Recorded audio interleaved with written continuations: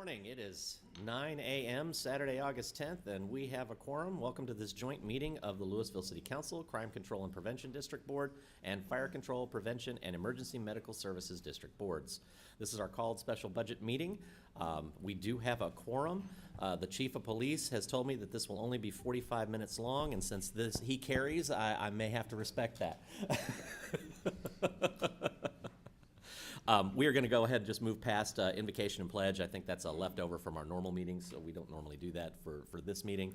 I do want to let folks know that there is opportunity for public comment, but I do not see any folks here for that. Do we have one? Okay. And then we're going to go ahead and move into consideration of preliminary budget for fiscal year 24-25 as submitted by the city manager, including discussion on the tax rate, water and sewer rates, and stormwater drainage rates. Take it away, staff. All right, Mayor and Council, I am pleased to present the proposed fiscal year 2025 budget. It aligns with our council's strategic focus areas and the city's commitment to enhancing the life for all residents and community members. The budget reflects our dedication to addressing the key priorities through the Lewisville 2025 Vision Plan, departmental budget, business plans, and the outcome of the March 2024 City Council retreat. Before we get started, I wanted to thank some key staff people.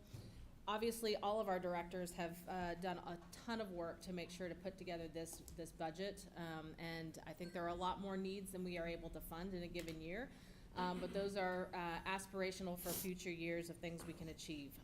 But also, I wanted to give special thanks to the key players in putting together this budget. They truly are constant professionals. They've been working night and day, and many of them are brand new to this endeavor. So I wanted to thank, obviously, our veteran, Gina McGrath, Ashley Carlisle, this is her first budget to put together, Dave Erb, who's also a veteran at this, Heather Brown, who's new, and also Chris Torres, who's our intern, and they are right back here running numbers for us as we speak, just in case we need data points to provide to you guys. So I wanted to take a pause and thank them for all of their work. I also wanted to kind of center us on what's going on with this budget and kind of the main pushes and pulls with it. Our economics nationally, we had brought to you at retreat that right now the economy is predicted to slow, but not necessarily go into any type of recession. There has been some talks recently related to market adjustments that may be different, but the anticipation for Texas, especially with the growth in our economies, it's not going to be catastrophic with regard to any type of slowing. What you're going to see this year is that we've had significant growth, significant new growth. In fact, last year we thought the amount of growth that we were having, new value put on the ground, was unprecedented, and we've actually beaten it this year. But what you see in existing growth with regard to the single-family homes is a slowing of that growth. Still a growth, but a slowing of that. And I think that really, it talks about the interest rates that are in effect right now, inflation, and just those pressures that are on people that are buying out there. You're also going to see that we are expecting a decrease in building permit revenue next year. That's a very large decrease. But again, that really ties down to the economics of lenders lending to developers right now and that high interest rate for borrowing and whether or not those deals can be made. So even though we see a decrease in that, it's still going to be, we're going to be bringing in a healthy amount of revenue, but we are adjusting for that. And realize that building permits are always going to be projected based on what projects we know are in the pipeline, not necessarily on a trajectory that we predict. Sales tax is up this year, which is great, but we also know that the comptroller's office has changed some rules on us, and the only thing that's holding them back from being applied is an injunction that will be decided right at the beginning of the next fiscal year. So we did this in retreat, did a deep dive in what we think the impact would be on us. It would be a significant impact to us, and we will talk about our strategies for dealing with that. And then obviously there's pressures on the budget related to needs. And so the pressures on our budget is, of course, with 2025, we have some lofty goals with regard to the amenities and the value of service we want to provide to our community. But also we have in there the council's direction to try to keep us at the top third of compensation with our comparator cities. And if, just to remind the public and to remind council and everyone in this room, is that's because we run lean as an organization. So we're asking more of our employees and then to be competitive as well. And we'll see the fruits of that labor later on in this presentation. And then finally, there is a large pressure on this budget related to public safety needs. We have planning needs, we have fire engines, and making sure we're providing the services to this community to keep our community safe, which I believe is foundational. With that, we will go ahead and get started unless anyone has any questions right off the bat. I have a quick question. Yes. So and we can maybe get into this a little bit later, but the building permit, you said this, we don't do predictions on this. We like to say, as of today, this is what's on our list. Do we find that typically at the end of the year we are underperforming or overperforming compared to our estimates for building permits? We usually are underperforming on Okay. it. So we usually come out better because we're super conservative Yep. about Okay. that. But yes, we basically, because we know things have to go through the planning process first. If we know things are being heard by the planning team and going through P&Z and council, we know likely next year they're going to be pulling their building permits, and that's when the revenue comes Okay. in for all the work All we're right, doing. thank you. Yes. Okay, this is going to be our agenda for the day. I won't belabor this, but just to ground you in where we're headed. Next slide. And we can go to the next slide after that. And I'm going to hand it off to Ashley. We're trying to keep this lively, so I figured if I just drone on for hours and hours, this will bore you. So Ashley and I will go back and forth. We will tee it off to some of our directors in the audience, just so that this keeps a little bit more lively. Good morning, everyone. We're going to start out this presentation with a brief overview of Lewisville's budget process. Starting in January, departments begin updating their 5-year business plans. Then in February and March, we start planning for our annual city council retreat. This is where council determines the upcoming year's strategic focus areas. And these strategic focus areas really help guide city management and staff in determining where to put our resources. Continuing on through April, this is where departments begin preparing their base budgets. That continues on through May and June, where they meet with budget staff and we review everything in detail and just make sure that we're really fine-tuning these requests. That carries into June and July, when each department will meet with city management. Then city management begins making determinations as to what we're able to fund in the base budget. Moving into August, we prepare a preliminary budget and present it to City Council. That is the reason that we're here today. This is our annual budget workshop. Depending on the feedback that Council provides us today, we'll then bring a proposed budget back to you in September for official adoption. And the point that I want to make here is really that the budget process has become very much a year-round process. So we're always doing things in the background here. We also have a series of policies, directives, and guidelines in developing the budget each year. Over the course of today, you'll hear me use the term reserves and fund balance interchangeably. Fund balance is the excess of a fund's current assets over its liabilities. In the general fund, as well as any other fund with outstanding debt, we maintain a fund balance of at least 20% of our operating expenditures. And you're going to hear me refer to that 20% operating reserve quite a bit today. In the debt service fund, our reserves will not exceed 15% of the outstanding principal remaining for our general obligation debt. You'll hear us use the terms GO today. We're talking about general obligation debt there. Then when budgeting sales tax revenue, the proposed budget for the next year will be budgeted flat when compared to the current year's adjusted estimates based on actual performance. Essentially, we're not budgeting for growth there. We want to make sure we're taking into account what we're seeing this year, but we want to ensure that we're being conservative for the next year. Then regarding all overall revenue in the general fund, we'll maintain a variety of revenue sources there, so we just want to make sure that we're not becoming over-reliant on any one particular revenue. I'm sorry, I have a quick question. So that 20% reserve in the general fund, is that legal or is it best practice? Is it legal requirement, best practice? That would be best practice. Okay, thank you. In all of our operating funds, we will not propose a budget that plans for more in expenditures than we have in available revenues, transfers in, and fund reserves. We will also not use one-time revenues to fund any ongoing expenditures. We'll talk about that here in a little bit on the general fund. In our utility fund, a rate study is conducted each year to determine appropriate utility rates in order to ensure that not only are our operating expenditures being covered, but also that we can plan for future capital needs as well. We will always budget the utility fund revenues based on a normalized year, so we won't take into account any extreme weather fluctuations, whether it's a really wet year or a dry year. Our proposed budget in each operating fund will ensure that we're maintaining our quality and our scope of city services. All of our expenditures are categorized in these 5 standard categories that you see listed here. Personal services, that's essentially your salary and your benefits. Materials and supplies, services and charges, transfers, and capital outlay.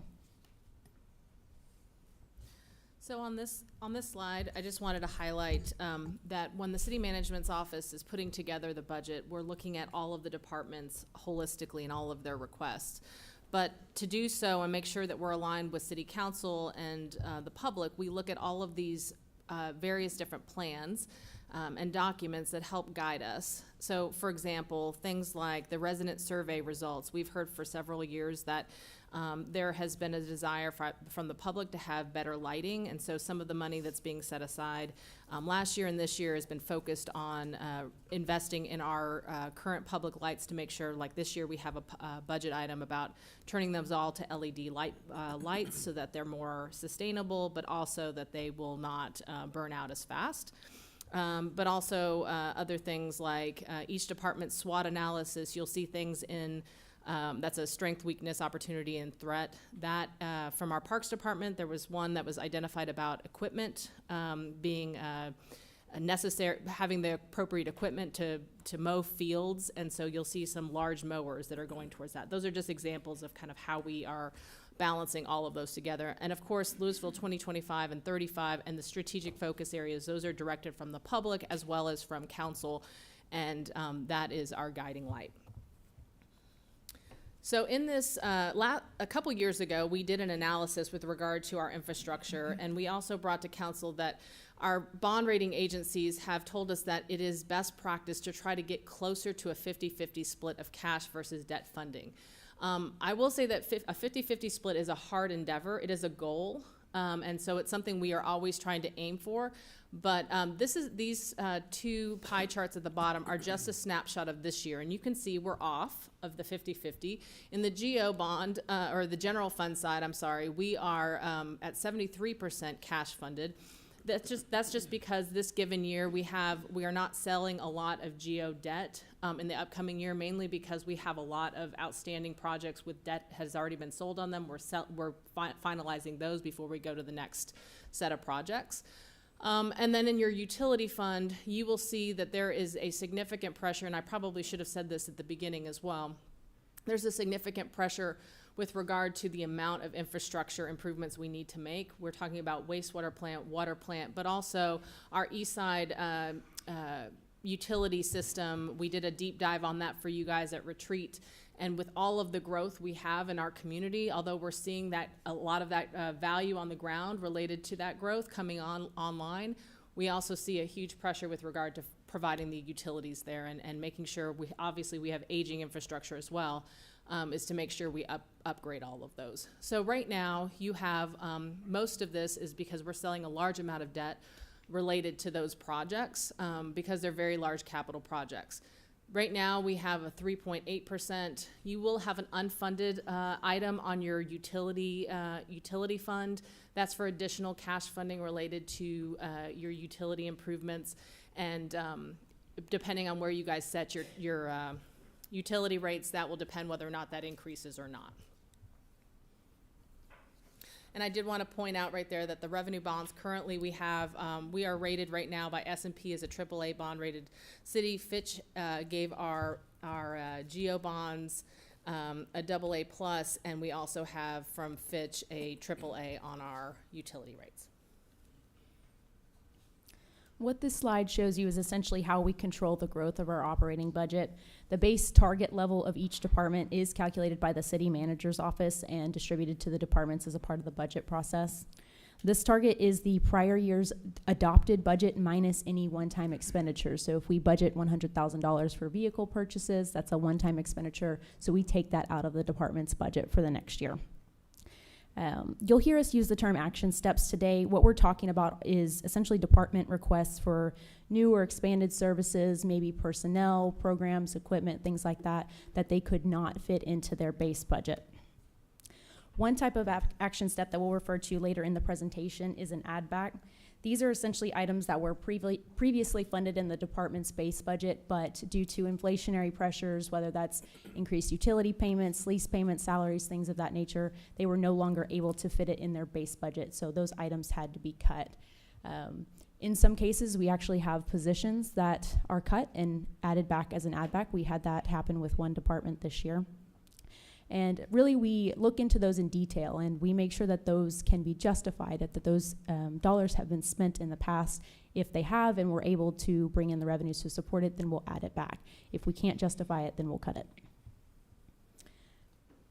And then lastly, back on that slide, one other thing I wanted to mention here is that any action steps that are beneficial to the city and approved by city management, we try to fund in the base budget as much as possible. You'll see later in this presentation that is never the case. We can never fund everything that we want to, so we do bring items to city council for consideration on your unfunded list. The primary purpose of a budget is really for planning purposes, but the intent is always about financial resiliency. So we are trying in this base budget, as well as on our unfunded list, if council so desires to approve the unfunded list, is to ensure departmental needs are met annually and that resources are sustainable to meet the future needs. And I've listed several of the things that guided us in the goals of this budget. Council will be very familiar with the information on this slide, but for those of our residents that are watching, what you're seeing on the screen here are all initiatives that are defined in our Lewisville 2025 vision plan. And these initiatives are categorized as big moves or strategic moves. Each of the funded action steps that's submitted by departments has to pertain to one of these big moves or strategic moves. It is a requirement. We have included this list as a report in the backup, in the appendices section of the online digital budget book. So this presentation, I think last year we basically did all of the action steps twice, and we just put them in different, under different lenses. So we said, okay, under big moves, we wanted to show you that we were achieving all of the things under big moves, and then we presented the same information under strategic focus areas. So we're really trying to streamline that process this year, so that report is in your backup, but the strategic focus areas are where we're going to kind of be the lens by which we look at all of the larger action steps. I also just wanted to point out that some of them aren't going to be addressed here because council and the electorate has already put funding towards them. So for example, the mall redevelopment, that was the infrastructure cost for future mall redevelopment was done in our recent bond elections, and the Lake District and Northern Gateway. Currently, there's many moving parts up there with a TERS in place. So there's several other actions that staff is going to be putting a lot of focus on that area in the next year, but it doesn't necessarily equate to a increase in the operational budget here. I also wanted to point out before we get into that because we're doing it by strategic focus area, that we are not organizing this presentation by fund. So you're going to see all of the action steps put together, but put underneath the categories that you guys set for us in the strategic focus area. So some of the things you will recognize from 4B meetings or from crime control or fire control. I don't want you to think that that's there's something weird going on there. All it is that we're putting it under the umbrella of the strategic focus areas. So then the budgetary challenges, I talked a lot about this already, but obviously infrastructure needs is going to be heavy this year, as it is every year, and council has told us that that is one of your primary focus areas, is making sure that we are planning for the future and maintaining our infrastructure and building to meet the growth in our community, but also our public safety staffing needs and our compensation package. I did want to point out a big success, and really it's thanks to council. So 2 years ago in my first budget, I came before council, we were at over 12% vacancy rate. And that is a big, it's a big chunk of vacancies for our departments to be able to handle, because obviously the people that are left to do the work are getting burned out. So the change that council made with regard to strategy on compensation, last year we were at 9%, this year we are 4.1%. So what you're doing is working. So we're really excited about that. And I will say that vacancy rate is actually better than other cities around us. So this is not just a reflection of the economy. It is a reflection of the economy plus city council's direction and strategy. Can we park on that for just a second? That's such a big deal. I don't want to just gloss over it. That's huge because there's such a cost with vacancy rates, with hiring and posting and interviewing. There's a cost of productivity. That's a huge win. I am curious when I think about vacancy rates. I always think about turnover rates as well. Have we seen a similar decrease in turnover as well as vacancy? Yes, sir. Fantastic. And I Thank can you. get you those numbers too. We get a report, city management gets a report almost, I think it's monthly. Yeah, Awesome. Thank you. Excuse me, it's at 11.3 right now, okay.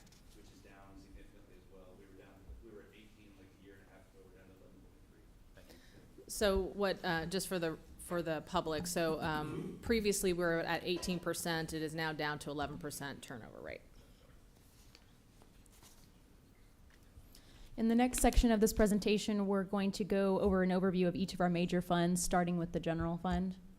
The general fund is the city's largest and primary operating fund. It makes up about half of our entire operating budget when you consider all of our other specialized funds. The information that you see presented to you on this slide is a summary of the various revenue sources in the general fund. When comparing fiscal year 2025's proposed revenue to the current year's adopted budget, so those are the two columns that you see outlined in blue there, we're expecting to see an increase of $6.9 million or 5.3% increase, which is pretty positive for us. By that same token, when we compare next year's revenue to our current year's adjusted budget, which is that third column from the right year, we still see an increase in $1.5 million or 1.1%. A lot of that has to do with how we budget sales tax and property tax as compared to other revenues. This next chart shows a breakdown of general fund revenue in three categories: property tax, sales tax, and all other revenue sources. To give you more context to that other category, that includes a variety of revenues. So that can include things like building permits, landfill host fees, ambulance fees, parkland dedication and development. There's several other revenues that go into that category. And you can see here that starting in fiscal year 2023, we saw a jump in our property tax revenue. Sales tax, which is that orange column that you see there in the middle, has increased in small increments over the years, while the other category generally stays around $32 to $34 million. Fiscal year 2025, which is that top bar on the chart there, looks similar to fiscal year 2024's adjusted budget. And again, that's based on our methodology for estimating sales tax and property tax. These figures demonstrate our consistent revenue growth. Our projections for the fiscal year, again, reflect our cautious optimism, but also ensure sustainability. The chart on the left shows that same information that we just showed you on the previous slide for fiscal year 2025, but just in a pie chart format. Essentially, this shows the breakout again between property tax, sales tax, and other. And the point I wanted to make here is that when we add in our sales tax funds, that's the 4B fund, crime control, and fire control, really changes that breakout. In particular, it increases that sales tax portion. So this just shows that when we take into account all of our resources, we really are not being reliant on any one particular revenue source. As we talked about earlier when discussing our budgetary policies, we do budget next year's sales tax flat when compared to the current year's adjusted mid-year estimate, which is $3.7 million more than the adopted fiscal year budget of $41.2 million.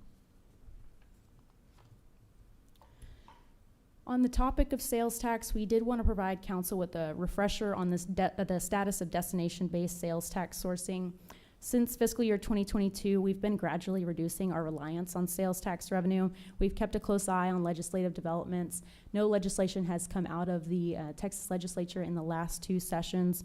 But recently, we provided council with an update in March on the proposed changes to the Texas Administrative Rule 3.334 that would essentially change the definition of a place of business.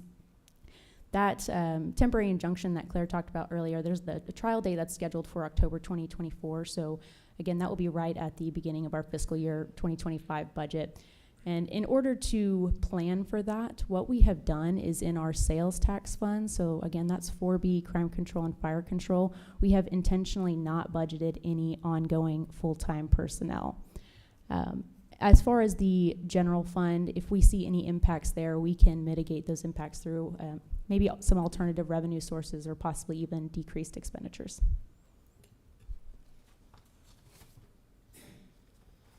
Okay, there's a lot of information on this slide, but essentially what this is showing you is major revenue changes expected in the general fund. Everything you see on the top half of the slide with that dark blue arrow going up represents a revenue increase that we're expecting. Everything on the bottom half of the slide with a light blue arrow going down represents a decrease in revenue. And this is the difference compared to the fiscal year 2024 adopted budget. Focusing on projected increases, we expect to see an increase of $388,000 in landfill host fees, which is grouped together with Waste Management, Allied Republic, and Farmers Branch. Among our franchise taxes, we expect to receive an additional $225,000 from Atmos. This is a natural gas franchise fee that's essentially a percentage of the company's revenues in Lewisville. Moving on to our interest earnings, there in the middle, we estimate an additional $677,000. This is essentially earnings received by the city for the use of our financial resources. And even with this expected increase, we actually budgeted interest projections at 85% of what we think they'll come in at. So even with being conservative, we are seeing some growth there, and that's a trend that we're seeing across all of our funds. We already talked about sales tax on the previous slide, so I won't talk about that much here. But I have a question about sales tax. yes. So with the sales tax we just talked about, the ruling, what does this assume as far as what that ruling is going to be? This does not assume that anything is going to happen with destination-based sales tax sourcing. If it does come to fruition, we do have strategies to mitigate that, but because we have spent several years anticipating this with nothing happening, at some point we need to make sure that we're using our resources, but also we are planning for the potential impacts of this. So if we need to look at alternative revenues to make up for that or decreased expenditures, we'll take that into account. Okay. I was also going to add to that. So from our retreat, we had done that deep dive looking at our top sales tax producers and then went in and basically made phone calls to understand their operations to see if their sales tax would become destination versus origination. And ultimately, the net impact we're thinking is about a $5 to $8 million versus what we were originally anticipating was more like $15 million. So the other thing is getting that transition for businesses to start doing that is going to take some time. So we don't anticipate it would hit immediately. So there's going to be some transition with regard to businesses having to ramp up with regard. Honestly, a lot of businesses won't even know how to do the destination because there's going to be so many different places they have to send it to.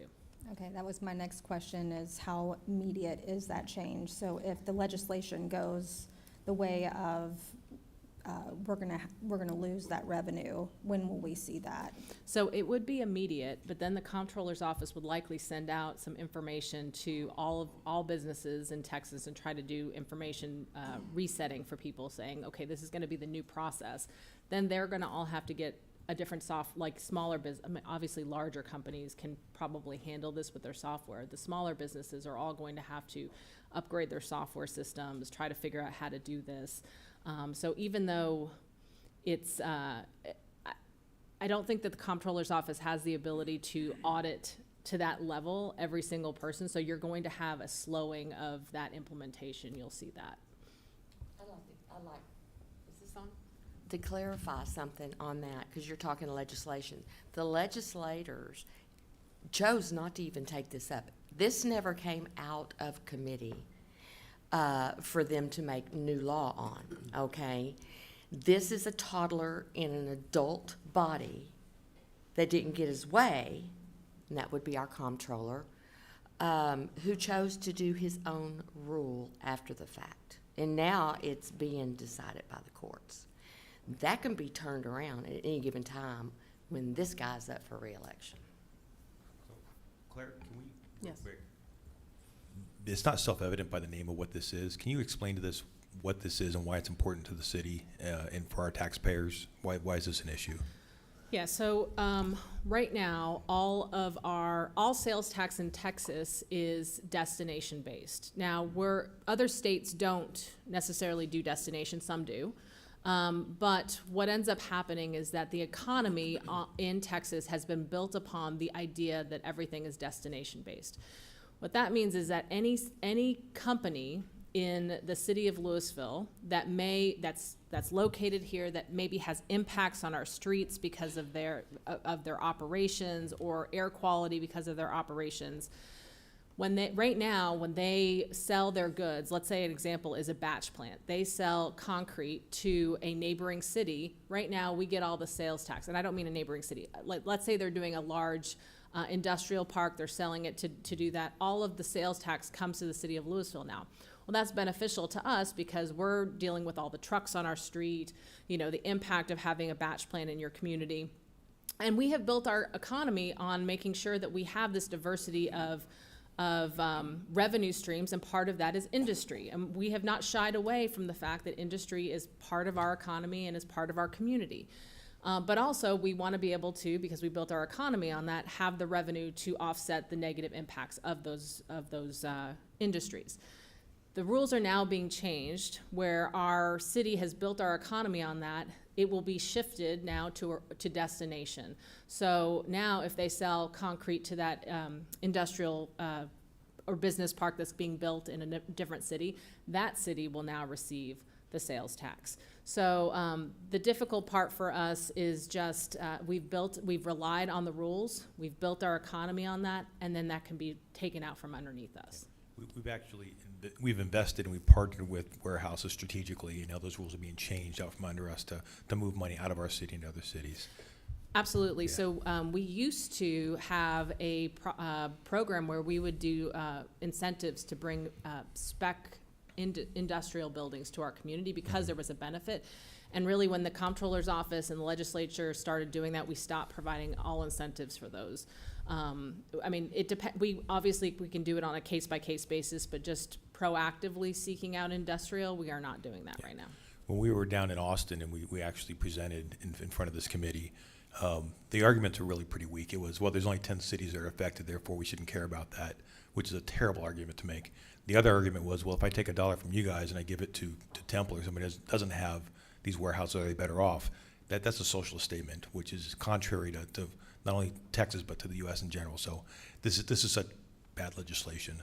I understand what's trying to be done here, but it doesn't have a place in our state. So anyway, it's a big deal, but it can be easily confusing to people who don't understand what's going on here. The gist of it is sales tax money that we've invested in and partnered with groups, thicker roads to handle these rambling 18-wheelers that come across, not the little minivans, the Amazon minivans that are running across Dallas and things like that aren't causing potholes, but these huge trucks that rumble through. There's an expense that we have to cover for that sort of thing. Anyway, I'll just leave it there. Thank you for that.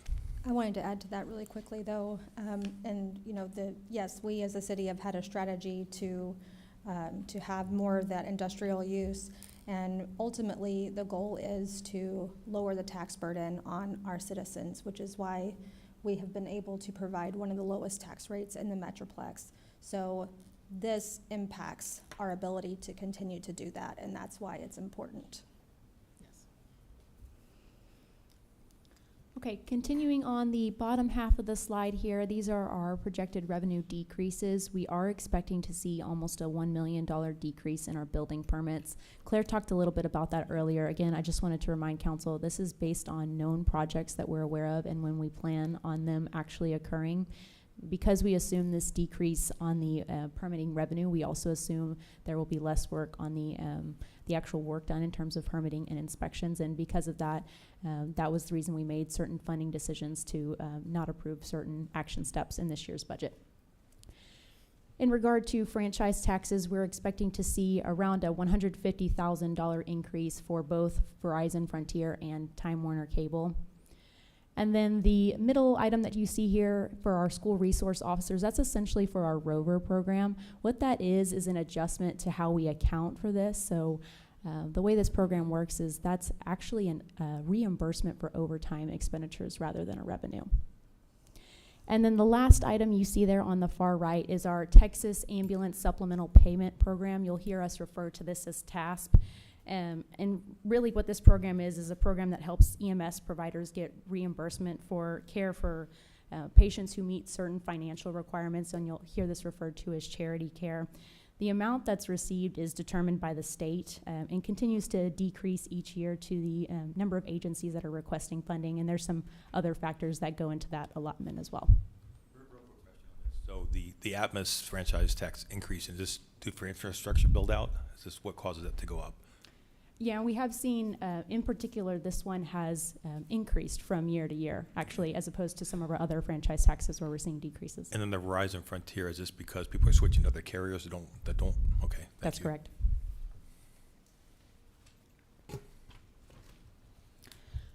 The table that you see here is an overview of your operating budget in the general fund. Our proposed revenues for fiscal year 2025 total $136.2 million, while proposed operating expenditures total $134.2 million. Those operating expenditures consist of the 4 light blue rows that you see in the table here. Departmental base budgets total $127 million. We've also funded $1.7 million in add backs. Again, that's those items that were cut from the base budget due to inflationary pressures. So this amount includes items that we have justified that have been spent in previous years. The next line item that you see here, $547,000, really what that is the addition of 4 positions and related equipment supplies. We'll talk about those 4 positions later on, but that is essentially a facilities technician, a park inspector, and 2 detectives for the police department. Lastly, that leaves $5.4 million in expansions, improvements, and replacements to existing equipment. So if you look at this bottom line here, current revenue to current expense balance of $2 million, essentially what this means is we're bringing in $2 million more than we plan on spending in the operating budget. And the reason for that is because this is a one-time revenue. And if we jump to the next slide here, the reason for that is this $2 million is in the form of a transfer in from our self-insurance risk fund. The risk fund is what we call an internal service fund, meaning that the fund receives all of its revenues from charges to other departments. So everything that it receives is internal to the agency. In order to maintain our available reserves in the risk fund, we'll transfer out $2 million this year to the general fund in the 2025 budget.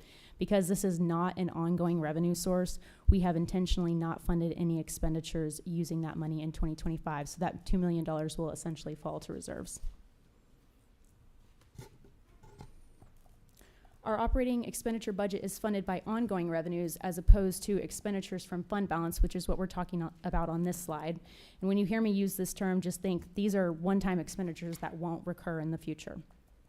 We've budgeted $11.8 million in general fund reserves, which I'll go over in more detail here on the next few slides. That leaves us with a 20% operating reserve of $26 million, and $8.7 million in undesignated reserve will remain after that. An undesignated reserve means fund balance that has not been assigned for any specific purpose and is not included in that 20% operating reserve. The next 3 slides list out each item that makes up that $11.8 million in expenditures from fund balance that I talked about on the previous slide. Most of these are going to be discussed in detail later on in the presentation, so I'm just going to touch on some of the smaller dollar items here. And a few things that I wanted to call out here is we have budgeted $39,000 for electricity work in the courtyard of the Grand Theater. We've also budgeted $30,000 to be added to an existing $115,000 for the development of a thoroughfare plan. On this slide, I wanted to touch on the vehicle and equipment for the new park inspector position. So this was packaged as a larger request that we have funded through various avenues, but I just wanted to call out because this vehicle and equipment for the park inspector is one-time in nature, we're able to use reserves to fund that. And then we've also budgeted $46,000 for a sidewalk connection along South Valley Parkway near the Creekside Mobile Home Community to Spinks Road. On this next slide, I wanted to call out the bottom 2 rows in this table. We budget $250,000 in outside legal services to utilize as needs arise. In addition to that, each year we budget the individual payments necessary for existing economic development agreements that have previously been brought to council. All of these action steps that you see here and everything we're going to be talking about today can be found in the online digital budget book. This chart shows you the breakout between our undesignated reserves in light blue and our 20% operating reserve there in dark blue, you can see that we're able to manage that 20% requirement throughout the year. We also see a decrease in undesignated reserve from 2022 to 2023. The reason for that was because we used reserves for the Joint Public Safety Complex. And one thing I wanted to point out on this slide is the smaller undesignated reserve that you see in the 2024 original column. That's the third column from the right there, and 2025 proposed. That's not an uncommon pattern for us to budget. We know that when actuals come in and our financials are audited, that we're actually going to see that undesignated reserve grow, and you can see that pattern in all of our prior years of actuals. The document you see here is our plan for how we're going to utilize those general fund reserves. I know there are a lot of numbers on this slide, so I just want to call your attention to a few specific areas. The beginning excess reserve that you see there at the top is essentially undesignated reserve that comes from the end of the prior fiscal year. Below that, you'll see a line that says $5 million in resources as an annual contribution.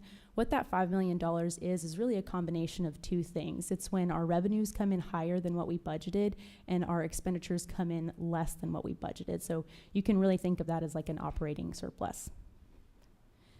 Now, if we look at the middle portion of this plan, this details how we plan to use these reserves. We categorize these as a part of our technology plan. Most of the time, this is replacements to technology, land purchases, outside legal, economic development agreements, facilities, and then miscellaneous or other.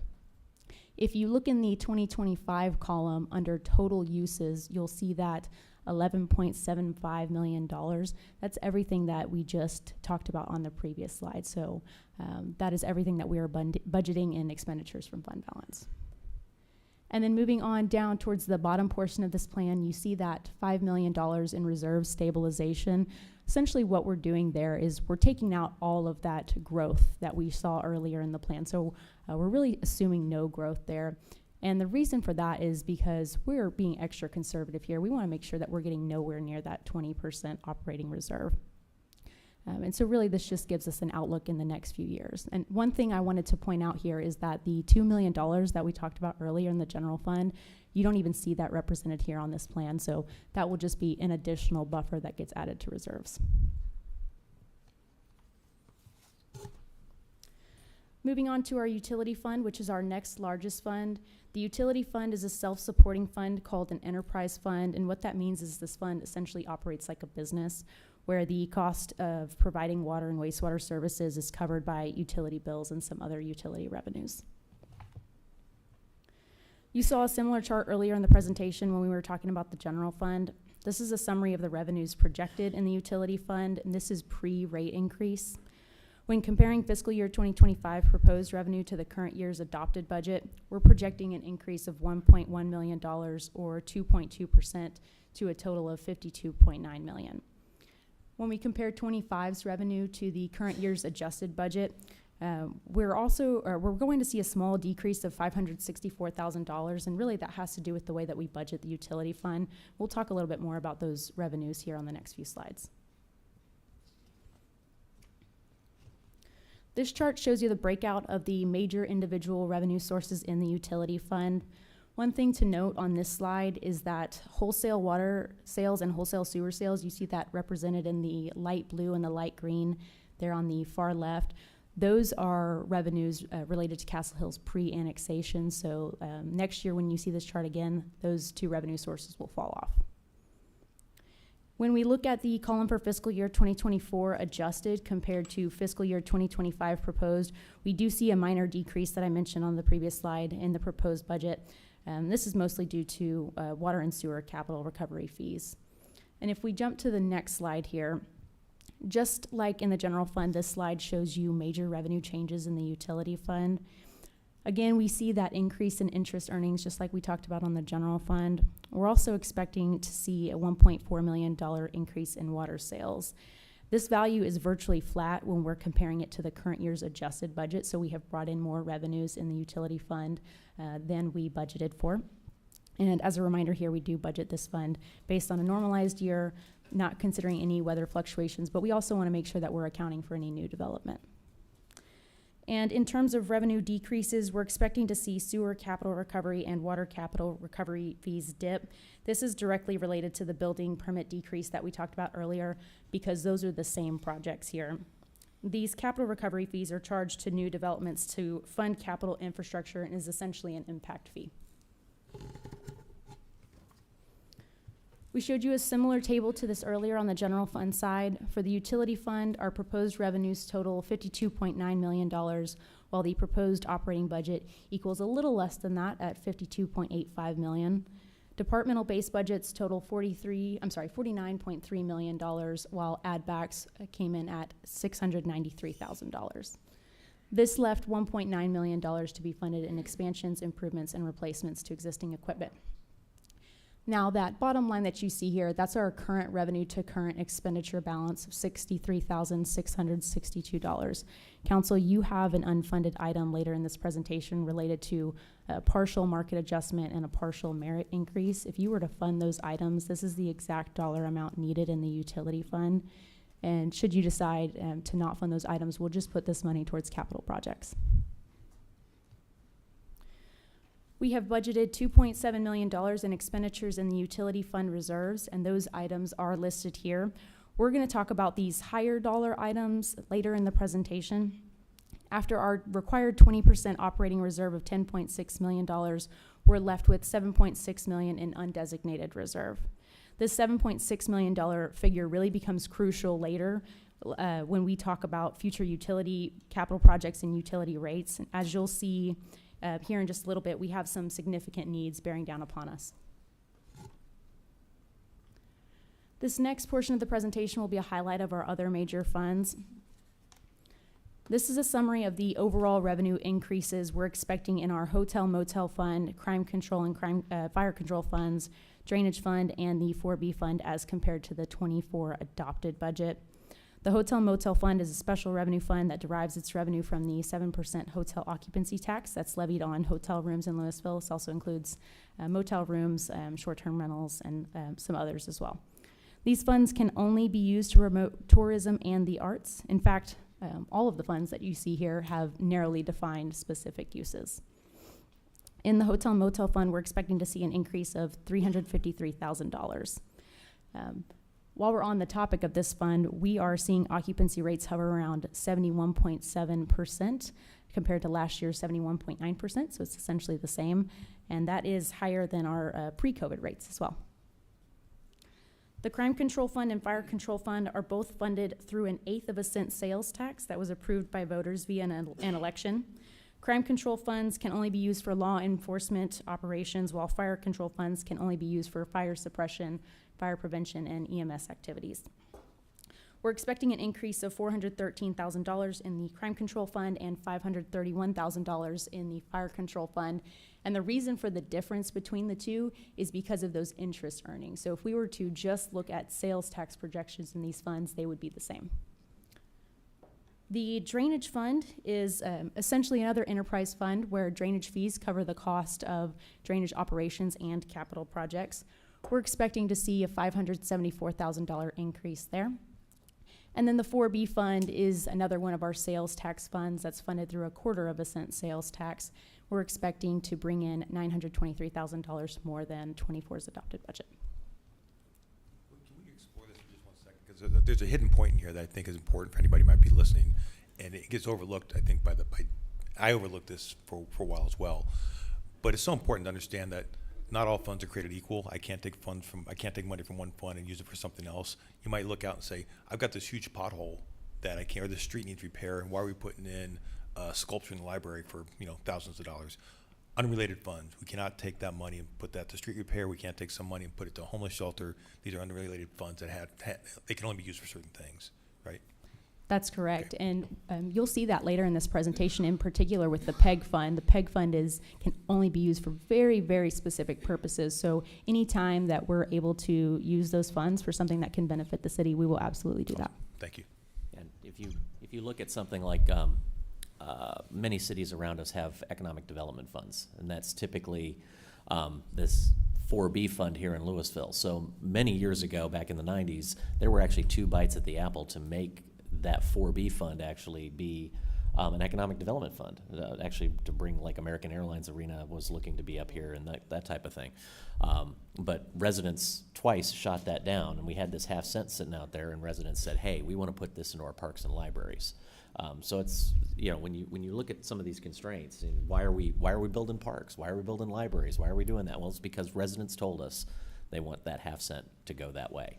So, we don't just wave a magic wand up here at this table. Residents have had tremendous amount of feedback for a very long time about how Lewisville develops, and some of those things we can't move. We can work within those rules, but we can't move them. Thank you. In the Hotel Motel Fund, proposed revenues total $2.9 million, while operating expenditures total $2.6 million. Departmental base budgets total $2.3 million of that $2.6, with just over $10,000 added in add-backs and $225,000 added in expansions, improvements, and replacements. This leaves us with the current revenue to expenditure balance of $310,000 with $29,000 budgeted in expenditures from fund balance. And on all of these slides, you'll see that last line there. Again, these are items that we're going to talk about throughout the course of this presentation. In particular, for this fund, I believe the majority of that is for the upcoming centennial celebration. In the Crime Control Fund, proposed revenues total $5.6 million, while operating expenditures total $5.5 million. Departmental base budgets total $4.9 million, with $135,000 added in add-backs. One thing I wanted to point out here is you see that $0 there for new full-time positions. I mentioned this earlier, but I just wanted to make it a point here. We are intentionally not budgeting any new full-time positions here. That leaves us with $518,000 budgeted in expansions, improvements, and replacements. We have a current revenue to expenditure balance of $107,000 with $801,000 budgeted in expenditures from fund balance. In the Fire Control Fund, proposed revenues total $5.8 million, while operating expenditures total $5.6 million. Departmental base budgets equal $5.1 million of that $5.6. We did not fund any add-backs or new full-time positions in the Fire Control Fund. We also budgeted $442,000 in expansions, improvements, and replacements. This leaves us with a current revenue to current expenditure balance of $223,000 and $1.9 million in expenditures and fund balance. In the Drainage Fund, proposed revenues total $7.1 million, while operating expenditures total $8.1 million. Departmental base budgets total almost all of that at $8 million, with $25,000 budgeted in add-backs and $40,000 budgeted in expansions and improvements. And what I wanted to talk about on this slide is that bottom line that you see here. So we have a current revenue to current expenditure balance of $961,000 deficit. So essentially what we do in this fund is we zero out all of our available reserves and we budget it in the operating budget to go to capital projects. So this is an intentional strategy. This is something that we'll look to do every year. In particular, for fiscal year 2025, this will allow for $5.8 million to be allocated to drainage capital projects. In our 4B sales tax fund, proposed revenues total $11.6 million, while operating expenditures total $8.1 million. Departmental base budgets total $7.7 million, with $182,000 funded via add-backs. Again, since this is a sales tax supported fund, we did not fund any new full-time positions here. The rest of the operating budget consists of expansions, improvements, and replacements at $267,000. That leaves a revenue to expenditure balance of $3.5 million. And the reason that amount is large when you compare this to our other funds is because we know we have future capital needs coming that we can use 4B funds for. So we allow that balance to go to reserves because we know we're going to need it in the future. This slide shows you a summary of the budgeted expenditures in each of our TERS funds. TERS stands for Tax Increment Reinvestment Zone, and essentially what this is an infrastructure financing tool that allows us to reinvest tax revenue beyond the base property value of the year that the zone is created, and we can really put it back into that zone, essentially supercharging that area to help develop growth and other development. And TERS 1 is our Old Town area. $840,000 is budgeted in debt service payments related to the Grand. We have $10,000 budgeted in TERS administration costs, and then $600,000 budgeted for future land banking. One item that is new to TERS 1 this year is that last bullet point on the far left there. That's our expenditures from fund balance for economic development agreements. These are all agreements that have previously come before council. That total consists of 3 agreements: $764,000 for the Ohala project, $75,000 for Foodsies, and $95,000 to the old Salvation Army project, which is the Old Town Craft Bar. In TERS 2, which is our Southern Gateway, we have budgeted $10,000 in administrative costs and a $1.25 million payment per the economic development agreement with the Huffines communities. After this payment, $920,000 will be due to the developer. TERS 3 is our Castle Hills area. $10,000 is again budgeted for administration expenses, as well as $3.9 million to be paid to Bright per their agreement. And one thing I should mention on TERS 3 is this is the only one of our TERSs where the increment and the base value is put back into the TERS fund, as opposed to that base value going to the general fund like our other TERS. And we do have some additional backup in our online digital budget book that shows the details of that TERS 3 drawdown. TERS 4 is our Lake District. We have $10,000 budgeted in administration costs, as well as $42,000 budgeted for the maintenance of 2 parks and medians along Summit Avenue. Okay, with that, we're going to be going into, we'll go to the next one. We're going to be going into our new funding in our base budget. Mayor, I didn't know if you wanted to take a break at this point, or if you wanted to Yeah, I was push gonna on. say, I normally do 90 minutes, but this seems a good break set, so why don't we go ahead and take a 7-minute sabbatical, and we'll be back.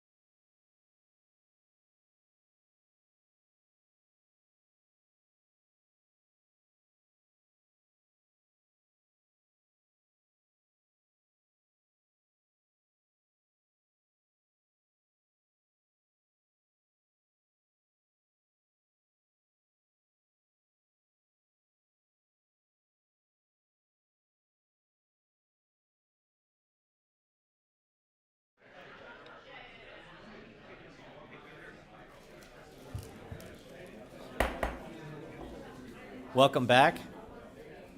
All y'all took 11 minutes. Great job. Hello. We're going to go ahead and move back into the budget, looking at new funding by strategic focus areas. City Manager? Thank you, Mayor. So before we get started, I just wanted to make sure we will be calling on some of the directors and that there's a mic ready for them. Matt and, oh no, I see it. I think Aaron has it, so we're good. Okay. All right, so we're going to go ahead and get started. And remember, this is not by fund, this is just by strategic focus area. So the first strategic focus area is city infrastructure and facilities. The first up is a renovation, and really it's a repair to our 2008 building, which is our jail facility, our detention facility. So it's showing signs of aging and wear and tear. And so this is obviously, with this budget, not turning the jail into the Taj Mahal by any means, but it is to repair the floors that is peeling in some places. It is to repaint and then fix some of the cinder block walls. This here is the Lewisville Grand Theater equipment renovation. So if you remember 2 retreats ago, council considered options for the future renovation or expansion of the Grand Theater. And the decision from council was to stay with to go with the home option, which was a refresh and a expansion of technology and certain amenities within the Grand Theater.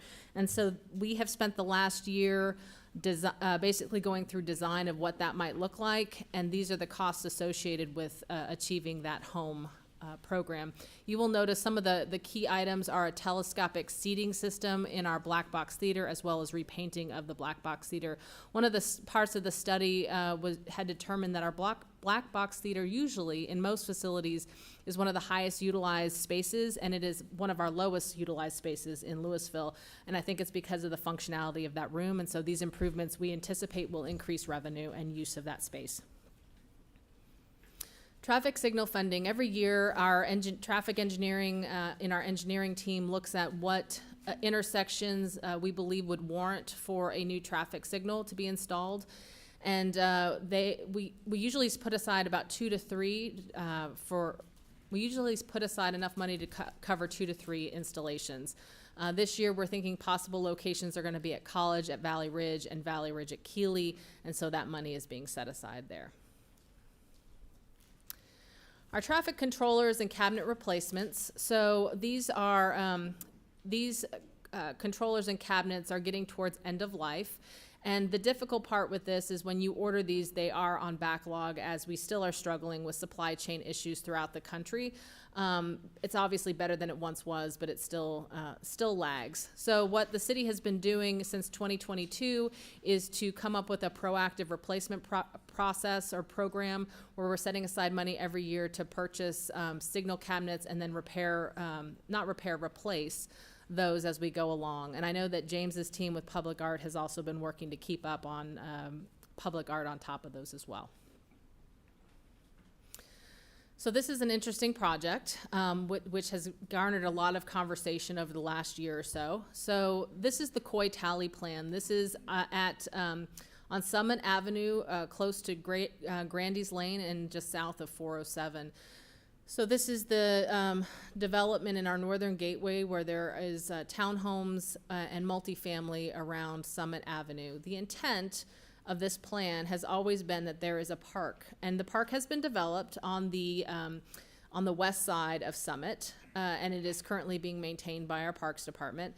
And then the one with the cattle pond to the right has not been developed because it's Army Corps of Engineers mitigation bank area, which makes it more difficult to get the permitting to do the ultimate plan for this. The reason this is important and why it relates to the streetscaping and the street and the parking on the street is that the intent was always to make this area more pedestrian friendly, to slow traffic in this area so that people who live in this area and who visit this area would want to go to this park and walk freely and easily and safely across the street.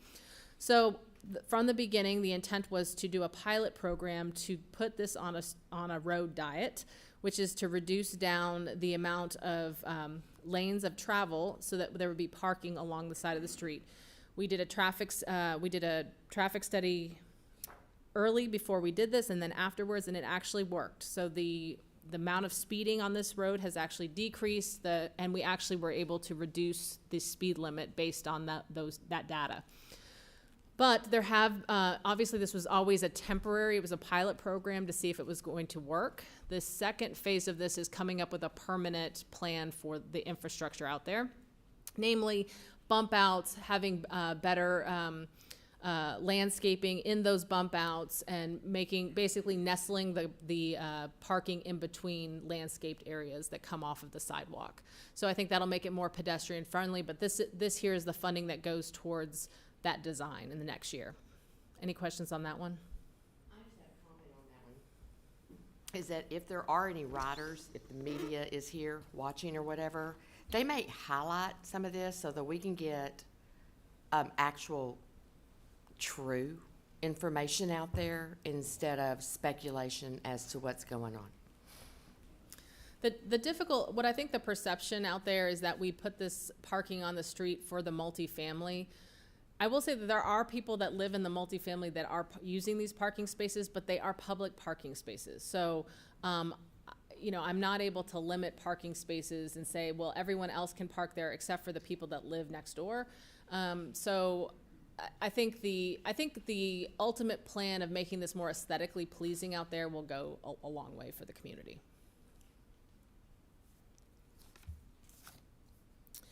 So I wanted to have David Salmon explain this adaptive traffic signal corridor progression program. David, are you out there? He's got it. Got It's live now. He just had to turn it on. Yeah, and actually, the first thing I wanted to point out on this slide is that this actually is not AI.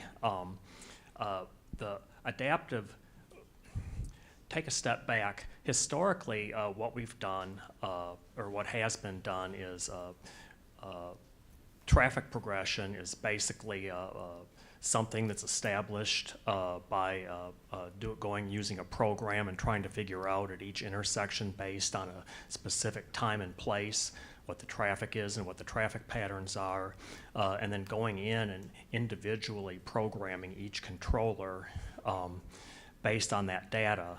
And the problem with that is that it's fine at first, but then over a period of years, it becomes less and less accurate because it's static, it doesn't change. So basically, what adaptive traffic signal progression is it's based on software. The software actually controls each individual controller and cabinet, and it also it allows each of the traffic signals to speak to each other, so that for instance, if the upstream signal turns green, then it tells the downstream signal, okay, I just turned green, so get ready.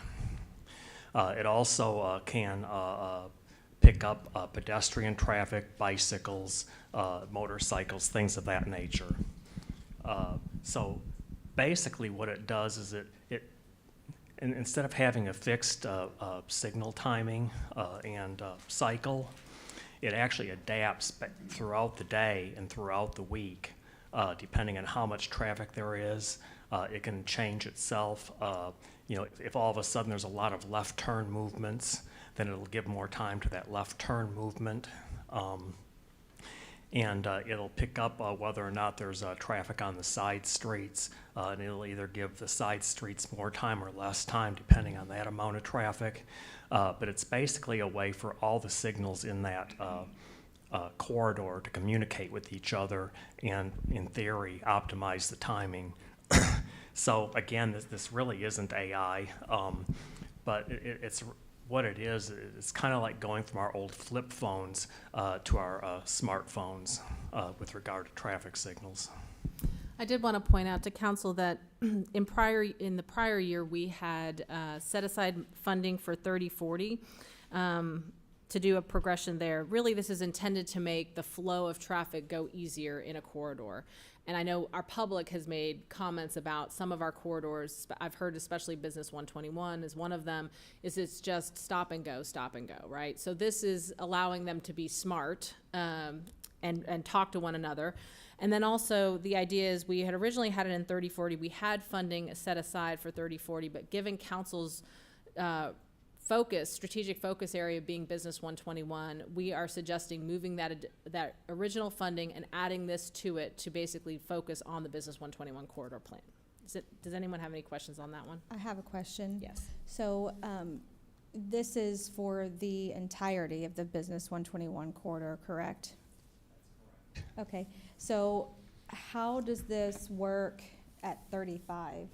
Do we own those signals at 35? We don't own them, but we are maintaining them. Okay, so this would include the signals at 35 as well? Yes. Okay, I think this would be great. Okay. I also have just a question looking forward, because I love this technology.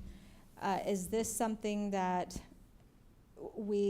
if we were to add corridors that intersect with this corridor, how does that work? Be added on to.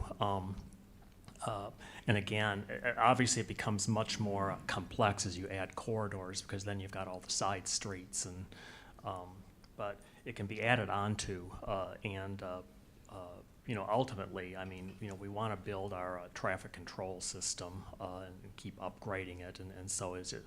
Obviously, it'll take a lot of help from some consultants to get us there.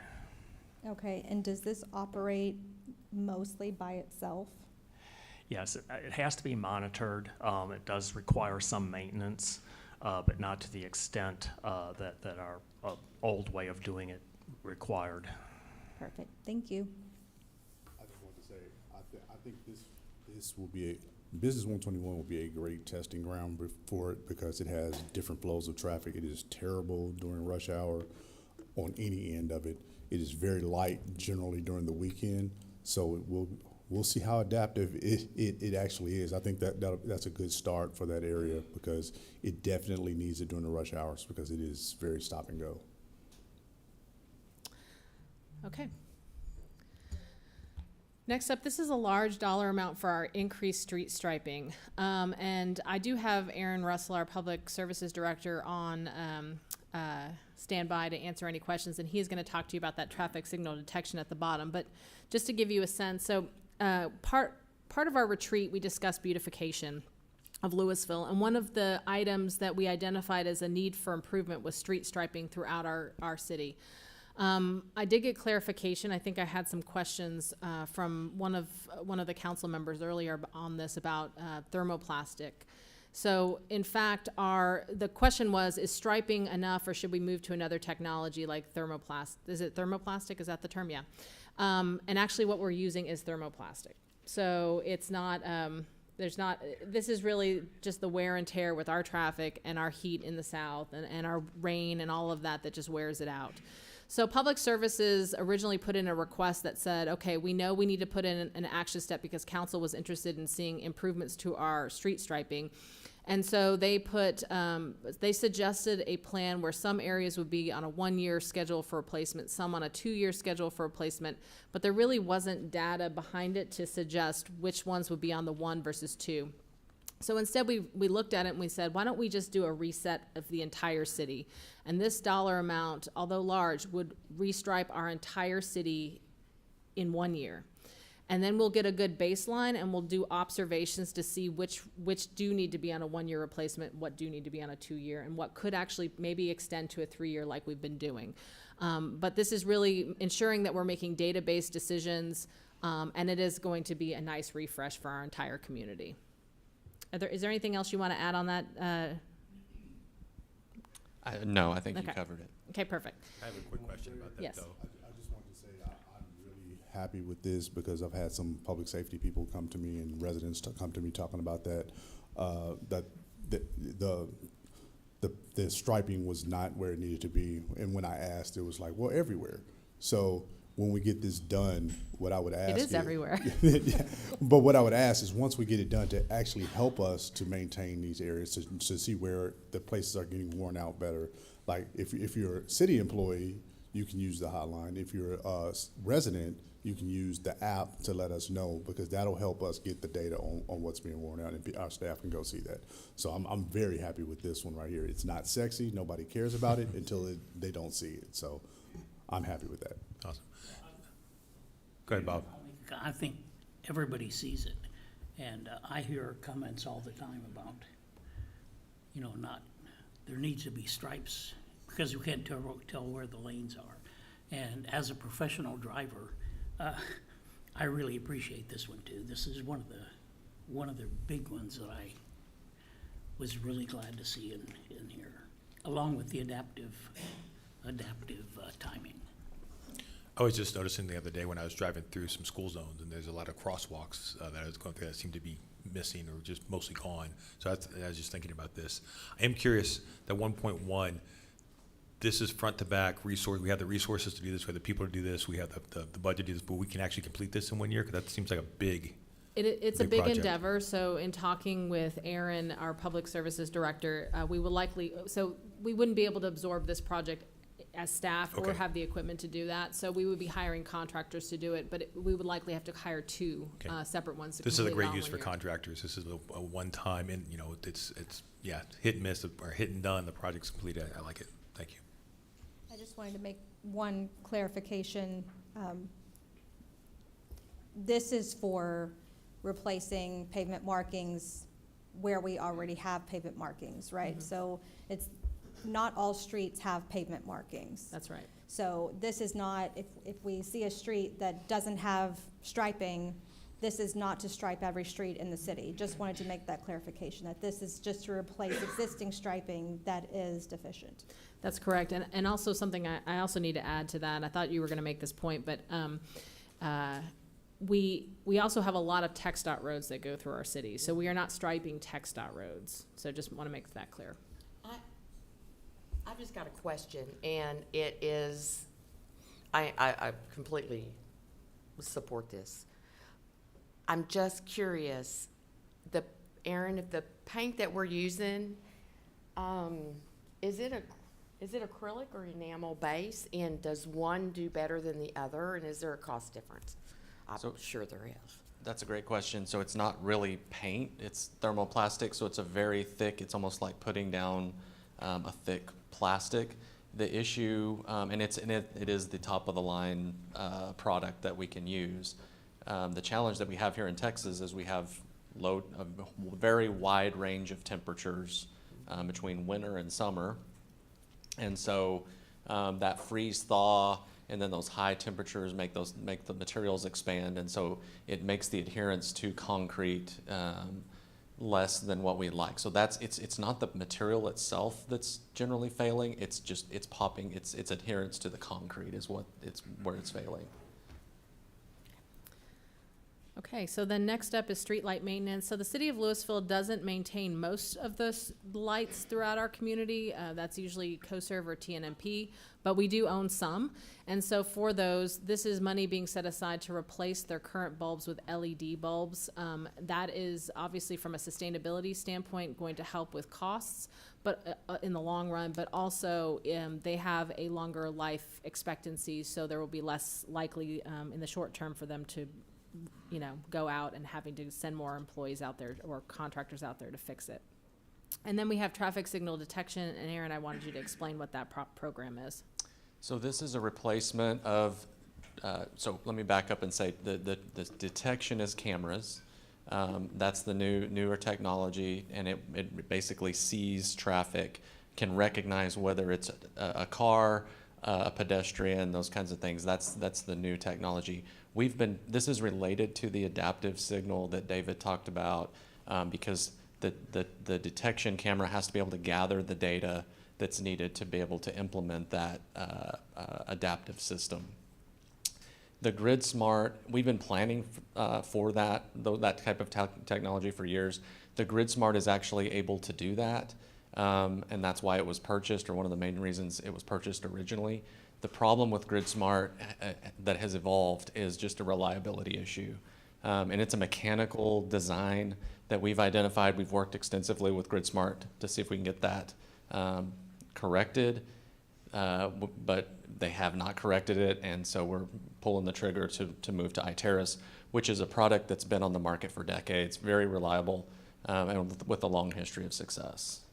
The other important thing to note is that this allows us, this is used a lot by neighboring cities, this iTerrace, and so part of COGS initiatives is the sharing of data related to between governmental entities for traffic planning purposes of traffic flow, and so this will allow us to be able to do that.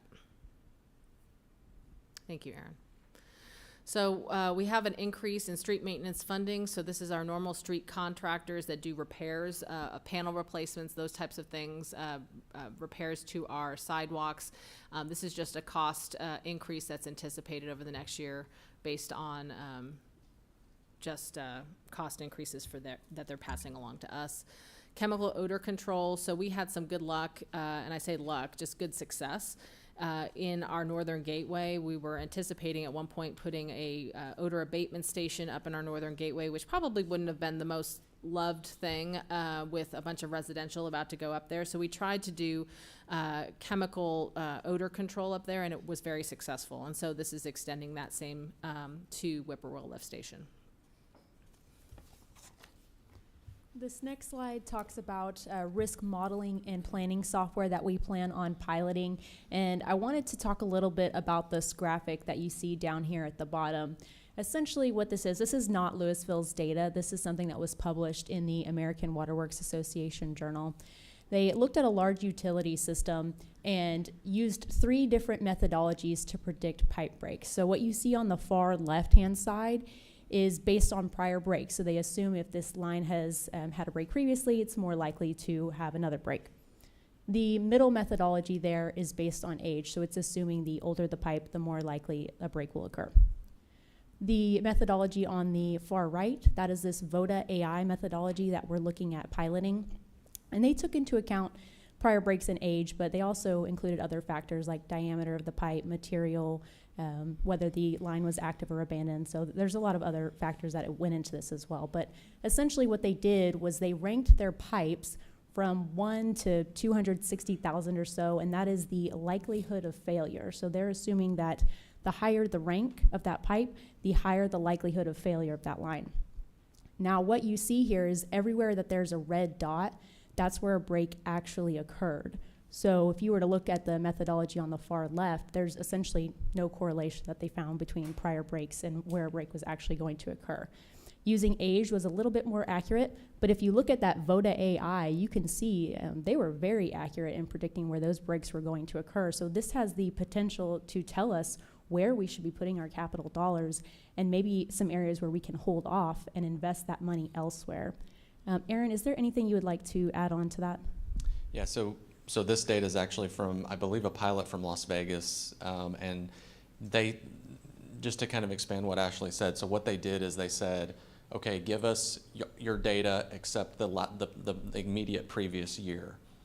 And so they did the analysis based on prior breaks, age, and then they ran it through their AI algorithm. And so the red dots are predicting that next year's, I guess that immediate past year's breaks, because they didn't know where those breaks were. They said specifically, don't tell us where those are. We're going to use our AI system to tell you where they happened. Where those red dots are is where they were accurate. So their system predicted where those breaks were going to happen. So the coolest thing about this is, like Ashley said, it tells us where we don't need to spend money, because we have a large percentage of our infrastructure that's coming up on 50 years old.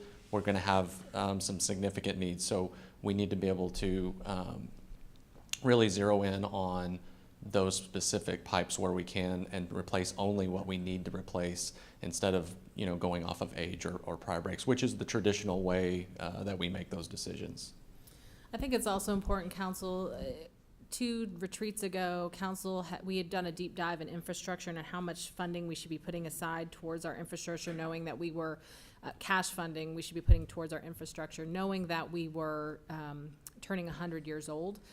And so with that, Council had asked us to find a way to move from being proactive to predictive.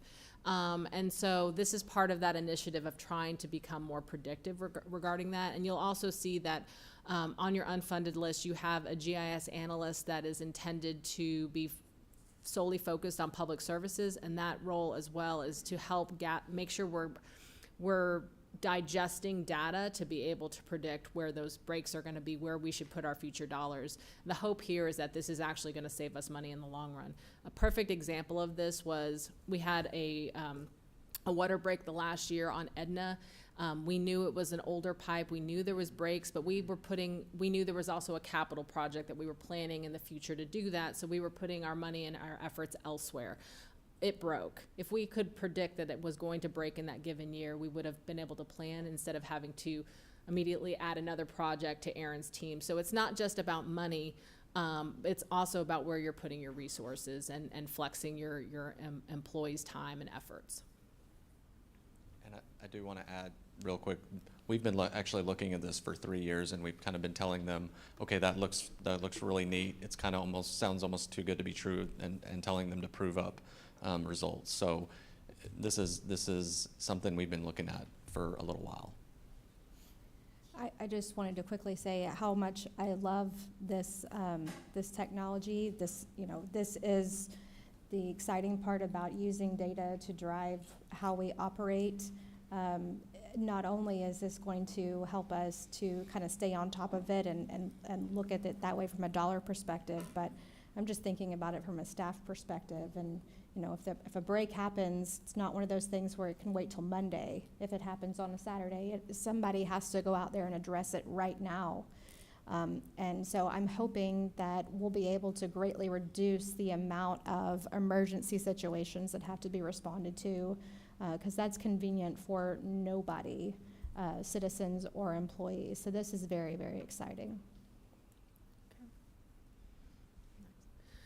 All right, next up we have a foam machine and trailer replacement. So most of you are aware of the magic of foam injection, but it is a game changer for all cities. So the ability to, if you have a low-lying area in a street and there's water accumulating it, you may get, I've seen this happen this year, a council member may get a complaint from a resident saying, I've got water pooling in front of my home.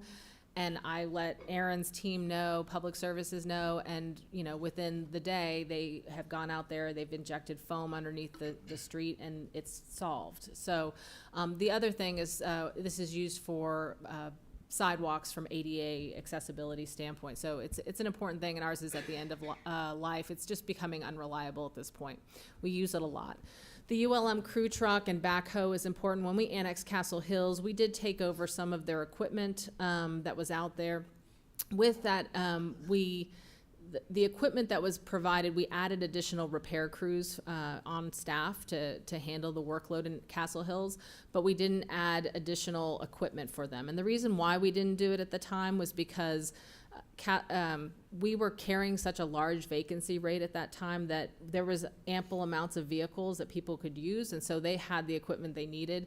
But at this point, we are getting better staffed, and it's to the point where they're going to have to start waiting for the equipment to be available and then sharing equipment. So this is necessary to provide those services in Castle Hills, and it's just an efficiency and staff morale issue so that they can provide the services that the customers want.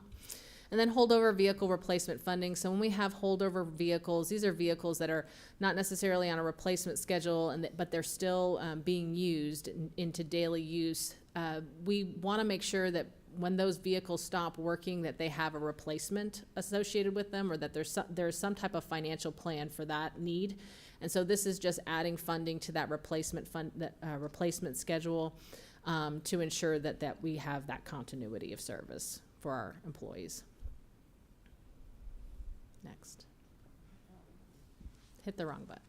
Okay, our utility repair contract. So this is a third-party contract that supplements our ULM services. This is utilized really when either there is a more complex type of utility line maintenance issue, or when there is when staff is not able to get to it. So like the Edna water line issue, we leveraged this repair contract to be able to do that quickly. And so that's adding additional funding to that. The chlorine scrubber replacement, so in our water plant, we had our yearly inspection, and in that they determined that our chlorine scrubber media was compacted. Obviously, chlorine leaks can be a safety concern in the future. We're not at that point, but we need to be proactive about making sure that our scrubber media is not compacted, so this needs to replace that medium. And then I wanted Aaron to talk about the ammonia room repiping program. Yeah, so this is a safety issue as well. Obviously, ammonia can be very dangerous, and this piping is about 20 years old, and several of the valves aren't working correctly. So we have 3 tanks, and we're not able to isolate those tanks the way we need to operationally, and really just to make sure this is all safe. So the primary point to this is to be proactive, to make sure we're taking care of our employees and keeping things safe. But also to be able to isolate those tanks for maintenance when we need to. Any questions on that? Ashley? What this slide shows is what we have budgeted in the base budget as a part of our utility pay-go program. Pay-go essentially means that we are using cash to pay for these projects as we go along.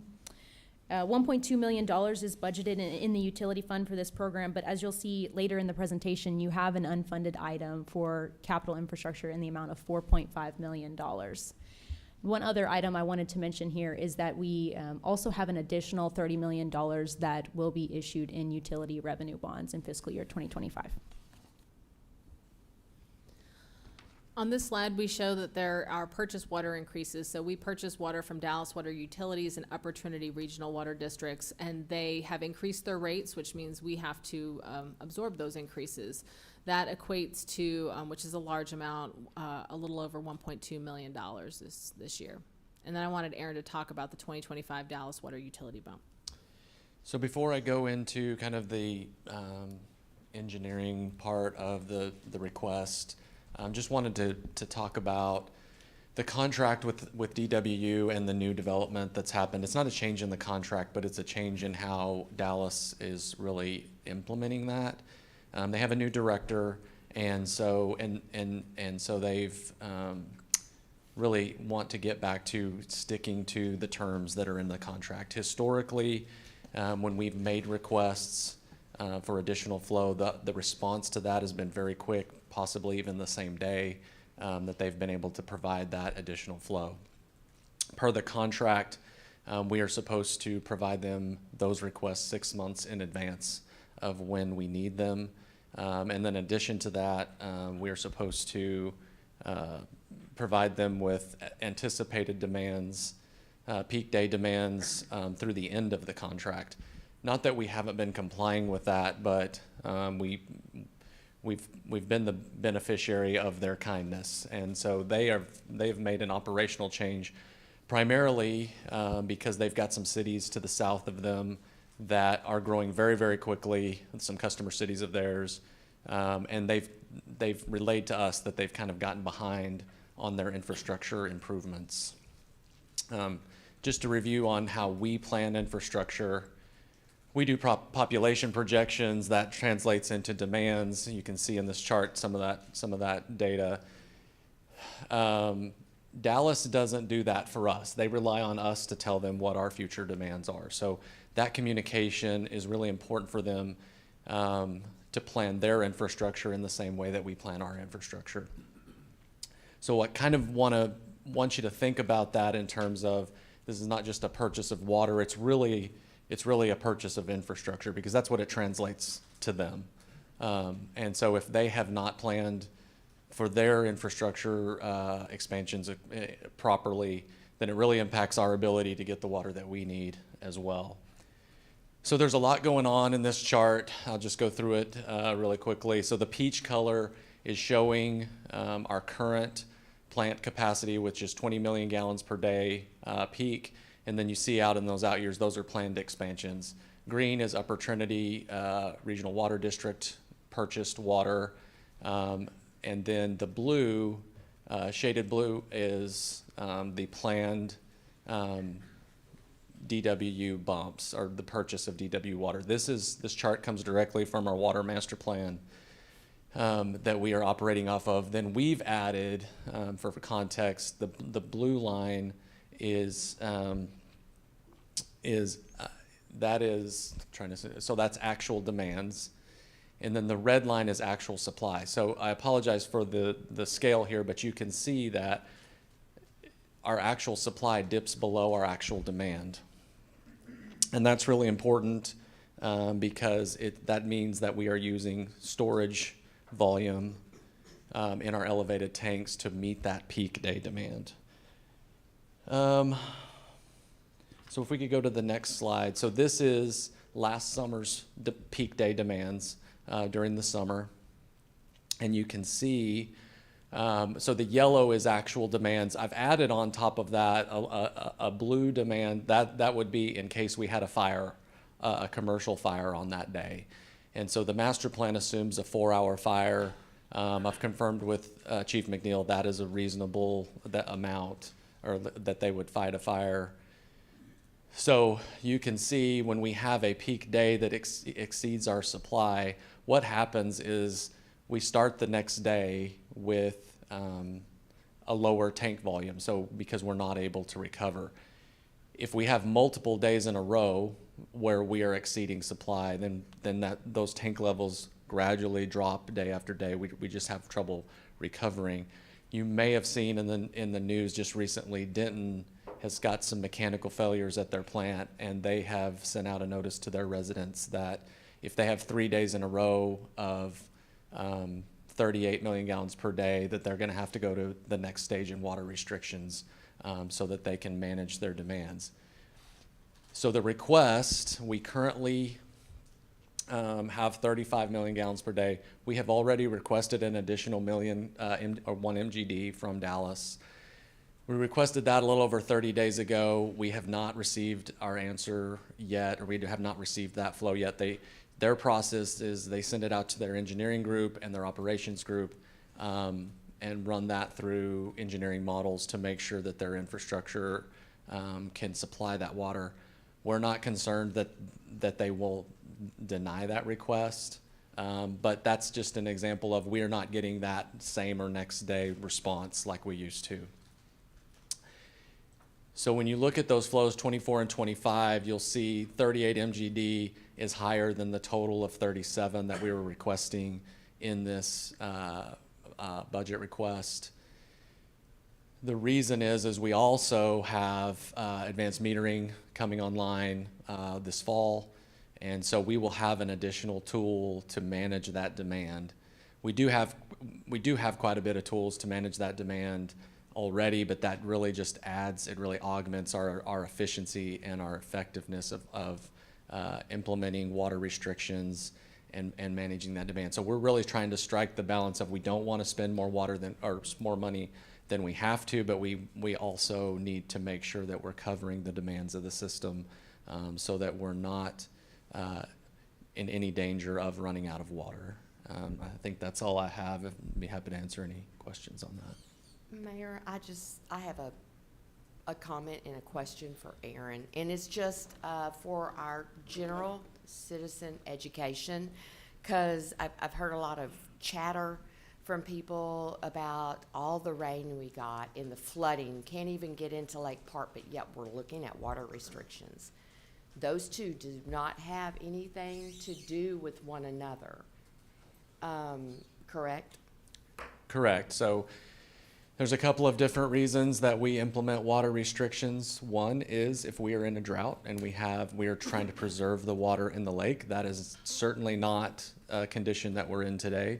The other condition that becomes relevant is our own capacity, our plant capacity, and our purchase from our other sources to actually provide drinking water. So all of that water from the lake has to be treated.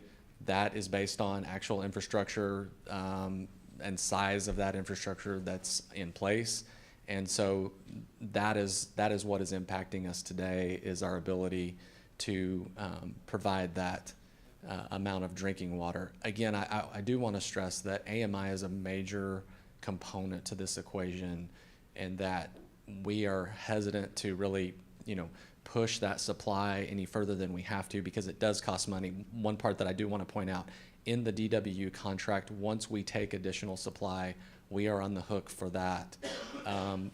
Even if we drop our demand, we're on the hook for that dollar amount for 5 years. And the reason for that on their end is all of this is related to they have to build infrastructure based on demands. So we're really trying to strike that balance of making sure that we're providing adequate water without paying too much and keeping the rates low. I have a follow-up question here. So first off, this is awesome. I have 2 of the 3 questions I jotted down were answers, so thank you for that. Can we go back 1 slide, please? So that green opportunity, that became a source, an obligation for the city as part of the annexation process with Castle Hills, is that right? That's why it didn't show up before then? I believe that's correct, Okay. yes. And then the next question I have is, we buy water from 2 different places. I guess we treat it ourselves, and we buy from Opportunity, and we buy from Dallas. Is the cost of the water the same from Dallas and Opportunity? My recollection from Castle Hills is that Opportunity is a fairly expensive source of water. Upper Trinity is definitely more expensive than DWU, or the cost to produce it from our plant. Do we have an opportunity to switch all to DWU at some juncture, or is that contract part of the obligation through 2040 that was brought out by the city when they were annexed Castle Hills? I believe we have a pressure plane that requires that flow come from Upper Trinity to be able to supply. We would have to spend a fair amount of money in infrastructure to overcome that. Okay. And I will say it is a big advantage to have multiple sources of water. It gives us a lot of redundancy and flexibility. Okay, thank you. I just want to make a comment to make a connection for people between this and the native plants. We're trying to change the mentality of folks to, lush green grass looks pretty, but it takes a lot of water. So we're trying to use native plants to mitigate that through the city, because I hear a lot of people talking about it in a negative way, but I don't think they understand that it's not just us. And I think we see that through what's going on with Dallas, with the Dallas water folks, is everything is expanding out. And like having attended the transit summit, we see things are expanding south. We see Denton is getting larger. We see Collin County is getting larger. That all adds to the demand on the water supply. So we're trying to get our folks here in Lewisville to understand we have to have a more, for lack of a better word, Arizona type approach to like conserving water, because we're only going to get bigger with the Metroplex expanding north almost to Oklahoma. That's going to put more and more demand on our water supply. So we have to change our habits. We have to do it now before we're forced to do it. And the cost, yes, of 1 million gallons that we have to take and can't go back is pretty steep. But the cost of not having water is even worse. So we need folks to understand we're not trying to be in a panic mode, but we're trying to change our mentality, do things a little differently than we did before, and improve the process so everyone will have water, because that's the key.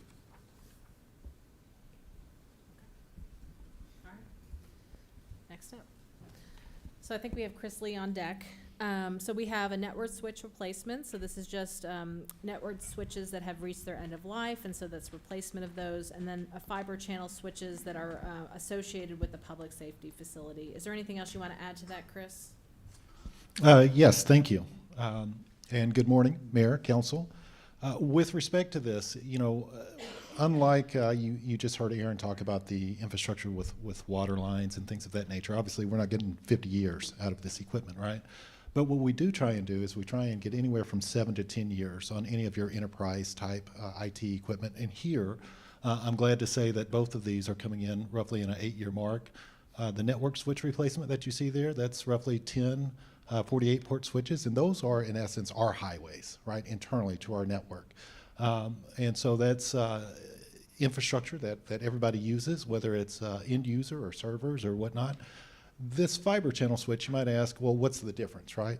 And that fiber channel switch actually provides the switching infrastructure for our disk infrastructure. So for instance, we replicate data back and forth from Old Town and City Hall. And the way in which we do that, we leverage that same medium, that fiber medium that we do for the regular network switches, but this enables us to talk directly to those disks, disk to disk, if you will. Any questions? Next slide, please. Wait, I'm sorry, I didn't go Yes, sir. fast enough. So I have a quick question. So when I think about data and you think about cloud, what is our cloud strategy at this juncture? Yeah, Just in no, a 2-minute absolutely. nutshell, yeah. And thank you for the question. We really have a hybrid solution as it pertains to cloud.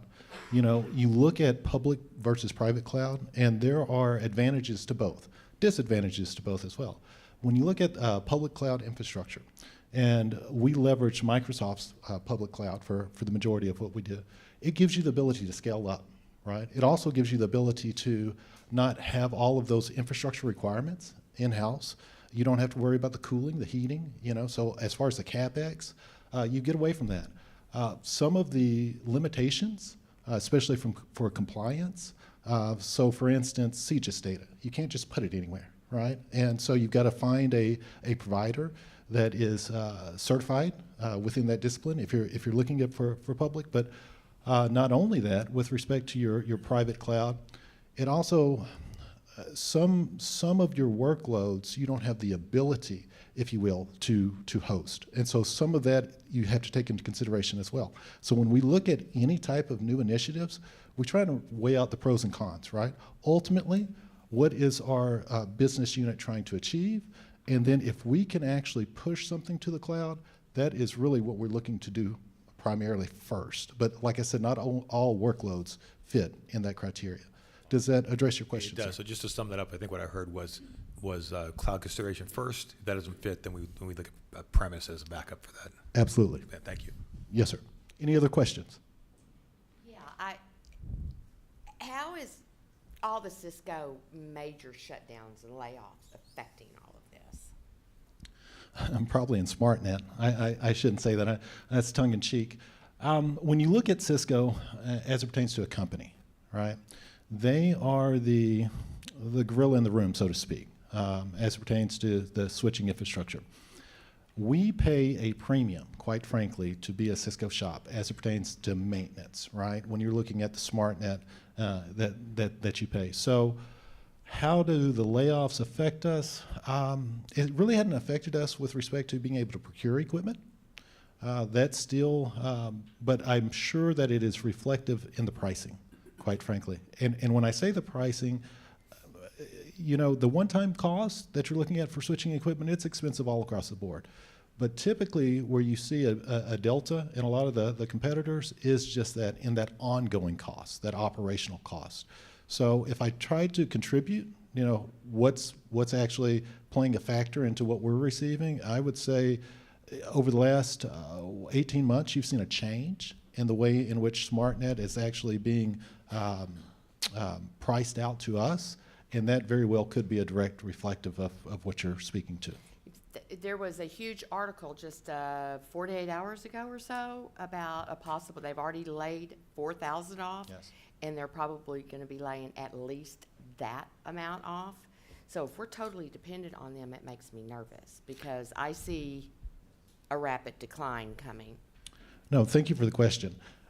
So let's talk about that briefly, if I can have just a second. So the dependency. I would say 6 years ago, we were very dependent on Cisco, very much so, meaning our entire network, and that would be all of your switching, your entire phone system, your voicemail, your contact center, your access points, 100% Cisco. What we've done over the last 6 years is we tried to remove that dependence. So we are no longer a Cisco shop as it pertains to wireless infrastructure. We're Aruba. Over the last year, if you guys recall, Council funded the ability for us to move to a Zoom infrastructure for our UC communication. So now that voicemail, that contact center, telephone system, no longer reliant. And the other thing that we've done in an attempt to be flexible, right, is we no longer leverage the intrinsic routing protocol of Cisco. And so about 2 years ago, we did change that routing protocol that allows us to utilize any other competitor switching in our environment. So if it comes to pass to where we have to switch, it is not a, it's a scenario that would allow us to move forward. We've positioned ourselves in that manner. Thank you. Yes, ma'am. Any other questions? Next slide, please. All right, PC replacements. Seems like a lot of money for a PC. 213 is a quantity. And really the reason that this number is a little higher, strategically, we've made the decision to replace all machines with laptops where possible. And so we've got a scenario, in fact, that's coming up where we're doing a remodel in this building. And so you're going to have a lot of your personnel that typically does not work remotely, working remotely. And so that's going to be your finance and your HR. And by doing this over the last couple of years, it really lends itself, right, to be able to do so. So as far as replacements on PCs, we look at a 5-year replacement. We're not getting that 7 to 10. And as you guys know, if you've got a personal computer, you're not going to get, if you're using it at 10 years, then you've got some security flaws that you might need to address. This next piece here, this enterprise software consulting services, this is a company called Infotech. And quite frankly, I can't speak highly enough about this company. We've leveraged them in the past really to assist in looking at some policies, things of that nature. But last year we increased our spend. And the reason we did that is we wanted to look at consulting services for our ERP, which we'll speak about on the next slide. But in addition to that, what we found is they do a lot of cool stuff. So as far as contract review from a technical aspect, right? They're looking at, because they're reviewing all these technical contracts. And so they're looking at aspects of like cybersecurity coverage for the third party, you know, things that might not typically be in contracts. They allow us to do benchmarking with other IT shops in the public sector, which is super cool for us, right? Where do we stack up? They offer other services, for instance, workshops, right? We did a workshop back in the spring, really, and it was on our ERP workshop to really bring all of the stakeholders in, and it was the initial kickoff for that. They also do guided implementation. So let's say there's a topic, let's say it's AI or something of that nature, and I want to try and get more information and bring additional people to leverage their experience, right? This service in of itself, I would highly recommend to any IT shop that's really trying to enhance the services that they're providing. But again, IT consulting, I think, is part of it, but they bring a wealth of experience in various sectors that we can lean on. I'm sure you might have a couple of questions on this slide, so I want to pause for a minute to see if there's anything you would like me to field. I have a couple. These are more comments than questions. So one, I love the direction here. 5 years even is pretty liberal for laptop and PC replacement. Things just go wrong with them. If you look at when they start to fail, 3.5 is typically what Yes, sir. corporations use. They may have changed a little bit with solid state drives because the hard drives aren't failing like they used to. But still, that's a very liberal. I would encourage us not to push outside of 5 years. There's costs to people not being able to work, right? And then two, I love that we use IT consulting. They get to see a bigger breadth and swath of projects out there, what worked, what didn't work. So leveraging IT consultants is especially for this rate, that's not bad at all. So thank you for that. Yes, sir. Any other questions? Next slide. ERP, Enterprise Resource Planning. So what is ERP, right? And I'm assuming most of you guys know, but in a nutshell, really what you're trying to do is you're trying to have some centralization, right, over these mega processes, these areas within any organization that need to intertwine, right? And so why do you do that? If I were to give you an analogy, I would say it's very similar to, you've got all these puzzle pieces, and you're wanting to make them fit seamlessly, right, and work well together. So, I mean, from a layman's term, it might be if you've got a smart home, you've got all these devices, right? And you could just use your cell phone to control all these devices, right? I can turn on my lights and start my dishwasher and whatever right from this phone. It's kind of the same concept. And so here, what we see is this is really kind of dictating where we are in the process and why are we doing this? Why are we actually changing your ERP system? And this is not something you do just to do. Not that any software migration is not important, but I would suggest ERP is one that touches everybody in the organization. It also reaches out really to your residents as well because it affects the way in which you interact. The reason that we're doing this, the current system is New World, and we've been on that since 2014. So we're coming up on 11 years of our current application platform. And the financial aspect of it, as far as the financial piece module, has worked quite well for the city. The HR, there's been some functionality that has been requested, a little, not everything has been out of the box. So for instance, accident injury or when you look at performance evals, these are some of the requests that we as IT have had to deliver outside of the application to try and augment some of these deficiencies. But the real reason that we're looking to move really has to do with you're not seeing any more development from this particular company. The parent company is Tyler. This is not their flagship ERP application, Munis is. And so our concern is that we've seen the decline as far as R&D in this product over the last 3 to 4 years, and at some point, I say some point, we elect to think that's going to be in the next 3 to 4 years, they're going to sunset this solution. And what that means for us is we no longer get end-of-year updates, for instance. When legislation changes, there is no update to accommodate in the software. So we're trying to get ahead of this. You kind of see the tea leaves, right? And when you look at where we are, you notice this is a huge lift. There's a lot of stakeholders. On this side, you see the Infotech, that's the consulting team that I just talked about. And we've already started this process, right, of actually going through this ERP implementation as it pertains to the selection process. And so the next slide kind of speaks to that. When you're looking at over here, strategy and governance, those are the 7 mega processes that we have within the city. The key in any type of ERP implementation, you have to thoroughly understand and define what your business requirements are. If you don't do that, you're setting yourself up to fail. And so we started this process about 3 weeks ago with finance, HR, a lot of, again, very time consuming. All the subject matter experts, if you will, are in the room, and we're hashing out all of these discussions. We anticipate to be finished with that process by the end of September. We hope to actually be able to make a selection and start negotiations in the month of December with hopefully a contract awarded by the end of the year. So that would be our time frame, if you will. Can I add one thing? Yes. Sorry, yeah.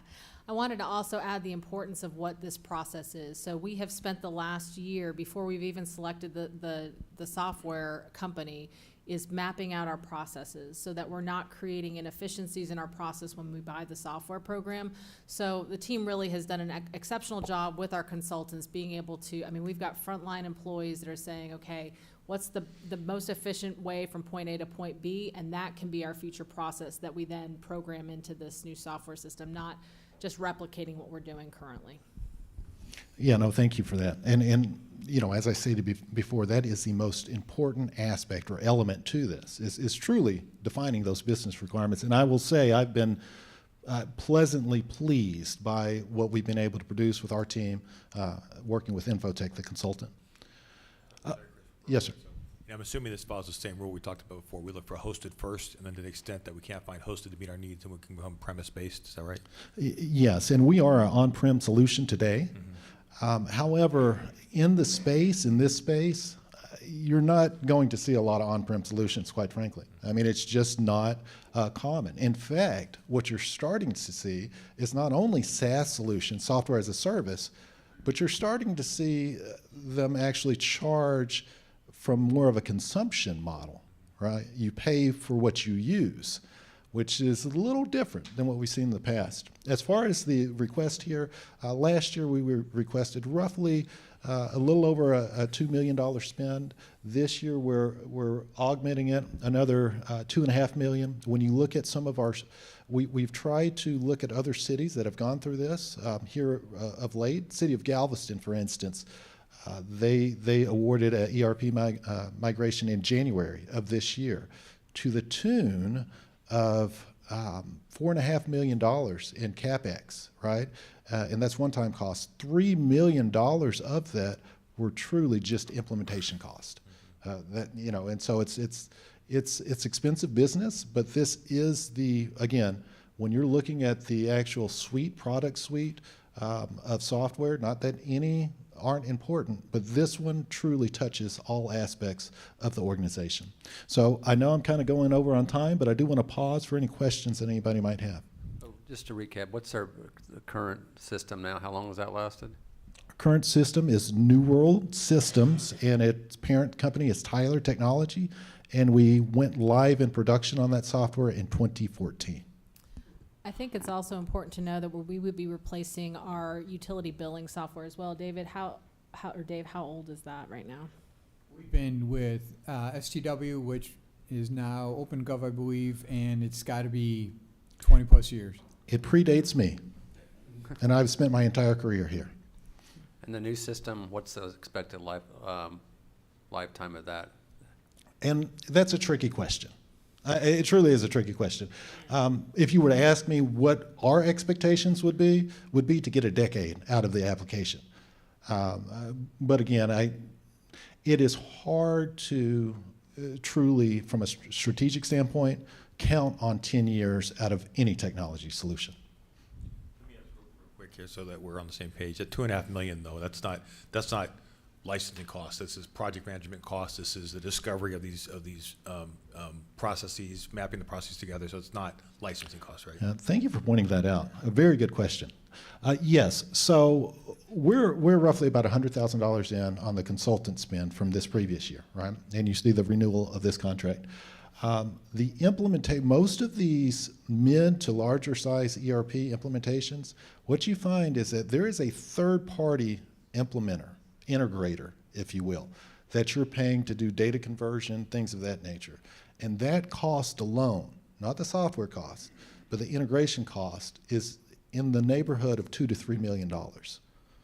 So That's manpower cost. that's manpower, yes. sir. $200,000 is the licensing. If it's software as a service, it's licensing. It says we can expect year to year is what I'm assuming, right? So when you look at the Galveston proposal, sir, they actually, over a 10-year period, their operational cost is roughly, it was roughly $500,000 a year is what they're paying. So that's in addition to that CapEx. But what we've budgeted right now roughly $4 million, if this is actually approved, as well as a $500,000 ongoing cost, roughly. I believe we're at $450,000, but right in that area.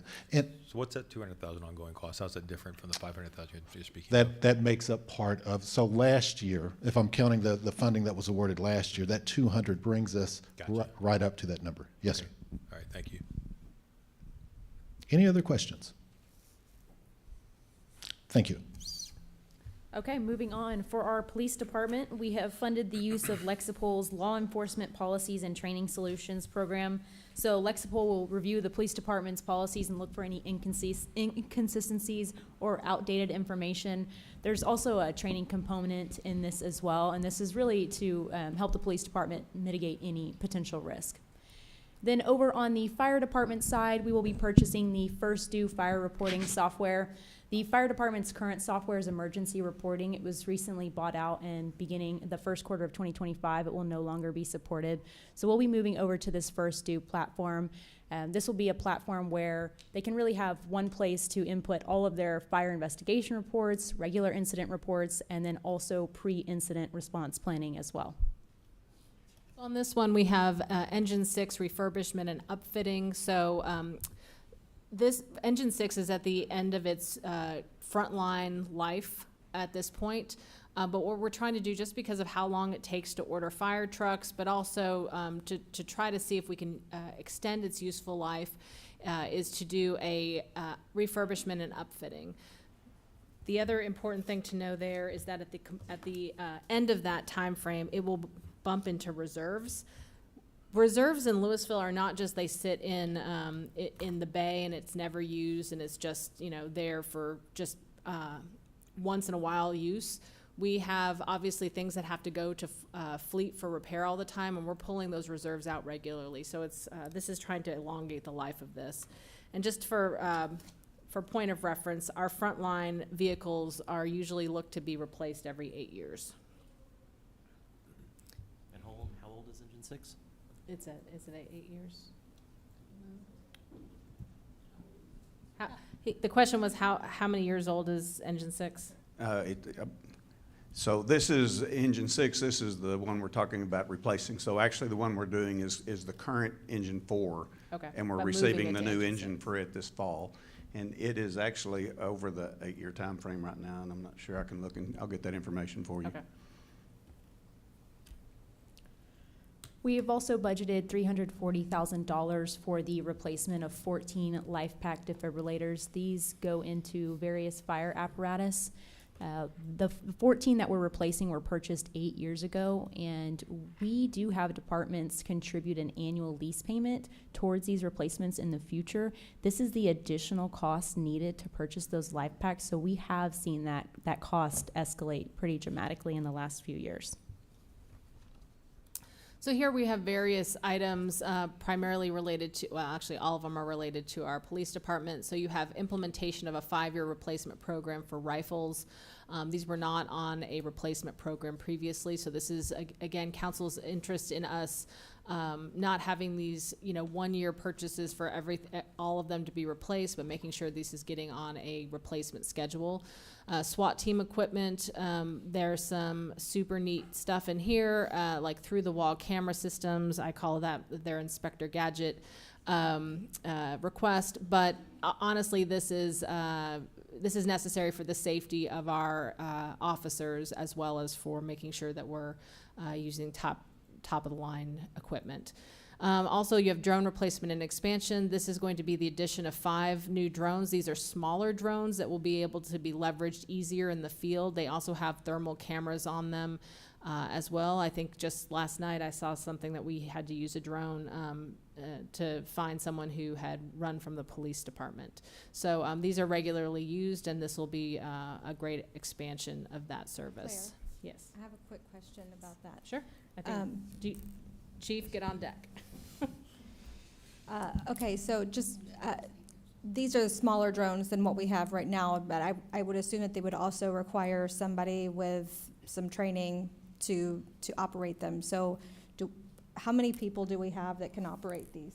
We have just a handful of officers right now that can operate the drones. The plan would be, as we roll this out, to include training to go with it, Part 107 training from the FAA that would allow us to dramatically expand the number of operators. The end goal for this project as we've moved forward is that these drones are just like daily equipment, and I've got several officers that are trained, and so as they pick up their equipment to go into service of the day, 4 or 5 of them pick up a drone, and that becomes part of their daily issued equipment because they're already certified in the usage and the operation of it. Okay, and so does this cost, that doesn't include the training? This is just the drone purchase, right? You would ask that. I think there's a component that we did include that included upgrading our training cost. The training cost is nominal. It's a couple $100 total. It's an online course now. It has gone substantially far with statutory regulation on Part 107 training. Much easier to obtain than it used to be. Okay, that answers my question. And so to your point, we would likely have categorized that in our training budget as a standalone item separate from the equipment. Okay, thank you. Yes, ma'am. And Mayor, to answer your question, we got some clarification on the engine life. It is at 8 years right now. And then the final one on this page is expansion of the patrol's cell phone program. So currently, cell phones are assigned to a vehicle, which means multiple patrol officers are expected to log into to various systems that are populated on that phone. So we have many apps that are on there that are required. So things like their ability to write citations, field interview contacts, but also state mandated racial profiling statistics that are required to be collected for traffic stops. There have been some difficulty with regard to having multiple personnel signing on to the same cell phone, so this would clear that up. And then we're going on to affordable housing. Sorry, before we move on, I have a question, actually. Yes. So this is actually for Chief Rollins. So I know we've talked before over this past year around better information systems for the police department to be able to get data requests out. So one of the places I feel a little bit helpless sometimes, and I think we've all been there, somebody say, well, I never see officers in area X, or nobody patrols area Y. And I would love to be able to request easily, can I get the number of citations that were written in this area, this neighborhood? I know I've asked for this in the past. I've always felt like this is a big lift because it's an exercise in Excel spreadsheets and downloading data and things like that. Is there anything we currently have in place that makes this easier for your staff?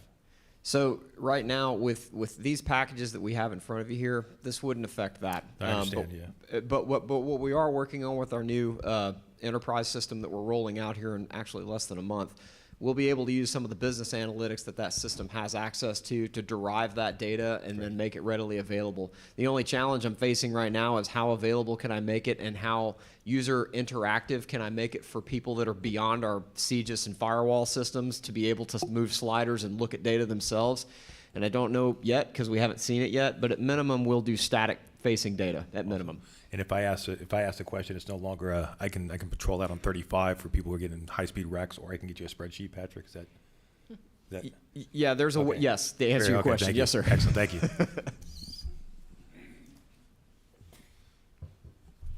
All right, next up is affordable housing.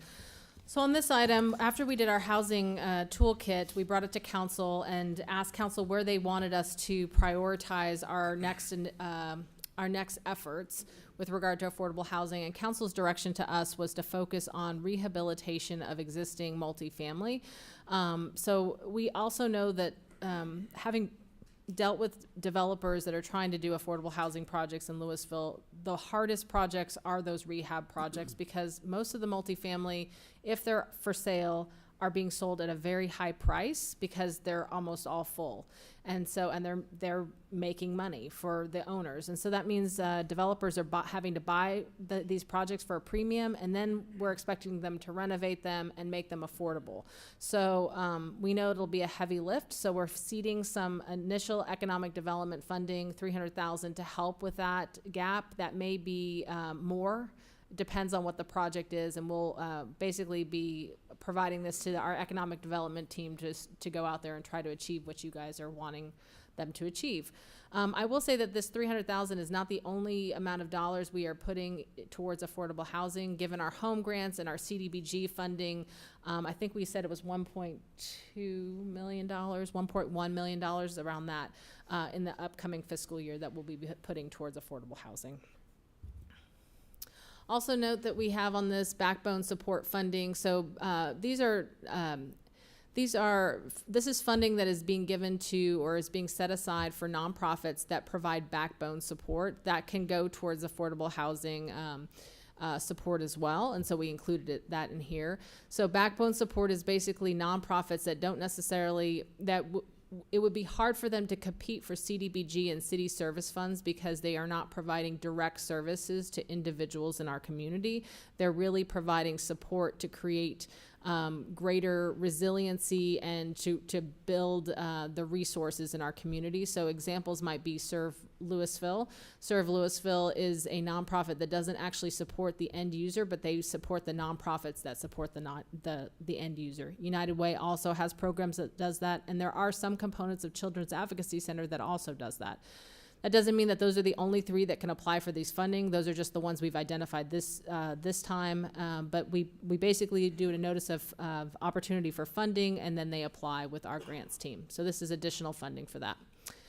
And then our property enhancement program plus. So council had expanded this program because the original iteration was not very successful. And so we made this citywide where you could apply for a PEP program grant, but if you had a home that was old, 1980, built in 1980, or it was older than that, you would be able to get additional funding for that home. And so that has been very successful, and this is adding $60,000 to that.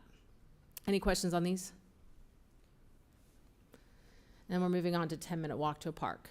So on that, I believe, Ashley, you got this one.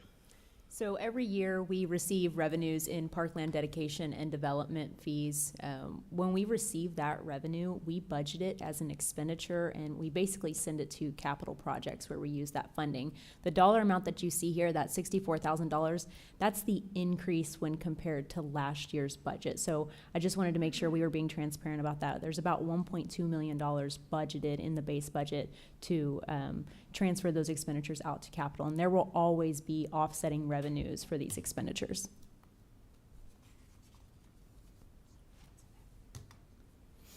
And Stacy? Yes, ma'am.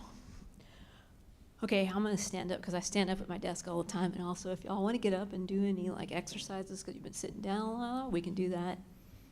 All right, so this action step is about moving towards some of our sustainable and safe equipment that we want to start using out in the park system. That Triax touch impact system that helps us judge the attenuation of our fall zone to make sure they're still in compliance with all of our safety ratings out there. So our fall zones are either, turf or pour in place, and we're trying to get away from the engineered wood fiber over time as we're replacing that. So this becomes a great piece of equipment for us to do in-house. Right now we kind of contract this out, but because we have various contractors who help us build our program, we have to get in our playgrounds, we have to get in touch with various contractors to come do it, so this will give us the capacity to do it in-house.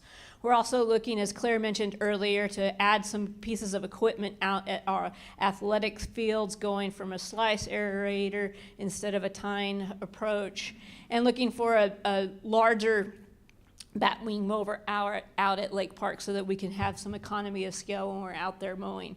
We're also looking to update our utility vehicles that we use in Old Town, going from some of our gas operators. So when we're moving around inside our footprint for special events, you're not hearing grrr come up. We're using electrical vehicles that are a little bit more user friendly. We've got a couple of those utility vehicles, but they have the big gnarly tires, and they're mainly for trail use, and so we're going to go to a more urban setting there.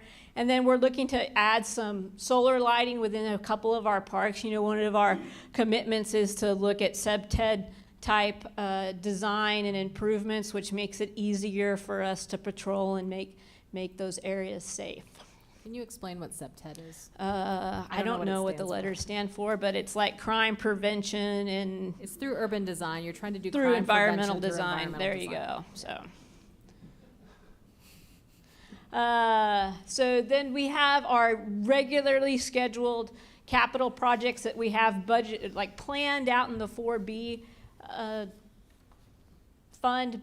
And this is where we have just a variety of things that are aligned with what we have in the healthy infrastructure plan in terms of our making updates to the schoolyards that we manage in conjunction with LISD. We have a kayak launch coming into Leela and making improvements there so that we have some accessible parking, and it's easier to access that, and it's kind of like the companion to the launch down at 3040, but not as industrial. We're looking at making sure that we're improving our signage throughout the park system. You'll notice that a lot of our new signs are going in. I think they look really good, and it's like a lot easier to identify parks and trails throughout town, making that a little bit easier. We're updating the kiosk and some of the signage in Leela, making sure that we're implementing our interpretive plan. And we're also going to be making some improvements to the minor porter cabin. You'll remember last year you funded a study to see what needs to be done. That study has come through. It is upwards of $1.2 million all together if we did it all at the max. But we're going through and addressing some priority areas using this in some of our operating funds as well.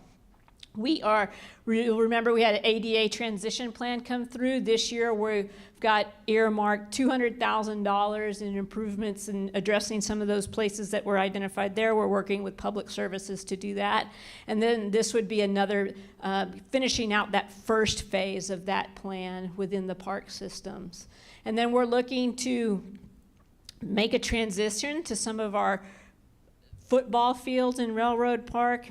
We've got 4 right now. We're reducing that to just 2, and we're going to transition those fields to soccer fields so that we can, accommodate the demand out there, as well as putting another shade structure there.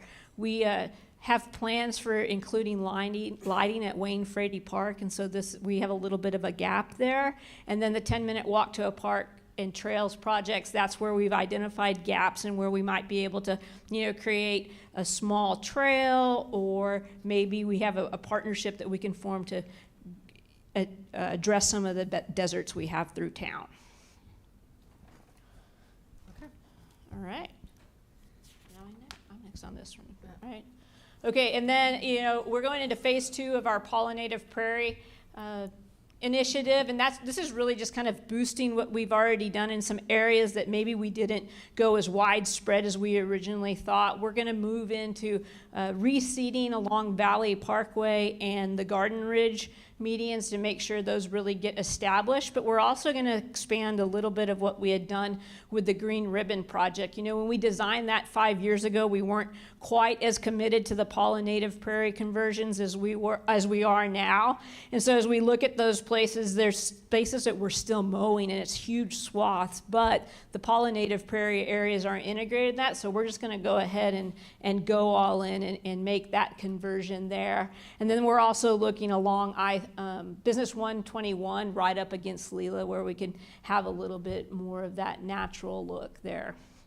And then in terms of our mowing and landscaping and chemical contracts, you know, this is a lot like the increases we see for personnel with our cost of living and stuff. Our mowing contractors, they face cost of living increases too. So here we've got some things where we've had to increase our mowing contracts just because of that scale, but also where we're adding contracts for maintaining Lake Avalon Park, which when annexation happened, that remained under the purview of the CHMA for maintenance. And then lo and behold, we found out we actually own it. So we've been working with them to make sure that we can assume that on October 1st and maintain that area. Obviously, Glory Park, but we've also increased trash pickup along 121. I think y'all have seen that. And then we've had some additions to our landscape and chemical contracts that we're making there. This also includes a park inspector. And so right now, the way it has, we have 2 park inspectors who oversee the execution of our mowing contracts. And we have 1 in Castle Hills and 1 in Legacy Lewisville. Well, the area of Legacy Lewisville is double the size of what's out in Castle Hills. And it's hard for us to maintain and make sure that we're doing inspections and having those that oversight done well. So we're adding a park inspector in Legacy Lewisville who will help us kind of manage, especially along those identity focal points in like I-35 and 121. So we're hoping that will help us really hone in on that.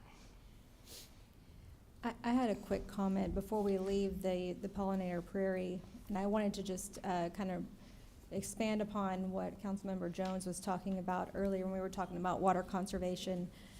You know, the pollinator prairie program that we've started for the last couple of years, I think has been the single biggest public education thing that we have done, really leading towards getting more people to think about how much water we're using for our non-native landscapes. On social media, I have never seen so much discussion about landscaping in my life, and what I was so excited about was, yes, there were some people complaining about how it looked, but there were so many people who knew nothing about it at all and then educated themselves and then became cheerleaders for the program. And it's because the city started the conversation by starting this initiative. So I love that we started it small, we've expanded it, and now we're continuing to go. We're going to move it onto the highway, which is going to be a much more visible place for not only people who live in Lewisville, but also people who are passing through here, which is just going to increase the impact of what this program is doing. And I'm just really, really proud to be a part of it. Thank you. Thank you for your support. All right, we'll go on. To Business 121 corridor plan. We know that the corridor plan will be in its final stages here in the next few months, so we're planning to set aside some funds now to begin addressing some of these areas. The first item is for $527,000 for a 3-year phased implementation of pedestrian improvements along the corridor. And depending on the final recommendations of that plan, we can shift this funding to intersection improvements if that plan warrants it. And then the bottom item that you see here is $500,000 for beautification grants, primarily in this area, and that can be in the form of facade grants, murals, maybe some other opportunities as well.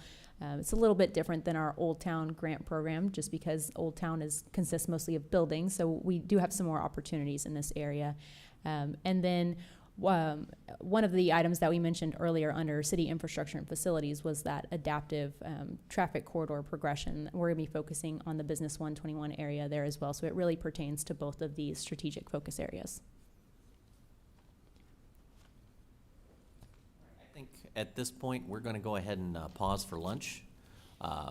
Claire, did we want to have a working lunch on this one? Was that the plan, or are we? Mayor, if we could, I think everyone can get everything in about 15 minutes and Okay. just come back and we'll continue on. Perfect, then we'll do it that way. So y'all grab yourself a lunch and let's circle back, and we'll get back probably in about 15, 20 minutes.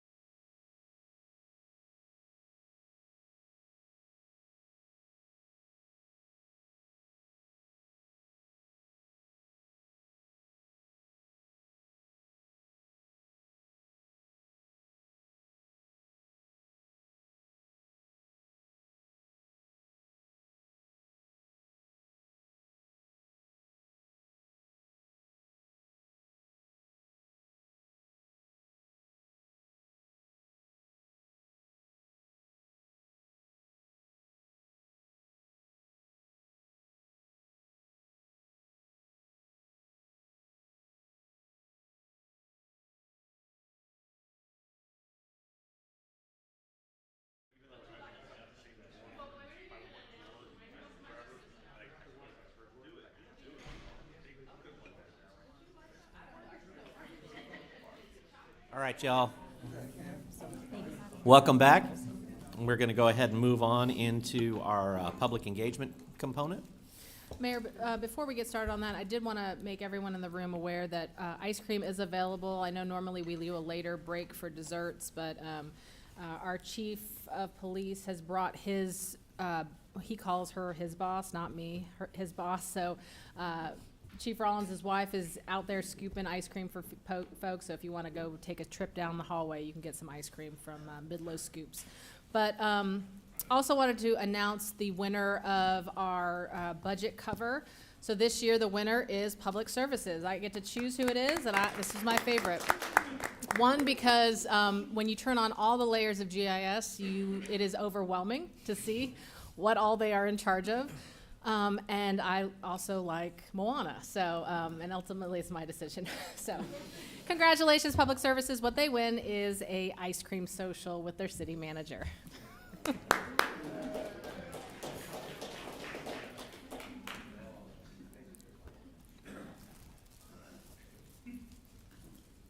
All right, next up, we're focusing on the strategic focus area council gave us of public engagement. So next year, we are turning 100 years old, and I want James Kunke here to talk about his budget proposals that came out of our Centennial Committee to celebrate our 100th year anniversary. Thank you, Claire. So Mayor and Council, we've assembled a 41-member volunteer committee of residents who are interested in participating in next year's Centennial celebration, helping plan and present a year of activities. One challenge we have is Lewisville's birthday is actually in the middle of January. So if you celebrate on your birthday, then you have the rest of the year with nothing going on. So we decided early on it needed to be a year-long celebration with activities scattered throughout the seasons. You see here a list of activities that the Centennial Celebration Committee came up with for proposal. The original list was about 3 times this long. This got narrowed down. And some of them are pretty basic. You expect to have a logo and a website, and you expect to have banners and photos. But a few things that I think are particularly interesting. One is they want to do a 100 Trees for 100 Years program that would in some way plant 100 trees, probably at a city facility or park, or a combination of several. And some of those could be special trees. Of course, all trees are special, but you can actually purchase a seedling that was raised from a clipping from a tree that was a seed that went to space. I think I got that right. I didn't go to space, but a seed went to space and there's a tree available. You can get trees that are, it just sat there. It's a seed. I mean, it has no hands and feet, so it just sat there. It made like a tree and it left. It made like a tree? Made like a tree. And then another example, you can get a tree from a cutting from the George Washington Carver Farm. And that's a wonderful area if you've never been there, lots of trees. And so we'd be looking at natives, obviously, but also there might be some of those little special trees that get extra signage. Looking at ways to get seedlings into the hands of residents so they can add trees in residential neighborhoods, add to the urban canopy, but also have them give us a picture of the tree they planted, and then a year later, give us another picture of that tree. Let's see how it's doing, and hopefully it's doing well. You'll see Old Town Discoveries, markers. There's lots of places in Old Town that are worth talking about, but we've identified initially a dozen of them. We actually started the Old Town Discoveries program a couple years ago as a trial. And right now, the 2 locations are marked by landscape stakes. This would replace those and expand them with sidewalk markers that people would be able to see, scan the QR code, and learn more about what is there or what was there. Lewisville Hotel burned down in 1976, but it's still kind of cool to learn about, as opposed to the Huffines Auto building that is still there, but is in different uses. So history comes in a lot of forms. Audio tour would come with that also, a self-guided audio tour so that people can learn as much as they want to learn. We are anticipating having branded merchandise available for sale, some of it at the visitor center, some of it at special events, and some of it online. As much as we can do on demand online, the better. You'll see a number of other items. Middle of the, or top of the second column, you see it says Marco Book. You might recall that when we were launching the 2025 vision plan, we had a book called Marco's Big Move. that was put into all the elementary schools. We even mailed it out to all residents. And it's a young boy named Marco who's learning about his city in terms of the Lewisville 2025 objectives and big moves. Well, we have access to the same writers and the same artists. And we think Marco maybe would like to talk about how his city is turning 100. And he made a friend during that first book. The friend can join him. So there would be another one of those that also could be incorporated into a second grade or third grade lesson plan. Sliding along, historical markers. So there are a couple of cemeteries in town. One already is qualified for a marker, but never got a marker installed. One definitely could qualify if the research were done to back it up. And there might be other locations. So a chance to put a permanent marker at those sites during the centennial year kind of makes this more of a sustainable, ongoing, generational type of activity. Then you see play commission, play performances. We actually would commission a playwright to write a play about Lewisville history, whether it's the whole scope of history from start to finish, which seems very ambitious, or whether it's snippets, kind of like the Texas play that follows one family through a series of events. We would work with that, and we plan to work with Playhouse Lewisville to then put that on in the fall of next year, either as part of their regular schedule or as a special show. And then promotional items, print and advertising.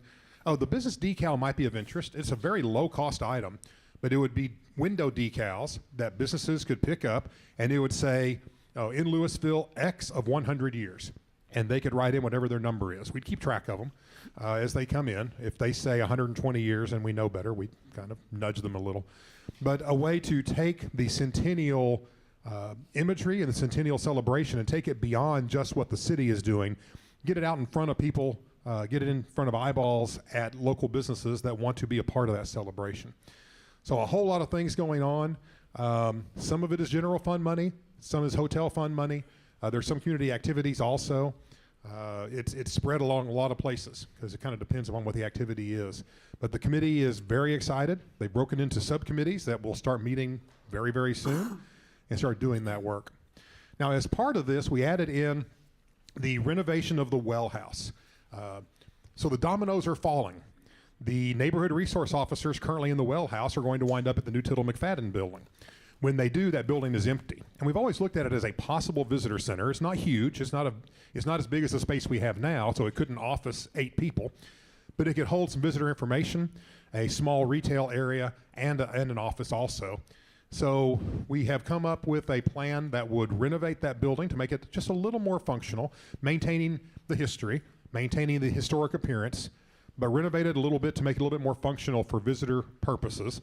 Get the jail cell out of the building because it's very large and blocks the door. That's the hardest part of the whole project, by the way. And it's also upside down. Has been since at least the 70s. We have a 1972 photo where it's upside down. Like they were throwing the food in as a catch. Regardless. And then also we have an operational plan that it would be open Tuesday through Saturday, noon to 5. We can expand it as necessary, but those are the times when visitor traffic tends to pick up the most. And you see the cost there, $64,000 for the remodel, $35,000 ongoing for operational costs. That's material supplies and part-time staffing. Thank you, James.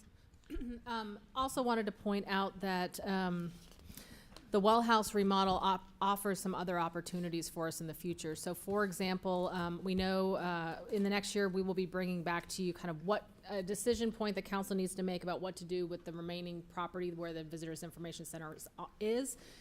It can continue to operate there, but the question is, do we want to do something else with that property, possibly a public-private partnership, or do we want to hold on to that property? Those are all questions we'll ask later.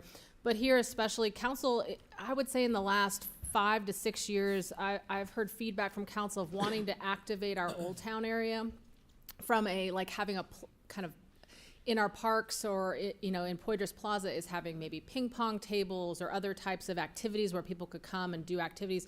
We really to do that, you need someone who's there to monitor all of those activities when it's happening.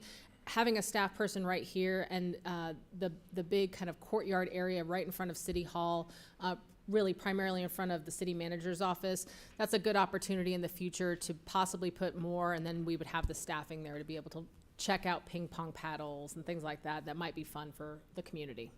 Any questions on this? More of a comment than a question. I guess one of both, I guess. I love everything about this. This is so cool. That's such a neat historic building. I love going in there when I get to go in there. I think this is present very well for the city. The fact that it's right in front of City Hall, just everything about that. I love that what direction it's going. I am curious, do we really have to get rid of the jail? I mean, couldn't we find a way to incorporate that? It's as part of the history. I think it's a cool feature. That's the intent. The intent is to try to find a place to tastefully display it somewhere. I would be interested in trying to put it in that there's a little alcove over there that seems exactly the right size, except our facilities folks are telling me that the slope is a little bit difficult to make that work. So we have to work around that with the designer. But James, did you want to add anything else? Just to say, yes, the jail cell is an asset for the city historically. It dates back to the 20s. We have a 1927 map that shows the jail cell sitting in the middle of Mill Street at Elm. I don't think people went twice at that point. So it's something we've been talking about. It can't stay where it is because it takes up too much room. So now the question is, where do we put it and what do we do with it? Okay, thank you. All right, next up, when we're turning 100 years old, happens to coincide with every 5 years we go back out to the public with our 2025 plan and do an update. Last time when we did an update, it was kind of a touch point with the community, and it also happened to coincide with COVID. So we just we did have fairly robust conversations earlier on, but this full-time $500,000 cost for this plan is anticipating a full-scale, the way the original plan was developed, engagement with the community. That's really to allow council to be able to tie into what does the community want from their long-range plan so that you can feel confident that we are making decisions that represent the needs and wants of our community. Are there any questions on that? Okay. All right, so we also have a video wall that we're purchasing. So this is a large price tag for a video wall. It is a large wall of 11 feet by 19 feet. And it is basically giant tiles, so it is movable. You can stack them together and move them out. So it will not be stationary in one place, at least that's not the intent right now. But this comes from PEG funding, and as council knows, PEG funding is one of those funds that are difficult to find ways to use. It comes from cable franchise fees, and when it's given to the city can only use it on one-time capital costs that are for the programming of your cable channel. So that's a little bit limited, but the good news is we video and we put on our cable channel every one of our concert series, and so this will be part of the programming of those videos that we put in our cable channel. This also can be utilized in various other ways, so like with PBR, we have a video wall. We wouldn't have to rent that this time. Western Days also, this can be mounted on top of vehicles. There's a lot of use for it. And if we want to further leverage like some of our educational, if we wanted to create more like of a news broadcast in the future, I know we have plans in the basement eventually to turn a room into a production studio for James's team to do more outward education for the community. This can be a backdrop as well for that. So we have Play Lewisville on Wheels, which is basically us bringing parks into the community with people who are not necessarily within a 10-minute walk to a park. This is now Nature on Wheels. And so what this is bringing Leela out and environmental education out to the community. And this is just a vehicle for them to be able to keep their stuff in this vehicle and easily move into the community, in and out in the community. Continuing on in our public education strategic focus area, we've also funded $26,000 for a refresh of Colorpalooza decor. So this action step will fund replacement flowers in the water feature, some color conditioned streamers, stair applique on the steps in front of City Hall, as well as a yarn bomb expansion. Also in Old Town, $34,000 has been budgeted for the rotation of event banners, including some over-the-street locations and pole banners as well. Then $53,000 has been budgeted to develop a rotating sculpture exhibit in the courtyard of the Grand. The way this would function is essentially these 6 sculptures would be within the existing tree wells, and 3 of them would be rotated out every year so that each piece of artwork would be displayed for 2 years. So next, we didn't have as one of your strategic focus areas personnel-related requests, but council did direct us that that was part of our mission, was making sure that we were taking care of our employees. So I wanted to highlight a few things, especially new positions. So these are in your base budget, the positions that were funded. The park inspector, you've already seen Stacy talk to you about that, her action item that had a park inspector included in it, that cost, but I wanted to pull it out because the others you didn't see reflected anywhere else, but I wanted to make sure you saw all of them on one sheet. So the park inspector is important because council had directed us to improve the beautification of the city. And with the beautification of the city, part of that, a lot of that is your medians and you're experiencing trash or the mowing along medians. Right now, we contract out with various contractors throughout our city, different areas for mowing and trash pickup. You're only as good as you are managing those contracts. So we have 2 park inspectors currently. One manages all of Castle Hills, and the other one manages all of Legacy Lewisville. Well, you can immediately see the issue there is that Legacy Lewisville is a lot larger in size than Castle Hills. So this is adding another park inspector so that Legacy Lewisville can be split in 2 different segments, and then we would have better span of control on that. There are 2 detectives that are being added with their related equipment. This again goes towards your matrix study. If council remembers, you have been very dedicated towards staying up with your matrix study. That is our staffing study related to our police department. But that really we took a pause because we were carrying so many vacancies before we did our compensation study and compensation adjustments. We were carrying so many vacancies that even adding positions wasn't changing anything. So it was, you were throwing money and giving it to the police department, and they couldn't use it because they weren't filling those positions. So it didn't make sense. So instead, we took a year off to readjust with regard to compensation. And so now we are seeing better vacancy rates, and now we're going right back to the matrix study and now trying to catch up. So this is 2 detectives. You have a chief mechanic, and you also have a mechanic down below. This ties directly to the presentation given to council at retreat about our assessment of our fleet maintenance services and how we are not operating as currently at the best capacity we could, primarily because of staffing levels. We are really not being proactive at all, and how that equates to not being able to return vehicles fast enough to departments, and how critical that was specifically for our police and fire. So those 2 positions are added there. And then a facilities technician. With all of the new square footage we're adding, specifically with the public safety complex, also City Hall lower level where we are now. Facility technicians are basically the new term we use for maintenance workers. When you have maintenance workers, facility technicians assigned to different facilities, they are in charge of making sure that things are running smoothly. If there's, just the other day, we were down in the lower level and we could hear an AC unit that's, clamoring, something's not going right. These are the people that come to help with that regard. Any questions on either of those or any of those? I also wanted to point this out. So this is not in your presentation, but we thought actually as late as this morning that this might be good information for you to know. So the reason why council has been very intent on making sure we are a lead city compensation-wise is because we are also one of the more lean staff. So this shows you with all of our benchmark cities where we are proposed, and then even if you include the unfunded, we are still pretty much the most lean city. I mean, there's Carrollton's in there as well. We're neck and neck with Carrollton. So that is with the unfunded? The unfunded is the I can't read it from here, 6.64? 6.64 is with the unfunded. Without the unfunded is the 6.6.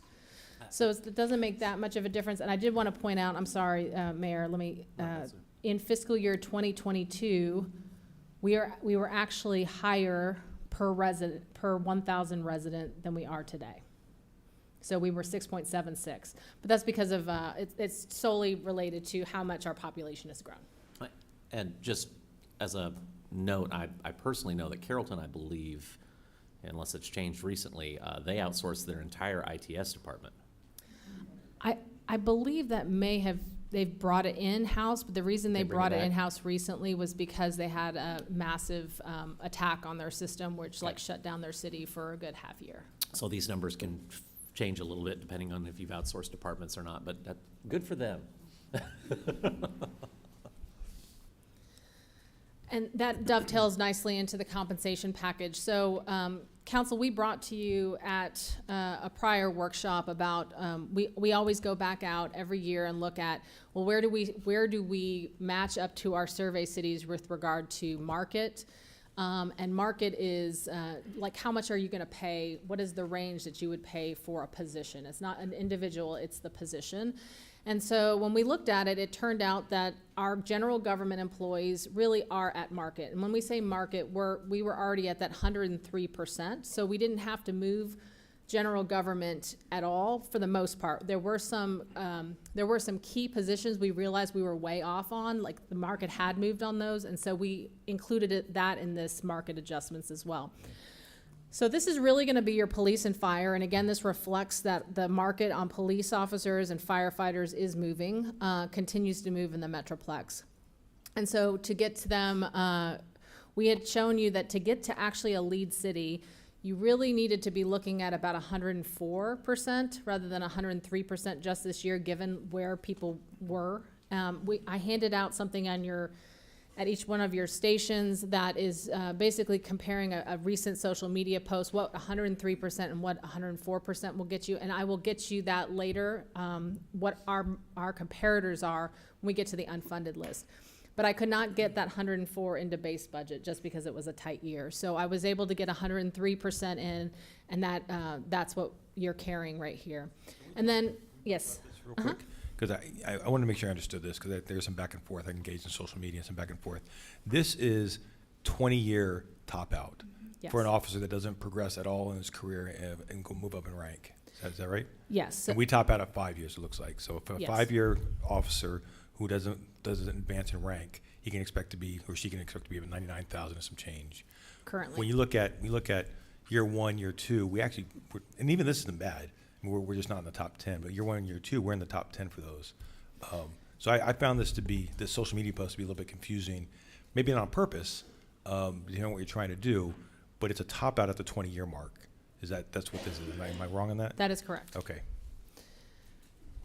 So on the general government side, there was no market adjustment, but we also showed council a 4% merit increase was what we were anticipating to do. We could not fit the 4% in, so we fit the 3%. Your unfunded will have that extra 1% for market and extra 1% for merit increase as well. And then we also have in this compensation package a slight increase in field training officer pay for public safety. We went out to the market, looked at how we compared to our survey cities, and we were low. And so we bumped that up a little. And I think that'll be positive with regard to attracting officers, especially more senior officers that want to spend time to train our younger officers. Any questions on that? In addition to that, we are increasing our mental health offerings at Wellness Works. So currently we have a part-time behavioral health counselor, and I say part-time, that just means number of hours she's working in a week. She actually is not an employee, but she contracts directly with our provider for at Wellness Works. And so I will tell you, and I'm just so grateful that our employees are utilizing the services that she's offering, because these are almost free services provided to our employees. It depends on your insurance, how much is being covered, but it is a very low cost, and our employees are basically utilizing every hour of her day that she's here. So this is expanding that. We do share her with Capel, because we share Wellness Works with Capel, but this is adding more time for her to provide better support for our employees. And then we are retaining a deferred compensation consultant. We have 2 deferred compensation plans, and as far as I know, I'm not sure we've ever hired. It's been a very long time since we've really looked at that, dove into them, and see if they're comparable of what is the best plans for our employees. This is a paramedic school tuition. So basically when we hire EMTs, it's setting them to paramedic school to make sure that all of our Firefighters are fully trained and can do everything they need to do out in the field. And then future public safety needs. So this is basically planning for the future for our police and fire departments. We know that there's a lot of needs out there, specifically with the matrix study. I know our new police chief is interested in re-looking at that matrix study and determining if all of the needs are still necessary or if we need to kind of pivot on some of them. So that's kind of out there. We also know we've talked about future implementation of four-man staffing. And so, you know, a lot of this costs are being set aside. We're also trying to go after some grants in the future, but this is for our future planning needs related to public safety. I also want to note that there is a difference in the numbers you see that on your original presentation. So there is an increased number. It was just an oversight on that total cost. Originally, I think it was 3.1 million. This includes future vehicles as well related to potential staffing in the future. But that doesn't change your budget already showed that. It was just on the PowerPoint. So with that, Mayor and Council, this is kind of the summary of your base budget and how it broke down. So city infrastructure and facilities, 50% of these expenditures are set on that. 38% are personnel related, and 12% is spread between the other strategic focus areas. This is our residential municipal cost of service comparison. We show this to you every year, and every year Lewisville continues to remain at the top there. We can provide this to council if you want to see the full breakout. We just wanted to expand that #1 city there to show that we continue to remain on the top. And we continue to thank City of Carrollton for this publish. Thank you. I meant to mention that. So this is done by an outside entity. So this is the City of Carrollton saying that we are #1. Go Carrollton. We are grateful for our sister cities. Yes. All right, Mayor and Council, that was your base budget. Now I want to talk about your unfunded items. So the purpose of the unfunded items are things I couldn't get into base budget that I still, and our city still feels, our staff feels that they're vital, or we believe that council wants to see something because of prior direction from council. So with that, I have this in order of how I would prioritize them, but that doesn't obviously mean it's how you guys would prioritize them. But I will, I just say that for informational purposes only. So we're going to go through this. I'm going to handle some of them, but then some of the directors are going to come up as well. So I just wanted you guys to bear with us when we make transitions. So first up is that 1% market adjustment that I talked about. That really, the majority of that is going for public safety purposes to keep us at that lead designation that council has directed us before. Note, though, that at the bottom it says 1% market adjustment part-time. This is primarily, there are some specific positions that are baked into this. So one, lifeguards were one of those. We are underpaying. We're not meeting market for lifeguards. And then the other thing is school crossing guards as well. And I will say that our school crossing guards, they fall under our police department, but we have had a difficult time retaining them because they are going to other cities where they're getting poached. And this is that data I wanted to provide you just so you see kind of where we would align with 103 and 104%. I also want to point out, though, that this is all before any other city moves. So I can tell you I've been trying to keep track of what other cities might be discussing at this point, and most every one of these are talking about making a move as well. So I just wanted you to anticipate that. And there's fire. And then this is the 1% merit increase. So the way we move our general government employees through the range is through merit increases.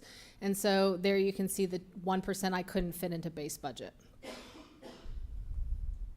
And if you were to fund both of these, when you set your tax rate, it'll determine how much money that you have to be able to spend on this unfunded list. This is just letting you know that this is going to have a ripple effect through multiple funds. This is for information purposes only, just saying we would be making these adjustments through these various funds. All right, next I wanted Chief Rollins to come up and talk about his school resource officer proposal.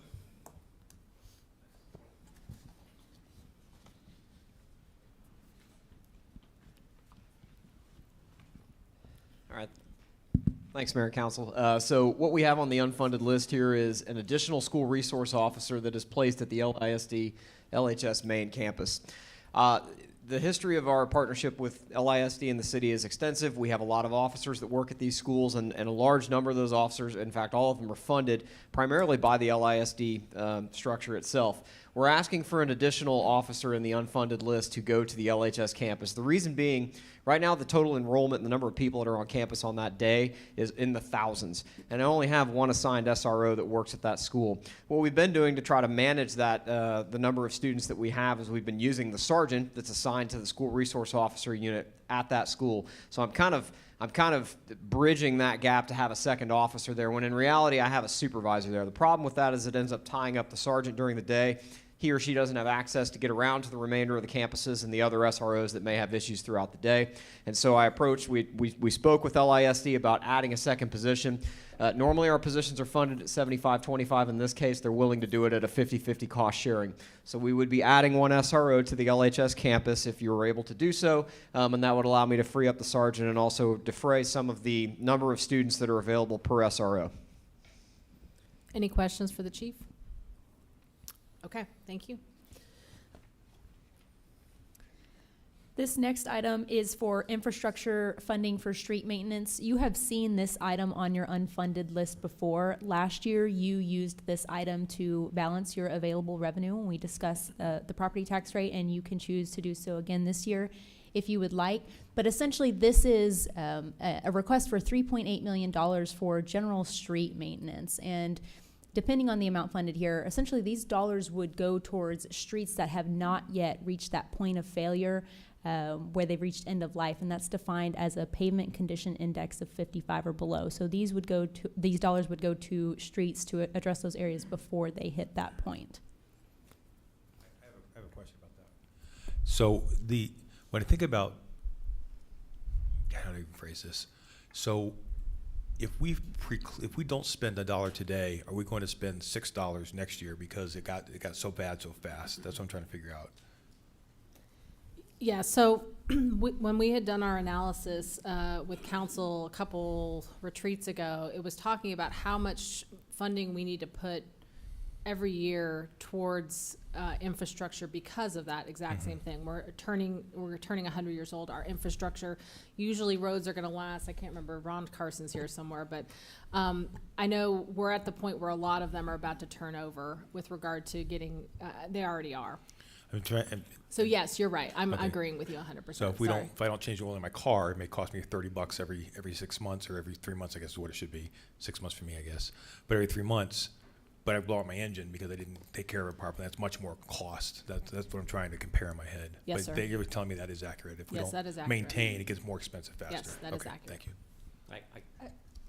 Go ahead. I was just gonna say, just keeping in mind also that the citizens passed a bond proposition for street maintenance as well. So this is separate from that as well, right? Correct. Yeah, the bond package that we passed, other than having like alley replacements, really is for a full rebuild for roads. And so this is for maintenance. This is like when you see contractors out there or us out there like doing panel replacements, it's the maintenance, is keeping up on stuff. And so I imagine we have to have a certain amount of this in our base budget already. We do. We Right. do have $10,800,000 budgeted in the base budget currently. So based on kind of what we've seen in the last year, do we need another 4 million in that for maintenance only? I would argue yes, but I think it's one of those things, like last year, I think you funded this at about 400,000. So, and this is just additional to add on to it. We're trying to do as much as we can towards it, because we wanna stay ahead of those. I will say though, I know that there are complaints about potholes. I am very proud of how we keep our streets. I think our street maintenance, our PCI level is impressive. It needs to be better. I always want to do better, but we do a good job too. I guess Yes. part of my question would be, and maybe we're having some consultants do some of this work as well, or some contractors, but how much how much street maintenance can we do in a single year? Just physically do the work? Aaron, do you want to answer that question? Sure. Can you hear me? So, yeah, so we have a contractor that does most of this work for us. We do perform some of this work in-house. We are at the higher end of the capacity of that contractor, but there's other contractors out there. So we can expand that, go to a second contract if we needed to. So that shouldn't be a limiter of our street maintenance effort as far as manpower to get everything done. And this is strictly for streets, or is it also utilities? It would not be for utilities, it would be for streets, alleys, Sidewalks? potentially sidewalks as well. Okay. I just wanted to add that last year at budget, we looked at infrastructure analysis, and we said at that point that we needed to be putting aside around 16 million a year in order to keep all of our streets above that 55. In order to get to that level in Lewisville, that's the optimal level. So every year, you're gonna see it until we get to that level. We're gonna try and get incremental increases so that we can get there, just based on the number of streets we have, the number of lane miles we have, what the cost to repair them over time, and getting them all to where they need to be at that 55 level and above. Okay. So that was that infrastructure analysis that we had Nugent perform for us, and we went over last year. So then if, that would be 16 total, right? Yes. So if we take the 10 plus this, if we fully funded this, that would get us at 14? Yeah, and I can't remember what exactly that number was, but at the time, it was this plus what we currently have would get us to what we ultimately need. Okay. So it may have been 14 something. I'll have to go back and look. But I know this was the delta between getting us from where we are now to where we need to be. Oh, okay. So this is the delta. This is not just a balance of a number. This is what it No. would take to get us to what we need. Okay. Yes. Gotcha. Thank you. And I will say, last year is when I really noticed that we had, like, streets that I travel pretty regularly were having issues. And surrounding cities that have even newer streets were having failures as well.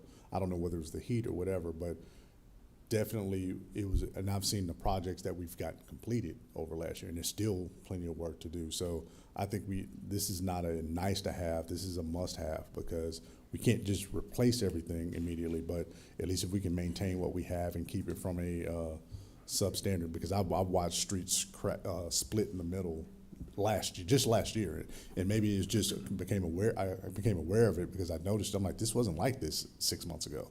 So I'm sure we're having other areas that are doing it, and I've seen those areas get repaired and kind of give us more life on the streets. So I think we absolutely have to maintain this. This is going to be an ongoing thing that we just have to do. Okay. Next up, we have beautification initiatives. I'm going to have Stacy and Naya talk through some of hers, but before I get to hers, that first bullet on there, I want to point out we've put these items together, but code enforcement had an increase in postage, contracts, overtime, and fuel.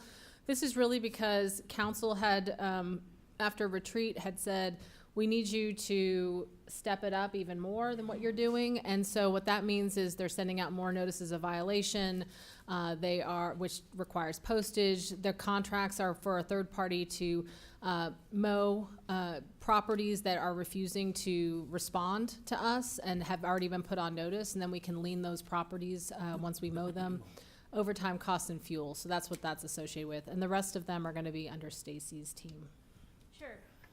Thanks, Claire. Mayor, council, park fans. What we're really looking at with the landscape on the medians and the screening walls and right-of-ways is because a couple of things is on Business 121, that gets a lot of industrial traffic, and we're watching a lot of dirt and debris build up in certain medians, especially those two roads that come in near the dumps. The landfills, right, especially the ones that are related to construction, right? We're seeing a lot of buildup. The plant material is suffering, but then also in the places where there's like large river rock, like it's collecting a lot of debris. And we have some plant materials that are in that stretch that are actually doing well, that we think that we come in and replace some of that with, you know, like some yuccas and sage, and it'll look a lot better and it'll hide some of that debris. Collection of that debris will never end. That will be a constant until those landfills shut down. But there are ways that we can mitigate that without having to have someone out there, you know, 24/7 with a blower and a sweeper. So we have some of those that we want to do, but then we also have some old landscaping that's been here since, you know, maybe the 70s, 80s, 90s, that is actually invasive. So we have we have some plant material in the medians that we really need to replace, and we just don't have a budget for that. And there's some that needs to be refreshed. And even in the places there where we've done new things, not everything survives. So even if you're at like an 80 or 85% survival rate, that's a 15% rate that we need to do some replacements there. But we also, at Garden Ridge, back when they did the redo of the I-35 lanes and they put those medians in with those elevated planters, there at the corner of I-35 and Garden Ridge, those have become like targets for people who speed through those intersections, and they've been hit. We've had 3 that have been hit and have not been, we can't replace them, and we've had one that was hit, knocked off, did not break, so we've been able to use that and put it back. But those raised planters cost about $3,600 just for the planter itself, not the labor to replace and redoing all the irrigation in them. So what we're going to talk about is taking those down to grade so that when someone does hit them, because people will not stop hitting them, it's just some tire tracks that we have to cover up and put some plants back in. So those are the things that we're looking at doing there. Stacy? Yes, sir. What about bollards? Let them hit a bollard to protect the planter. Well, those 2 cost money. I understand that. I guess we could look at some bollards, but Those aren't very pretty. they're not very pretty. Are you being facetious? No, I like those planter pots. We'll replace them for the cost of. Can we no. get a They're ramp? not Can we get a sustainable. ramp so they can? Now I'm being silly. All right. Well, we can talk about that in a while. So then moving on to, as you know, we have the urban forester has, the program has started, and one of the things that the urban forester is going to be doing is overseeing monthly cleanups and tree plantings starting this fall, and we just need a little bit of support for administering that. We're going to look to a volunteer registration software that we can use, and that we can also partner with some of our nonprofits like Keep Lewisville Beautiful, our Claire Texas Lakes, and the Friends of Leela, who might need some help with administering some of their volunteer management efforts. So those are just the expenses to help us get those things going. Okay. Next up is a departmental training package. So we had several departments request additional training, and so we basically put them all together. The city secretary's office has asked for additional funding. The city attorney's office has, neighborhood inspection services, ITS has also. I will say ITS is the largest, and I think they actually would like to have more per person in their business plan. But the idea with ITS especially is that you're only going to be able to leverage your technology as well as your ITS staff is trained, especially with the changing technology as well. So to us, how much we leverage technology in our city, it's important. And then on top of that, we have the Human Resources Department had asked for $20,000 in general to do employee learning and development. It has been a strong focus of our city in the last couple of years is to make sure our employees are the best possible public servants. Part of that could be customer service training. It could be money handling services or training. It could be leadership. It could be, diversity and inclusion types of classes. It's a variety. Are there any questions on those? And if so, the departments are here to answer any questions. Okay. Just some feedback. If you're going to run a lean operation and you expect a lot out of folks, you've got to give them the tools. Right. Next up, we have a GIS analyst dedicated to public services. I want Chris Lee to talk about this. Thank you, Claire. And really nice segue, right? We can have the best technology in the world, right? It's the people, right? And here, this is an example. You notice the budget cover that won this year, right? Well, that depicted a whole lot of GIS layers, okay? And we're talking about 80 plus, 85 official layers or something of that nature. And what we found is that public services, they are a large consumer of this data. In fact, they've got roughly 6, 7 different divisions that leverage GIS in different ways. And it's not just a matter of necessarily keeping up with what you've already done, because there are, just like with those 85 layers, right, there's additional attributes that you want to collect, whether it's wattage types of street lights or pole types or whatnot. And as this says, really over the last couple of years, we've seen an increase in the requests for this service, which we're thrilled because it means that we're truly leveraging this data to make decisions. It kind of, quite frankly, coordinates with Aaron's arrival, and not to say anything negative there. I mean, this is a good thing. However, we are struggling to keep up with the requests. So it's not only maintaining, but then you have additional, like for instance, easements, right? That in of itself is a project, because there's a lot of historical aspects where you're going and you're researching as-built and things of that nature to actually produce the information that's going to be necessary to keep up with these layers. Not only is it the layers too, we have additional applications now. I know we were talking about some of the cool AI stuff that they're looking at, but for instance, there's a PCI, a Pavement Express software that Ron's using right now that incorporates some of this analysis that we're talking about. So we currently have 1 GIS analyst for the entire city, and so this need, this is definitely our highest personnel need. So with that, I'll be glad to field any questions you might have. Okay. Thank you. Next is our paralegal request from legal. So right now we're operating with 1 prosecutor. She has no support staff, so that means that not only in addition to preparing all her cases, interviewing witnesses, and responding to motions, she also has to do all her administrative work, which means gathering the discovery, obtaining the evidence that she needs, but she's only out of court 1.5 days. So the other days she's in court. So that's my long-winded way of saying she is working way too many hours. If I added up all the hours she's working and divided it by her salary, it would be, I'm not sure why she's still here. So the need for the prosecutor, a dedicated paralegal for the prosecutor, is basically based on 2 reasons. One, the types of cases that we're seeing in municipal court has changed, and 2, that has driven an increase in discovery requests.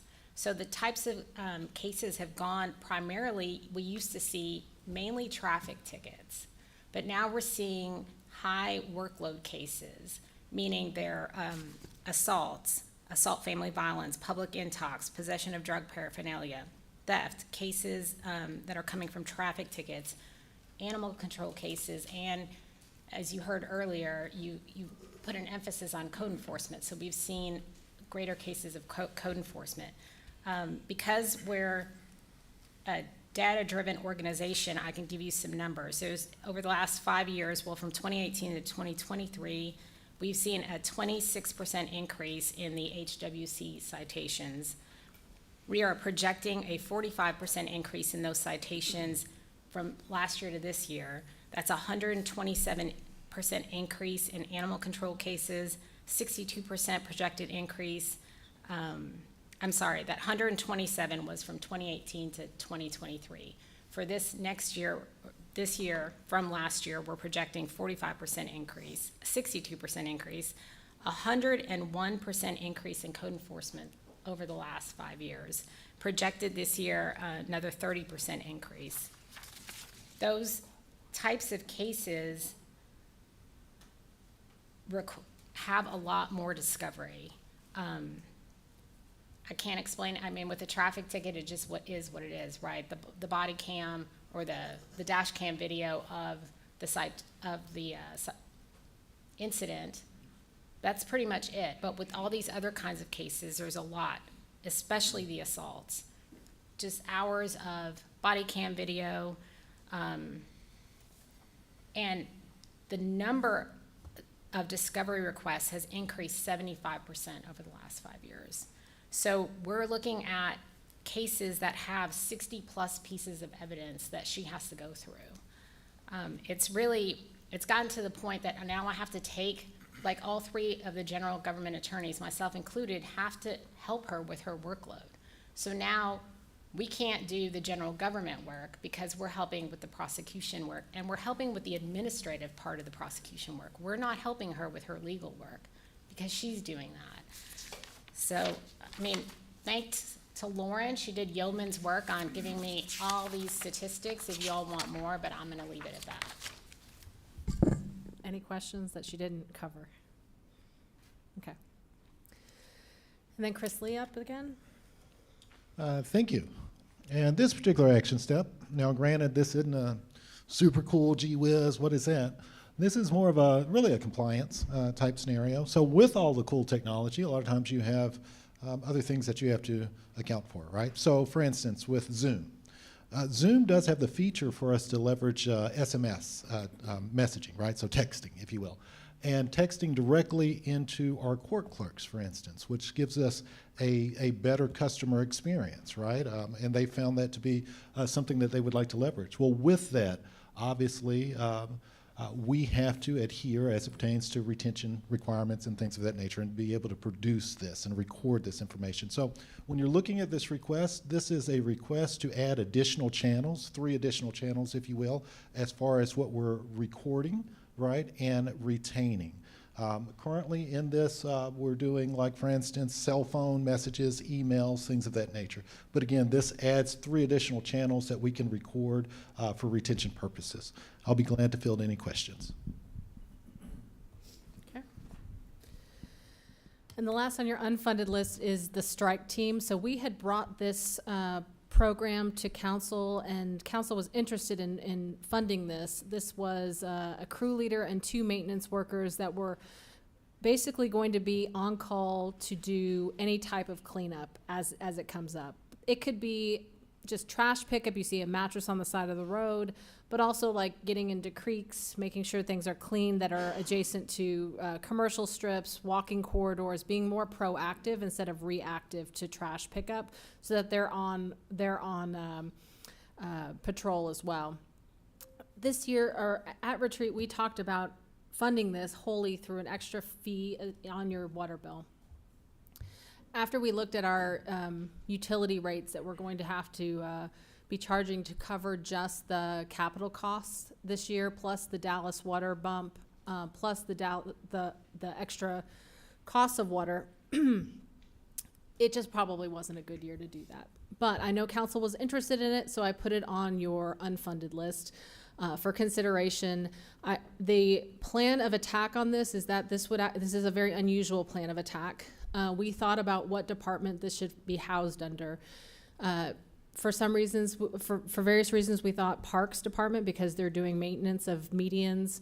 We thought Public Services because they're out working in the streets primarily, and so this could be something in their shop. But at the end of the day, we decided if you were to fund this, we will be putting this under our code enforcement team.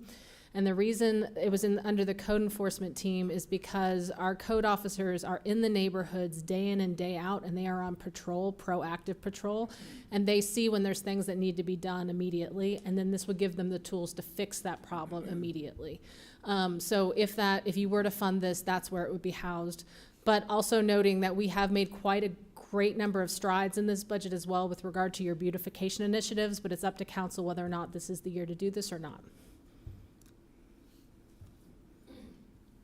And that's the list right now. And we're going to go into our tax rate. Thanks, Square, Mayor, Council. Can you hear me all right? A little bit later on the agenda, there's two items for council to consider. That is the acceptance of the 2024 tax rolls along with the calculations of the tax rates. The presentation that I'm going to go through provides a summary of that information, and it also provides some options for you to consider as far as setting the tax rate and the additional revenue that would be available to fund those unfunded items. So the kickoff to the property tax rate calculation comes with the tax rolls that are received. Now, state statutes requires that they get received by July 25th every year.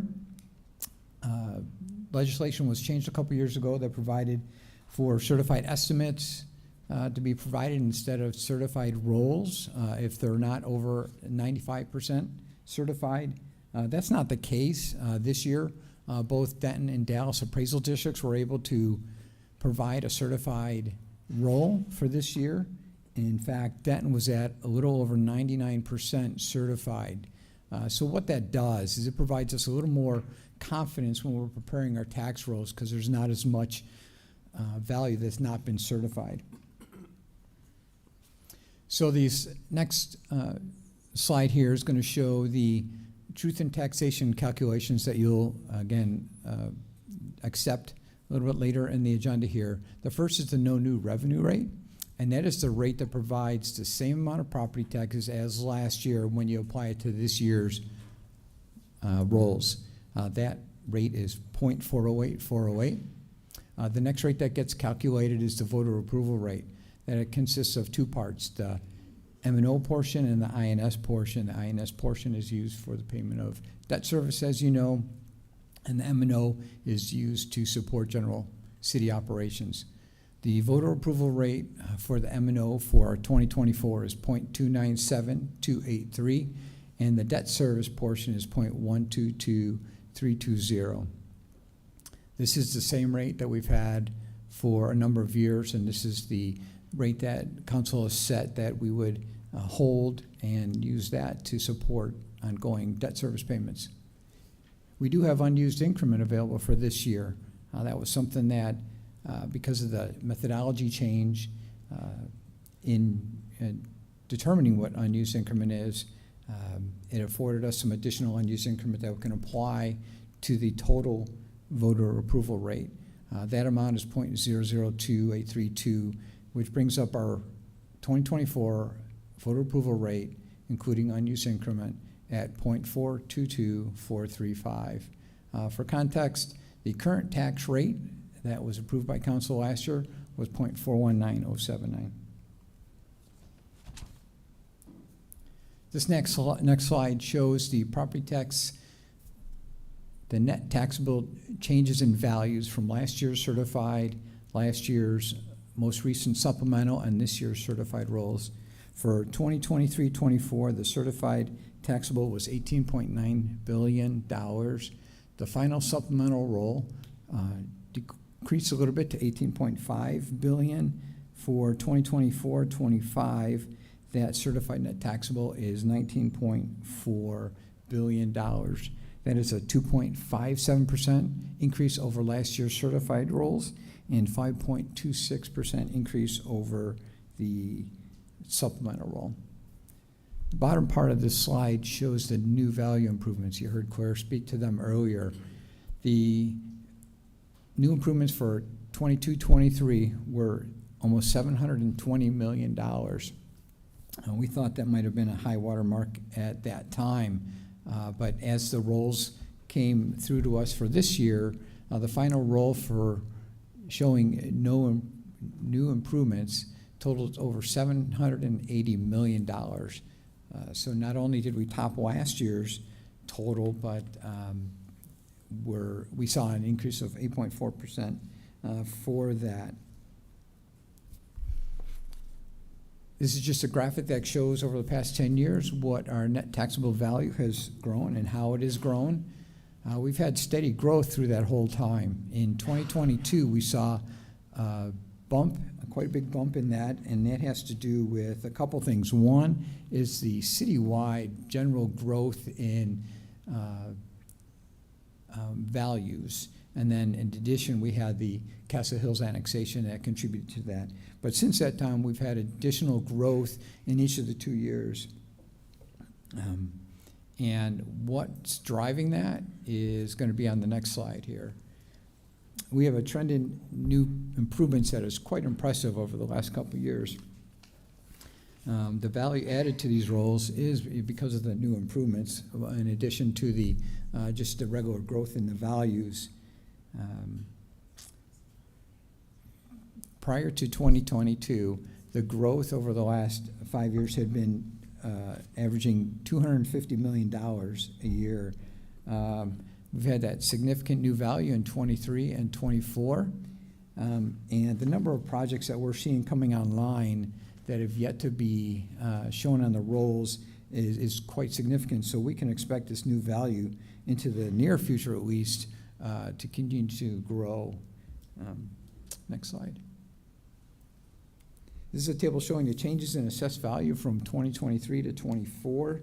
This is broken down by major category. And the highlighted rows you see there in green shows the single family, multifamily, commercial, industrial, and business personal property. Those 4 categories account for over 97% of the total. The other categories consist of things like vacant land, oil and gas, and the like. What this is showing you is just we have a very diversified tax base where there's not any particular burden of the property tax levy falling on one type of property class or category. The next 2 slides show the... Dave, just a quick question on the total exempt. Those are going to be municipal facilities, LISD, churches? Correct. Okay. Does it count the partial exemptions? This is the total amount of exempt property that's included in the... So if my property has a partial exemption, it's going to capture that, like... This is total exemptions. Okay, so it's Yeah. all of them. Okay, Yeah. okay. The next 2 slides just graphically shows the information that was provided on the table before. Basically, it's showing here the dollar values of the diversification of assessed value, again, broken down by single family, multifamily, commercial, industrial, business personal property, and other. And the next slide shows the percentages. And what I will have you just take from this is that we do have a very diversified tax roll. And if one particular sector were to be hit for maybe a decrease in the values, it's not going to have a huge effect on the overall value of the city's rolls. This next chart shows the tax rate history over the past 10 years. The blue portion is made up of the M&O rate, while the yellow is the INS portion. You can see over the last 10 years that we've held it pretty flat, very flat, in fact. We've not changed that INS rate since fiscal year 2019. And for fiscal year 23-24, you can see where the council is elected to choose to lower that rate to the current 0.419079. This next chart shows the city's tax rate relative to our other survey cities. You can see where Lewisville is falling 4th from the lowest of the 17 other survey cities. We were in the similar position last year. We actually fell 1 or improved by 1 from last year. And our low rate that we're showing here is a major contributing factor to the results that you're seeing in that Carrollton survey. Here's just a table showing the 2023 year tax rate that a typical Lewisville property will see. That includes the school district, the county, and the city's tax rates. The total for 2023 was 1.74 cents. This was a decline of about 9% from the previous year. I'll just note that we saw decreases in each of the entities' tax rates last year. Something to consider as you determine what option to move forward with regarding the tax rates. Each 1 cent generates an additional $2 million. So whether you increase or decrease the tax rate by that 1 cent, it's going to either generate or lower the expected revenues by $2 million.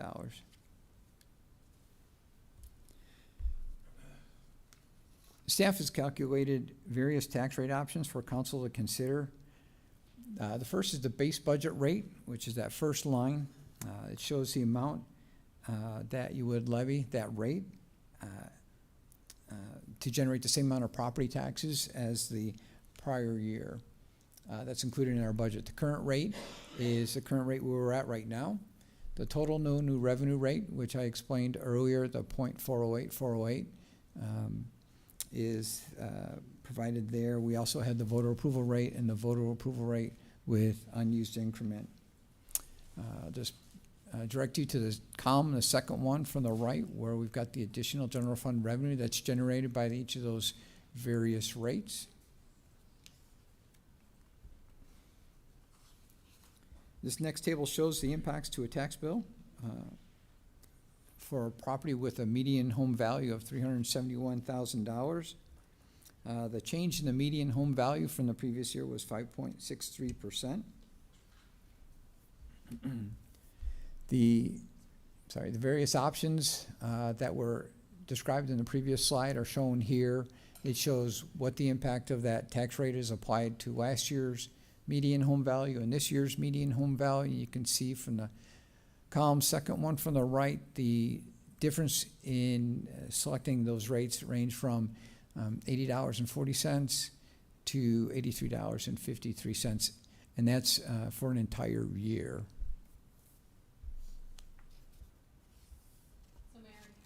Mayor and council, staff's recommendation is to levy the voter approval rate with that unused increment. That's the .422435 number we gave you earlier.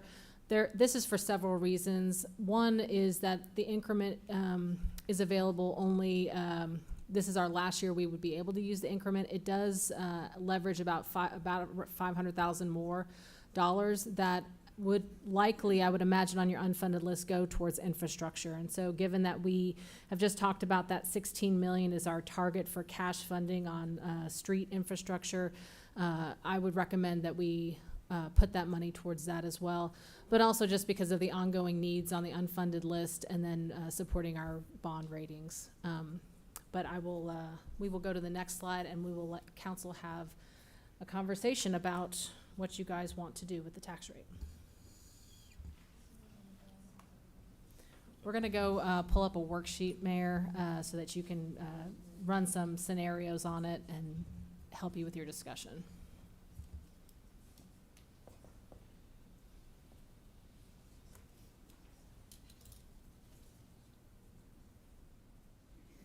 Gotcha. So what we're looking at here is the unfunded item in the green that staff is asking for. And that 3072, that $3 million, that's based on the That's based on the that's based on the voter approval rate with the unused increment. with unused increment. But probably first you guys would need to talk about what Yep. you want to do with the tax rate, and then we can decide Yep. what happens on that. So let's go back to slide 126, I think it is. There we go. Nope. One with the medium home value. Yeah, 120. Well, let's go to 120. That's 126 in my packet, so it's not. It's the one with the median home values. Sample tax bill comparison.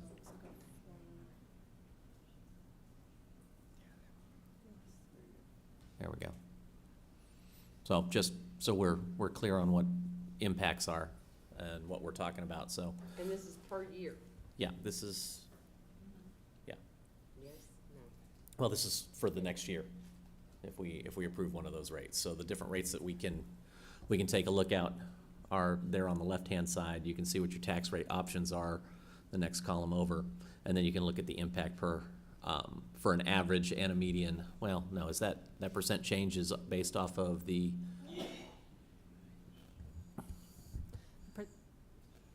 what am I looking at here?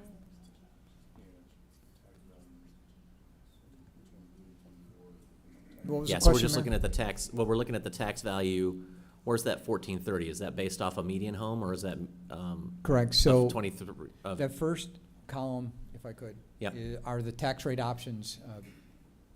The second are the calculation of those tax rate options calculated against last year's median home value. The third column is those tax rate There it is. options against. Thank you. Yep, against this year's. So you're looking at a delta from last year to this year, or that $80 to $83.57. correct. Got it. And all of those are 5.63. And then we're talking about $500,000 between the voter approval rate and the unused increment rate. roughly. Correct. Okay. Council, here's your opportunity. What do we want to talk about? I'm happy to jump in first here. So when I look back at last year, we lowered 2.5 cents, I guess, something like that. We had a nice lowering last year, and we're looking to come up. What is that? 0.3 of a cent, if I'm reading that correctly. Am I looking at that right? About 0.33. Yeah, if we went to the max with the voter approval and the increment as well. For me, it's nobody wants to see taxes go up, but until somebody can find a way to fund the city without taxpayer money, I don't know what to do about that. So I think we're still 2 cents lower than we were a year before last. So I can support the voter approval with unused increment rate. I'll put that as an opening statement.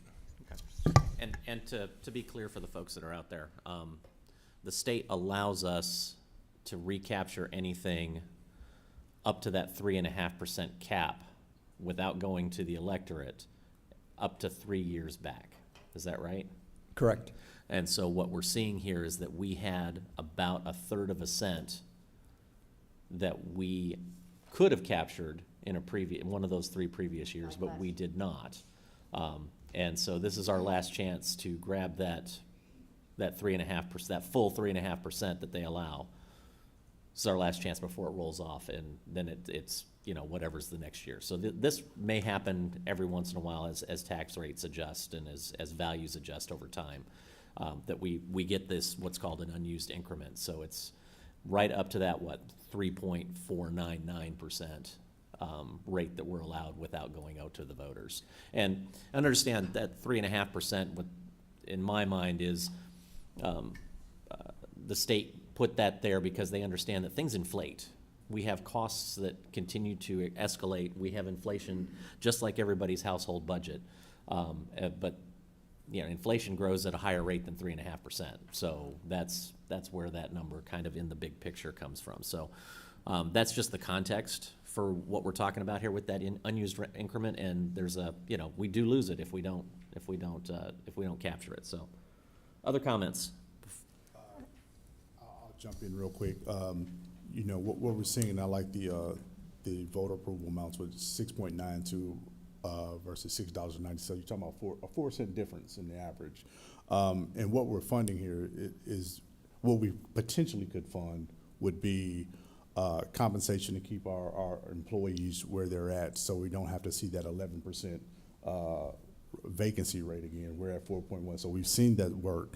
We're helping potentially with an additional school resource officer so that our supervisor in the schools can actually supervise and not being stuck in one place. We're talking about infrastructure improvement. We're talking about things that are going to help the city with analysis with the GIS analysts, a paralegal to keep our lawyer from doing administrative work. So there are a lot of this is what this money will be potentially going to as we talk about that. So there's nothing here that's going to the city that's absorbing it or crazy. These are specific things that are going to make the city better.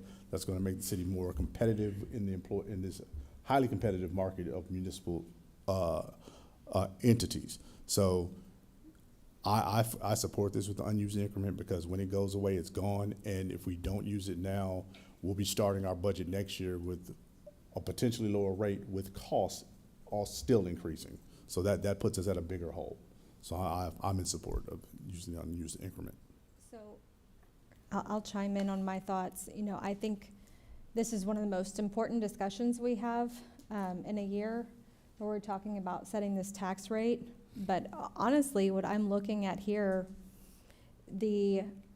what we're talking about with the 5 options that are on the table is a difference of $3 in the average home a year.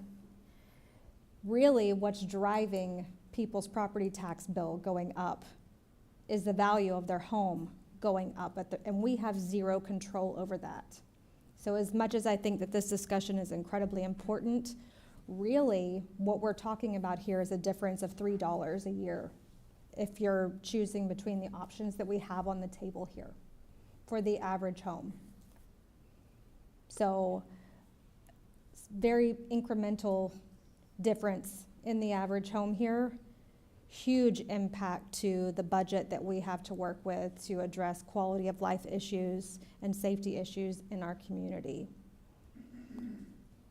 You've said it much more eloquently than I could have, but that's what I was going to say. $3, $3.50. Let me clear that. That's $3.50 a month. That's a year. No, that's That's a year? It's what? What a month? The difference between What were we talking 80.48 and 83.57. Right, but, okay, so where am I confused here? What's the $696 per month? That's taking that number divided by 12, the 80. But the majority of that $80 is being calculated from Got the it. value of Yep, your that's my house math. going up. Sorry. Yep.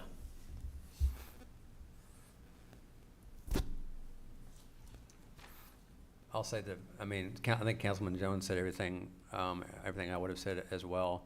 But I do think that it's just kind of a no-brainer. We need to use the unused increment, and it's still lower than it was a couple of years ago. So I think definitely in support of the voter approval rate with the unused increment. Any other comments? All right. Okay, we'll pull up the worksheet now, and I think we're going forward with that unused increment as well, so we'll let you guys discuss. And that 3.072 is with the unused increment? Yes, sir. Correct, okay. Council? I would just like to say, I think a no-brainer on this, because it's such a big impact for a small amount, would be the school resource officer. If we want to just start going through the list and adding some and seeing how much money we have left, right? Well, I think we need to start with the largest one. That's a major priority, and that would be the compensation plan. Just my personal opinion. Well, the only reason why I skip over the compensation plan is because I think there are different options within that. Are there not, that we might be able to discuss? No. That's the 1%. That was the 1%. But wasn't there within That that, would there were take some us different? from lean There is, so if or bump us there's a down. market and a merit, so if we wanted to only do the market and not the merit, we could break that apart too. My goal would be, I guess where I was going with it is trying to figure out what are the pieces that we feel like are no-brainers, we absolutely need to do them, and then see if we're able to fit that whole thing in, or if we need to kind of take some of that out. I personally would really like to fully fund the street maintenance funding, because I know we had you said we did 400,000 last year, Or something for close to. and we know that's nowhere near enough. Yeah, the problem is I've got 6.1 million in ask and 3.07. I understand. And street maintenance funding is already a single line item that'll consume more than what we have available. So I guess we. Oh, that's true, yeah. Yeah. You got me there, yeah. I guess, Kristen, Councilwoman Green, do you have more to add before I jump in? No, I don't go wanna- ahead. Okay.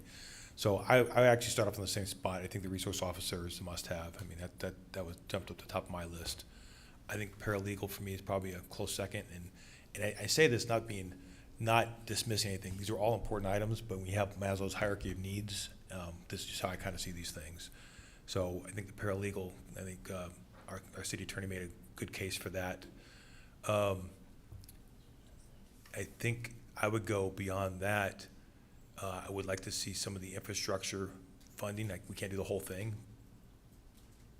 but maybe $1 million towards that. The only reason why I lean away from the compensation plan is and correct me if I'm wrong, that's 1% merit and 1% market above and beyond the 3% we were already talking about. Is that right? Yeah, so we have, for the market, so that's public safety primarily, we're at 103% in base. Right. That won't get you to the lead that you wanted to be, so that's why we put the extra 1%. But yes, we do have in base that 103%. Okay. All right. So, I mean, that's where I would probably start, is the paralegal, the school resource officer, and then I could go the bulk of that to street maintenance, just based on what I feel the needs of the city are. And I'll leave it at that for further discussion. Can I ask, just to help, with the paralegal, is there, I mean, can we talk about the paralegal? Is that what everyone is interested in putting in this? We're just trying to figure out if we should click Yeah. it or not. Yes. Let's put a check on school resource officer. Let's put a check on paralegal. What kind of liability do we have if we don't start archiving SMS? What kind of, I mean, we have to comply with the Records Retention Act, so I would need more information. So to answer that question, sir, it's really a matter of, do we want to leverage these additional capabilities, right? So it's not a matter of if we do it. If we leverage it, we have to do it, right? okay, so the issue is, do we want to add SMS capabilities to our municipal courts and to other components of the city? That is correct. Okay, thank you. Claire, if we took the comp plan and we split that between merit and pay, So it's. is our 104 market lead based on both? So the market is primarily, and Tad, you can correct me if I'm wrong, but the market is primarily for public safety, and it's moving the steps, right, and making sure we're competitive, with some other positions that are just way off market, very few of those though. The merit is the only way that anyone in general government, so the majority of the people in this room, are moving into the range more. Now, I've already gotten the base 3%, but general government's not getting a market move. It's merit that is going to everyone else besides public safety. Well, Is that I correct? was just checking to see if we broke it in half, would that get us where we needed to go? And the answer is no, because we want to cover everybody. Are you wanting to split the market and the merit, Yeah, if I took market and merit and split those apart, and you only funded one and and I not the only other? funded one over the other, that means I'm basically saying to part of staff, no, we don't want to get you to top third. To the other part of staff, we're saying, yes, we want to get you to top third. So Tad, I'm not gonna answer this correctly, so he's looking at me like I don't want to answer this either. I don't know how to answer this. Because I'm just a layman, right? Yeah. So I'm going, okay, so I'm gonna pay 104, but I'm not gonna give quite so much in the bonus. That's, Yeah, I guess- I don't work in your world, so I don't Yeah, think let of me- it as, I don't think of, when I hear merit, I think you did a great job, you're gonna get some extra if we have it. But since I'm in the private sector, if we've got extra money, we got extra money, and we don't, we don't. So I'm trying to figure out. Could I clarify a little bit? Yeah, help me Help get to where understand. you're going. So I think just approximately about half of our employee population participate in STEP programs, be police officer, firefighter, detention officer, et cetera. About half of those employees have those systems. So in those systems, those employees, until they top out, as mentioned by Councilmember Kelly earlier, until they top out, they get a step every year. And it differs depending on the structure, but in general, they're typically like a 4%. So if I'm in a STEP plan, I get a 4% step during that year. Then if I get market movement, which is when we're talking about the 103, I'm in the STEP system, then we're moving the whole structure on October. So I might get my 4% step on my anniversary date, and then we're moving potentially, say, just depending on the scenario, 3, 4, 5, 6% as well. So I would get both of those unless I'm topped out. Now I switch to the other half of the employee population. When we say merit, it's not really a bonus. This does tie to every employee is expected to do an annual performance evaluation. There is eligibility criteria around this, but for that other half of the employees, that merit is the only mechanism for any kind of pay increase. So if you wanted to split the money here, I would suggest something more like go at 103.5% on market and go at 3.5% on merit, where you cut that dollar number in half, but you still hit both employee groups similarly. That's what I was suspecting, is we need to look at both.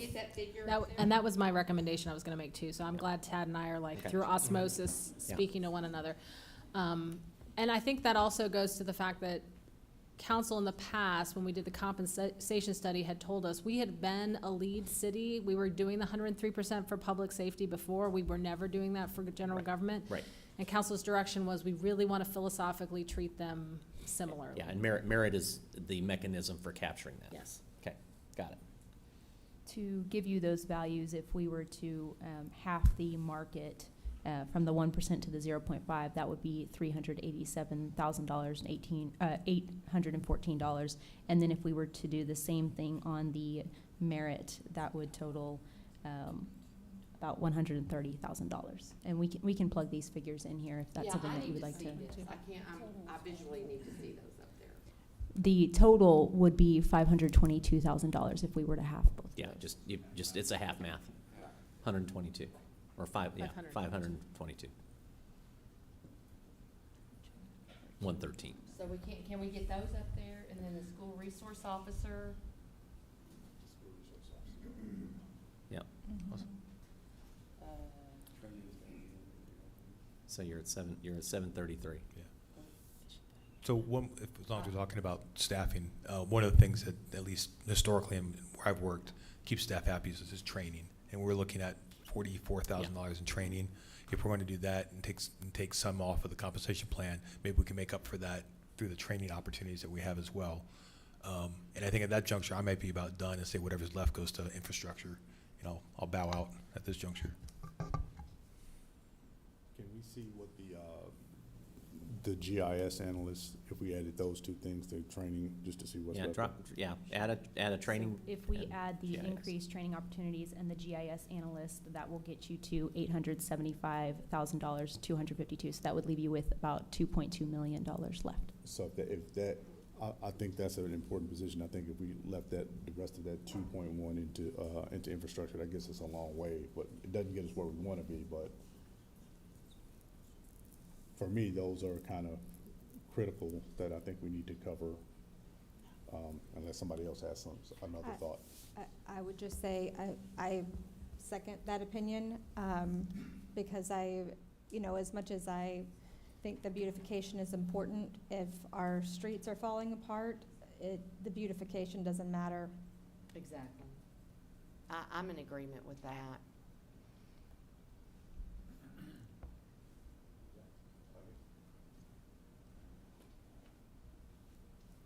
So you want to see the 2197 in infrastructure? Yes. So I'm just going to go back to the beautification because there is some stuff in there that I don't think is just fluffery. Code enforcement. You've got code enforcement in there. You've got hardscape refresh on Business 121, Valley Ridge, and FM 544 to mitigate trash and debris along that corridor. Well, how about we do $2 million to infrastructure and the $197,174 towards beautification? Is that? Hold on one second, let me look at my beautification item. I mean, the hardscape refresh is 240. Yeah, it's the bulk of it is the hardscape refresh in there. Well, then put that in there, it's the hardscape refresh. Then what's left to infrastructure? It won't be 2 million, but it'll be just under. Yeah. It's a whole lot more than How 400,000. comfortable are we that the Business 121 plan is not going to change any of that? Like, is any of that going to get taken out if we have a plan that shows that we need to do something different there? I'm not sure what plan you're talking about. Well, the Business 121 plan. Oh, the 121 corridor. might change the beautification on that part of 121? Maybe. So I'm not sure, I'm not sure it's gonna necessarily have, I think this is more of a refresh on the beautification, so I'm not sure the plan will change it, but I mean, we can do it, we don't have to do it in this upcoming year. The things on that item that I think are important are your code enforcement postage, contract, overtime, that was about 26,000. You had, we don't have to do the refresh, replace landscaping on medians. Hey, Claire? Yes. Didn't we initially do the landscaping out there with a grant from TxDOT? Are there options to find additional grant money It would for be that? so awesome if that were the case, but once TxDOT gives you the green ribbon program, their intent is, we're going to refresh this for you so that you constantly have maintenance of it in the future. So it's now yours in perpetuity. That's their benefit of doing these grant programs, is they offload maintenance onto local. Got it, okay. I will say, Claire, where Claire was going with this, I think, and I'm glad you broke these out for us, TJ, here, is that if I had to force that beautification project, I do think we've given direction that code enforcement is important, and that it sounds like a fool's errand if we're not going to supply the funds and resources to continue that uptake. So I could see taking some money out and funding that part of beautification away from the infrastructure side. And Mayor, could I entertain Stacy just telling us what her priorities on this would be? I think that might be helpful. I'd love to hear that. Sure. So a couple of things inside the beautification of, and the medians and screening wall on 121. Our priority would be the screening walls, then the medians, and then the refresh of 121. We think we're going to get a lot more improvement along 121 with our increased trash and mowing and how many times we're going to do some landscape maintenance along 121. But we do need to replace those screening walls along Corporate, Valley Parkway, and Garden Ridge. And then, I mean, if we could get some of the median replacement stuff, that would be great. What we would probably do is just remove it and wait till when we have time to do that out of operating funds. But then I think one of the most important things is probably the volunteer registration software and support of those community workshops, or work days that we're going to have every month. Yeah, I'm glad you brought that up, Can we Stacy. utilize RSVP for part of that too? Since we fund them and they're supposed to be a hub for volunteers. Well, I think we want to control the registration, and it is for other things throughout the city for the volunteer registration. I did want to clarify one thing too, what Stacy was saying. So those screening walls are not necessarily like walls like you would think on a screening wall. We're talking about living walls, like landscaping along there. So like some of the areas, I mean, if you go, I think it's on Valley Parkway, where you just have a bunch of little nandinas that are kind of on the back of alleys. It's like things that you're making sure that place has always looked kind of downtrodden because of those tiny little tufts of landscaping, and it's really putting a wall up there of higher landscaping on that as well. But I do think, I do think the cleanup support is important too. So, Looks like if you took out the hardscape refresh, you would have, and do everything else, that's 174. Right. that sounds about right. Does that sound right to you, Stacy? Can you look at your numbers? I can't add well on in parks, not finance. Yeah, that's what I think we're getting at. Just a flat 2,000 infrastructure. Yes, if we took out the hardscape refresh, that would be about 240 out of that amount. Yeah, that removes 240 from that 414. You'd be at 175,000. Okay, 175. Would you like us to plug that in, the 175? Yes, please. Okay.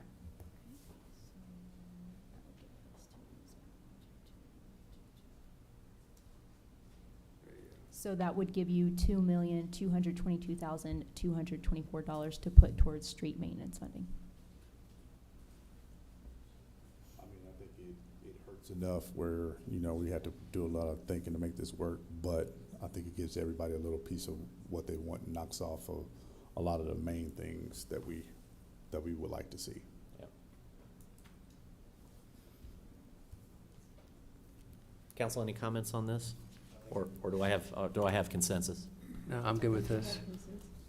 Okay. Okay, we'll be doing the motions at the very end, so we can move on to the utility rates. Super. We're gonna bring Chris up here. I'd like to introduce Chris Eckroot. He's with New Gen Strategies and Solutions. Chris and his team have been performing the rate study going back to at least 2014. What that does is it gives him and his team a unique perspective. They understand our system's needs, the direction where we're going. I'm going to turn it over to Chris and ask him to walk us through the utility portion of this presentations, and feel free to answer questions. And you know what? Let's do this. Let's take a 10-minute break. Let's go ahead and do that before we get Chris up there.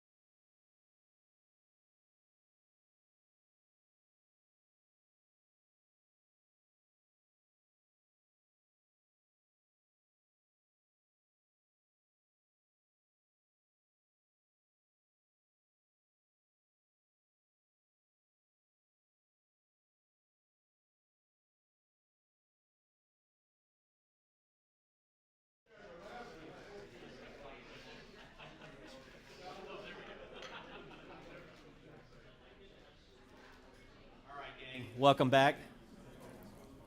We're going to go ahead and move into our utility rates. All right, well, good afternoon, Mayor, Council. Chris Eckert with NewGen Strategies and Solutions. Pleasure to be with you this afternoon. Glad to have you, Chris. I know it's been a long day, so I will try and move through this as most efficiently as I possibly can, but to the extent you have questions, please let me know as we go through this. So again, our utility rates are structured and coming from the annual rate study that is conducted. This is a multi-year process. You'll recall we are in the process of merging the legacy Lewisville customers with the Castle Hills area. So you're going to see some of that today where we are bringing those rate structures together. The initial work on this was done starting in 2021. We've continued to look at this every year just to make sure we're keeping up with cost, keeping up with the market, understanding all of those variables, all of those elements that feed into utility rates. So I'll remind you again, as we look at utilities, we are looking at an enterprise or proprietary fund. This is meant to be a self-supporting activity of government. The goal is for the water and wastewater utility to stand on its own and be covered by user rates and fees. It is a business type activity of government. For a business to be successful, we have to do certain things. Number one, revenues must match or exceed expenses. We have to look at the sufficiency of our revenue stream. Second thing we have to do, we have to make sure that we are monitoring our reserves and maintaining an adequate amount of reserves. In the water business, when it rains, people use less water. We have to rely on our reserves because our fixed cost is still coming in. Third thing we have to do is we have to reinvest in our business. You've had lots of discussion today about infrastructure, reinvestment in infrastructure. That's critical to maintain our business, is to reinvest in that infrastructure. Again, we are continuing to move towards a consistent rate structure between legacy Lewisville customers and your Castle Hills customers. We're in that transition process. Most importantly, though, we do have to monitor and be aware of affordability of our rates to our customers. When customers come to pay their utility bill, they are making choices about what they pay for. We are just one element within a household's budget, and that's something to be aware of. As you see on the screen here, this is the comparison of the base rate right now. On your water bill, you have a two-part rate. There's a fixed charge, there's a variable charge. What you see here is the fixed charge. Again, this is a portion of the bill every customer pays every month based on meter size. We want to charge more to larger meters because they can place a higher demand on the system. As they place a higher demand on the system, that drives cost. Ultimately, the utility has to be in a position to fund that cost. That's why you see this type of structure here for the fixed charge. On the variable charge, again, on the left-hand side, you see the legacy Lewisville structure. On the right-hand side, you see the Castle Hills structure. Again, we are working to move these together. This is a process. We've looked at this over time. We will continue to look at this over time. We are continuing to move these and merge these together as we head into the future. Again, we are continuing to move forward with this conservation-based rate structure. We want to make sure that we are sending a conservation signal to customers. You've talked today about the additional water purchases from Dallas. We want to make sure that as we purchase more water, that water is being used efficiently and used wisely by the citizenry. We don't want that water just being put on a yard and flowing down out into the storm sewers. So we want to send a good conservation signal so that people are using water wisely. As we look at our overall strategy, you'll note that in the fixed charge, we do include 2,000 gallons of use, a water allotment within that bill. We want to continue to do that. That's an important protection for our lower volume users who are also sometimes our fixed income customers. So we are maintaining that. We're continuing to move those larger water meter rates up slightly, trying to reflect the demand they place on the system. On the volumetric side, continuing to implement that conservation-based rate structure while we migrate that volumetric structure together. Again, anticipating a need for an additional increase coming October of this year.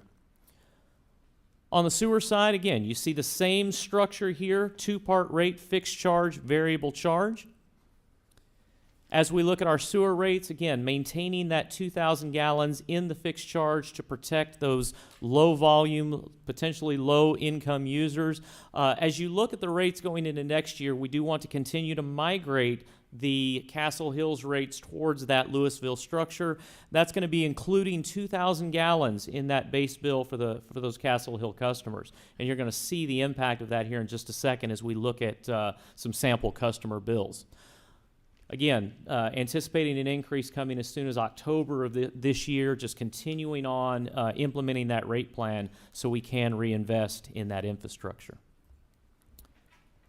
So as we look at capital planning, looking at the funding, again, we do want to be aware of the financial leverage that we are placing on the utilities. I tell councils this all the time. Debt is a four-letter word. I recognize that. There are some cities that do not want to utilize debt, but at the same time, debt is an important tool for our water and wastewater utilities. It helps promote what we call intergenerational equity.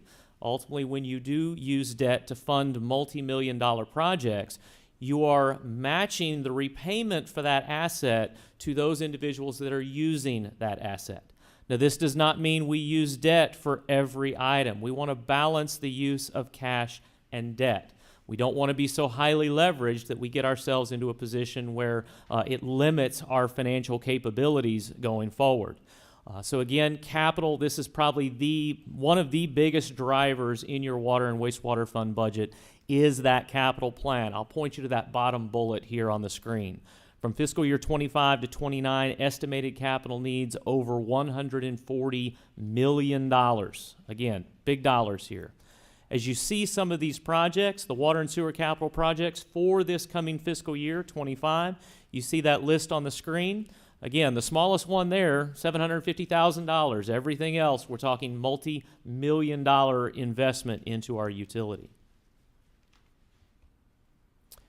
As we look forward, look into the future, what does that capital plan look like? Again, $140 million of investment. We would utilize some debt for that investment. We would also utilize our cash. We want to balance that going forward. Ultimately, what you see here on the screen is built into our long-term rate projection right now.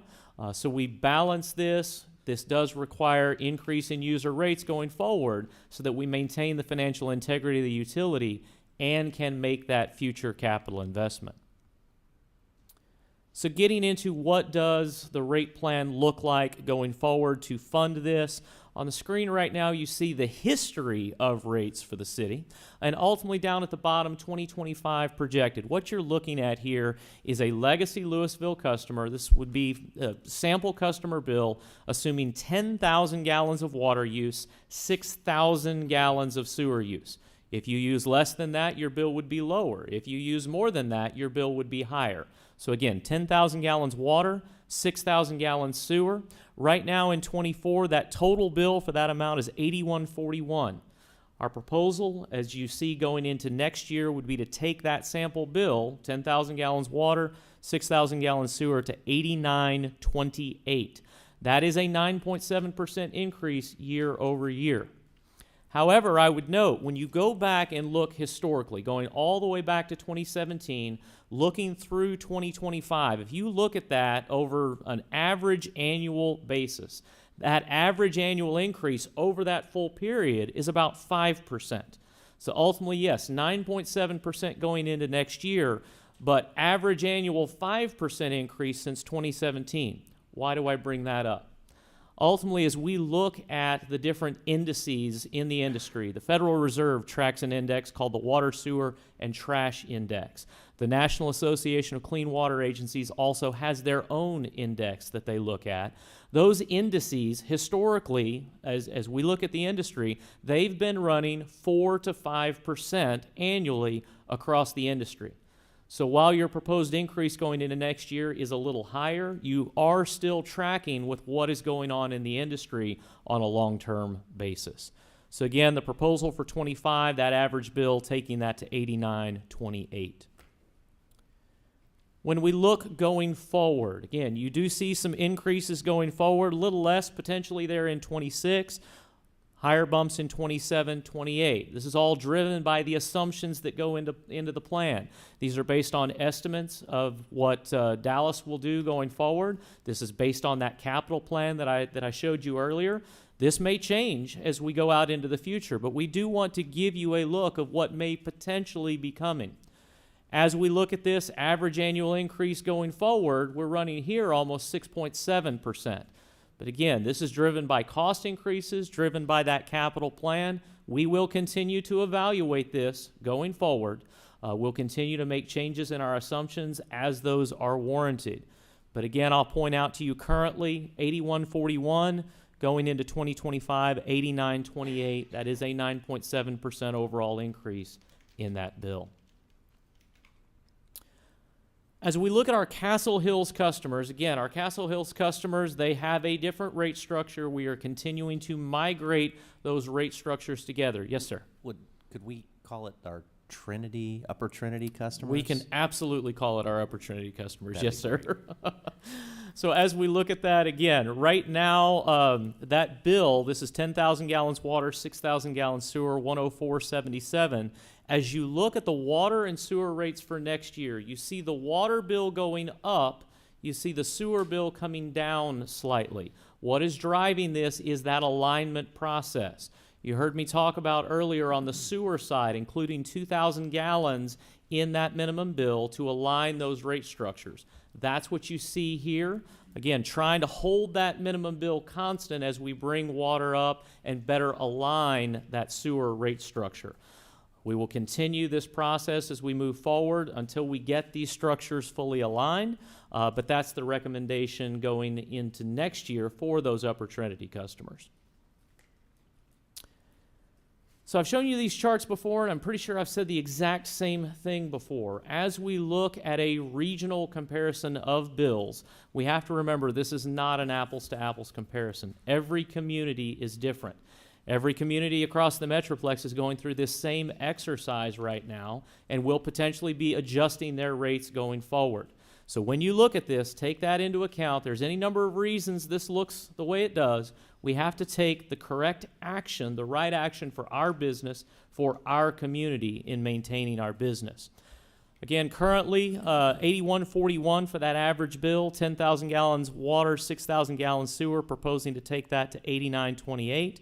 And then you see the Upper Trinity customers there in the middle. So again, just to wrap up our overall impacts and recommendation here, continuing to migrate our rate schedules together. We are looking at this monthly increase for an average customer, $7.87, ultimately generating a little over $4.3 million in additional revenue going into next year. So with that, let me stop, see what questions there may be. What can I answer for you? What kind of revenue are we looking at generating on a $5 hike a month? If we were just, I mean, we can run that, but if we were to do less than the 9.7%, we won't be able to fund all of this unfunded items. So that's the other part of this presentation is, so this cash funding for utility capital projects, that is going for capital projects that if we don't have the funding, this isn't a nice to have, this is to pay for infrastructure that has to happen in the next year, working on it in the next year. So if we don't do that, what we'd end up having to do is pull this out of reserves because that's the only other alternative we would have. And at that point, we're eating away at our reserves and can affect future bond ratings related to that. Claire, I have that. Yeah, go ahead. So, what was the amount that you were asking? Adding $5 to the existing rate. Adding $5? No. Generate approximately 2.6. Do what? She's talking about lowering, I guess, to $5 instead of the $7. No, right, the a nine- $5 the increase instead of a $9 and something. $7. Yeah, you're raising. So instead of currently raising it's it at by $81.41. If we took it up, and this is by percentage increases, if we took it up to $86.29, which is approximately $5, it generates $2.69 million. So we'd be trying to find about $1.7 million in additional reserves. Now, I'll just note that this projected increase generates $4.3 million. The unfunded is $4.5 million, so we're already planning on pulling about $200,000 from reserves to support the capital projects. The slide with the two pipes in the ground there. That one right there. So, and I know we talked about this when we had our individual meetings, but I want to bring it up again because I still feel like we've got $4.5 million. We're putting that whole burden on Legacy Lewisville, and I realize that what do you call it, the opportunity customers, okay, basically Castle's area. I realize that neighborhood pays a higher amount, but it's not Legacy Lewisville's fault that we happen to be paying a higher amount on Castle Hills. Exactly. So I feel like that we should put some of that burden back on Castle Hills to fund that $4.5 million, and I put that there for discussion. But what they're paying is already more than what Legacy Lewisville is, right? So they are, the fact that they're paying more is reducing that increase that Legacy Lewisville has to have. Is that not correct? That is correct. That is correct. So help me- again, So they're already paying their fair share. Help me understand that, because we haven't had an increase in 4 years, 3 years. Right, that is correct. Right. But had you not brought those customers on, the increase to Legacy Lewisville customers would be higher at this point because this infrastructure still has to go on the Okay. ground. This reinvestment still has to happen. Okay, that paints it differently. Thank you for that. That makes a big difference.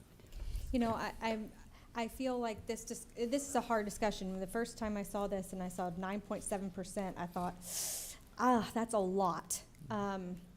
You know, it's one of those things where, one, the cost of everything has gone through the roof. I wish my grocery bill has only gone up 10% in 1 year. It's gone up, it's doubled at least. At So, least. you know, when I think about that, I think, okay, well, I'm okay with the 10%, a little bit better. But ultimately, what this is something that is not a luxury. It's not something where we can patch it and drive on the street for a few more years. This is getting clean drinking water to our homes and the toilet flushing or not flushing. This is what we use in the first 5 minutes that you get out of bed in the morning and what you use all day long, every single day. This is not something that we can put off, and we have to pay the price that it costs to get us there. And it's not just we're not gonna get there just by, we're already, like we said, we already have to take out of our reserves just to keep up with the necessary things that has to happen. We just have a system that's aging, and we have some very big expenditures. The cost of not doing it is far greater. If we had a failure, the cost of that is far greater than what it is to raise the rate 10%. As much as I hate to say it, because I understand the pressures of the cost of everything just going so crazy, but we have to pay it. Yeah, I'm definitely in support of the, you know, it is a hard thing to take, but we got to also be cognizant of the fact we cannot take any more of these, you know, major emergency things that are, in the end result, it's going to be way more costly than doing this. So I mean, I think this is just, unfortunately, we're at that point where, you know, $1 billion worth of infrastructure has got to be done, and these are just some things we're going to have to do to keep pace with what's going on. Other comments? Okay. We'll take a vote on that later too. And next, David, I'm sorry, go ahead. To briefly confirm the direction that council has given to us, we will move forward with the 9.7% rate increase. That will leave $156,831 to be budgeted in reserves in the utility fund, as well as half of that compensation plan item we talked about earlier. That would be $31,831. And can somebody call Dallas and tell them I'm tired of the near 10% a year? Yeah. This is only going to be for a couple of years, and Yeah. it's been challenging. I'd like to know what we're gonna put in social service funding to help people with their utility bills. Are we gonna, we need to up that by at least 10% as well. But only for Legacy Lewisville. Gotcha. Easy peasy, easy peasy. Thank you. All right, next. Okay. Last part of the presentation has to do with our stormwater drainage fees. Back in 2022, we had New Gen also assist us with a rate study for the drainage fees. As you know, we established the fees back in fiscal year 2018. We hadn't had any increases to that rate up until that point. So we performed a study with the assistance of New Gen, and at the time, the total amount of stormwater projects that were needing to be funded were $92.3 million. Currently, that amount of outstanding projects totals about $102 million. There's 16 projects that make up that $102 million, and this is something that David Solomon and his team would review on an annual basis, prioritize, and determine which ones would be taken on. The study at the time provided for a 3-year increase in rates. The single-family residential was at $4 at the time, and the plan was to take it up to $7 over $3. Fiscal year 25 is the third of the 3-year plan, which would take it up from $6 to $7 a month.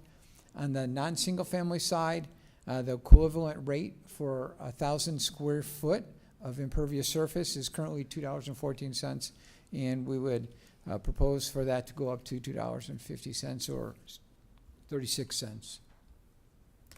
Similar to the chart that we have for the water utility rates, we have a similar comparison with Survey Cities showing our position relative to the others, and basically it shows us leapfrogging ourselves from $6 to $7. And again, similar to the water rates, this is assuming that there's no increases. We would anticipate that one or more of these communities would raise their rates, so it may very well that we would stay in the same relative position that we're at right now. Council had asked us a couple years ago, what does that impact on a typical business? It was easy to determine what that impact was on single-family residential. So what we did is we pulled out 3 different size businesses, small, medium, and large parcels, applying the new rates to that, and the increase for each of those businesses on a monthly basis is on the right-hand side of the slide. So our recommendation would be to continue with the final year of the original 3-year plan, adjusting the stormwater fees to allow for the additional needed capital, and the additional amount that's generated from that increase is $1.1 million, and be happy to answer any questions.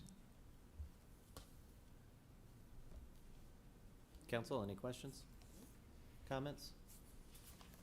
Concerns? All right.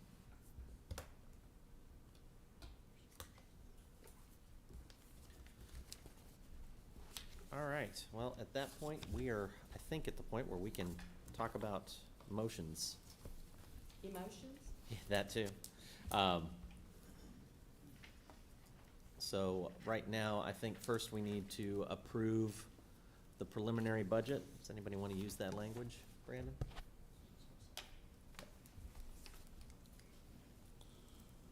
So, Mr. Mayor, I move that the city council approve the preliminary budget as presented and amended, which includes expenditures based on a total tax rate of .422435, a 9.7 increase in the water and sewer rates, a $1 increase in the stormwater drainage rate for the single-family residential properties, and 36-cent increase in the per 1,000 square foot of impervious area rate for non-single-family residential properties. Second. I have a motion and a second. All those in favor signify by saying aye. Aye. Opposed? Motion passes. All right, I think we have utility next. Mayor, before you vote on that, and I want to make sure I'm doing this procedurally correct, I still, and I'm sorry if I'm being thick here, but I'm trying to reconcile this concept of, there was a budget last year.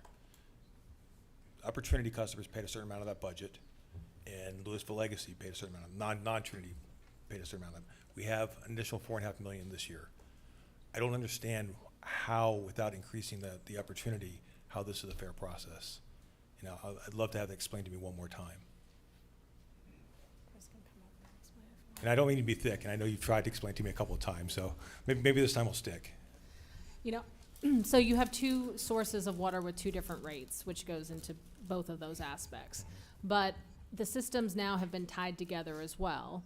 At the same time, I think there are a couple things at play here. One is that you have Legacy Lewisville would be paying more additional money but for the Castle Hills Upper Trinity customers. This is a little bit awkward to say these things, but Upper Trinity customers, like, so you are providing a buffer that's keeping Legacy Lewis, you're benefiting Legacy Lewisville in that capacity. The other aspect is that there is a strong, if we increase Castle Hills, we will never get to the point of where we're one rate at that point. And I think there is an overarching policy drive towards trying to get that so that we're all treated as one. And that I understand. I guess that would seem to imply that we're not going to have a rate for Opportunity customers increase for 5-6 years. The plan is really to keep the Castle Hills customers, Opportunity customers, flat and bring Legacy Lewisville. We know we're driving towards that, but to keep it flat until we can get to that combined rate. And it'll be closer than 5 years. Okay. I just gotta say this, because this is driving me nuts. We will never become one if our terminology completely and continuously separates us. Can I respond to that? Yeah. Until all things are equal, when we have different, there are times when we have to call them differently because there are different rates or there are different systems. And so to be able to explain how we're working these things two together, there is some level of nomenclature that you have to explain. That, I mean, I would not be able to explain the different rates but for that. But that's one of the reasons we're trying to merge them. Right. And one way to do it is calling it by the customers that they are, but I'm finding, and this doesn't even have anything really to do with the, can I go ahead? Yeah. Do what? Never mind, I'll shut up. We'll talk later. But, yeah, this is a conversation we can have. Yeah, it just seems to be global, and we haven't stopped it. Fair. Sorry. All right, what's our next, we have a next motion?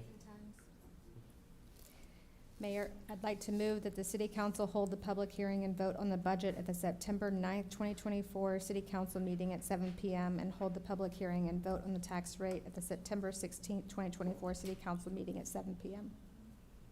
Second. I have a motion and a second. All those in favor signify by saying aye. Aye. Opposed? Motion passes. No, no. You gonna do I number am 3? not doing it. Okay. You don't want me to talk right now. I will motion that the City Council accept the 2024 tax rolls in accordance with Section 2604B of the State Property Tax Code. I have a motion. Do I have a second? Second. Council, all those in favor signify by saying aye. Aye. Aye. Opposed? Motion passes. Number 4. Well, this is, You want to send it down? I'll do it. I move that the City Council accept the preliminary report identifying the calculation of the 2024 no new revenue and voter approval tax rates and authorize the publication of notice as required by the Texas Tax Code Section 26.061. Second. I have a motion and a second. All those in favor signify by saying aye. Aye. Opposed? Motion passes. As there is no further action to be taken at today's budget retreat, unless you've got something to say, City Manager. Thank you, Mayor and Council. Thank you, staff and everybody. Great budget. Well, thank you very much for everybody for all the work. I know it's very challenging. But with that, we are adjourned.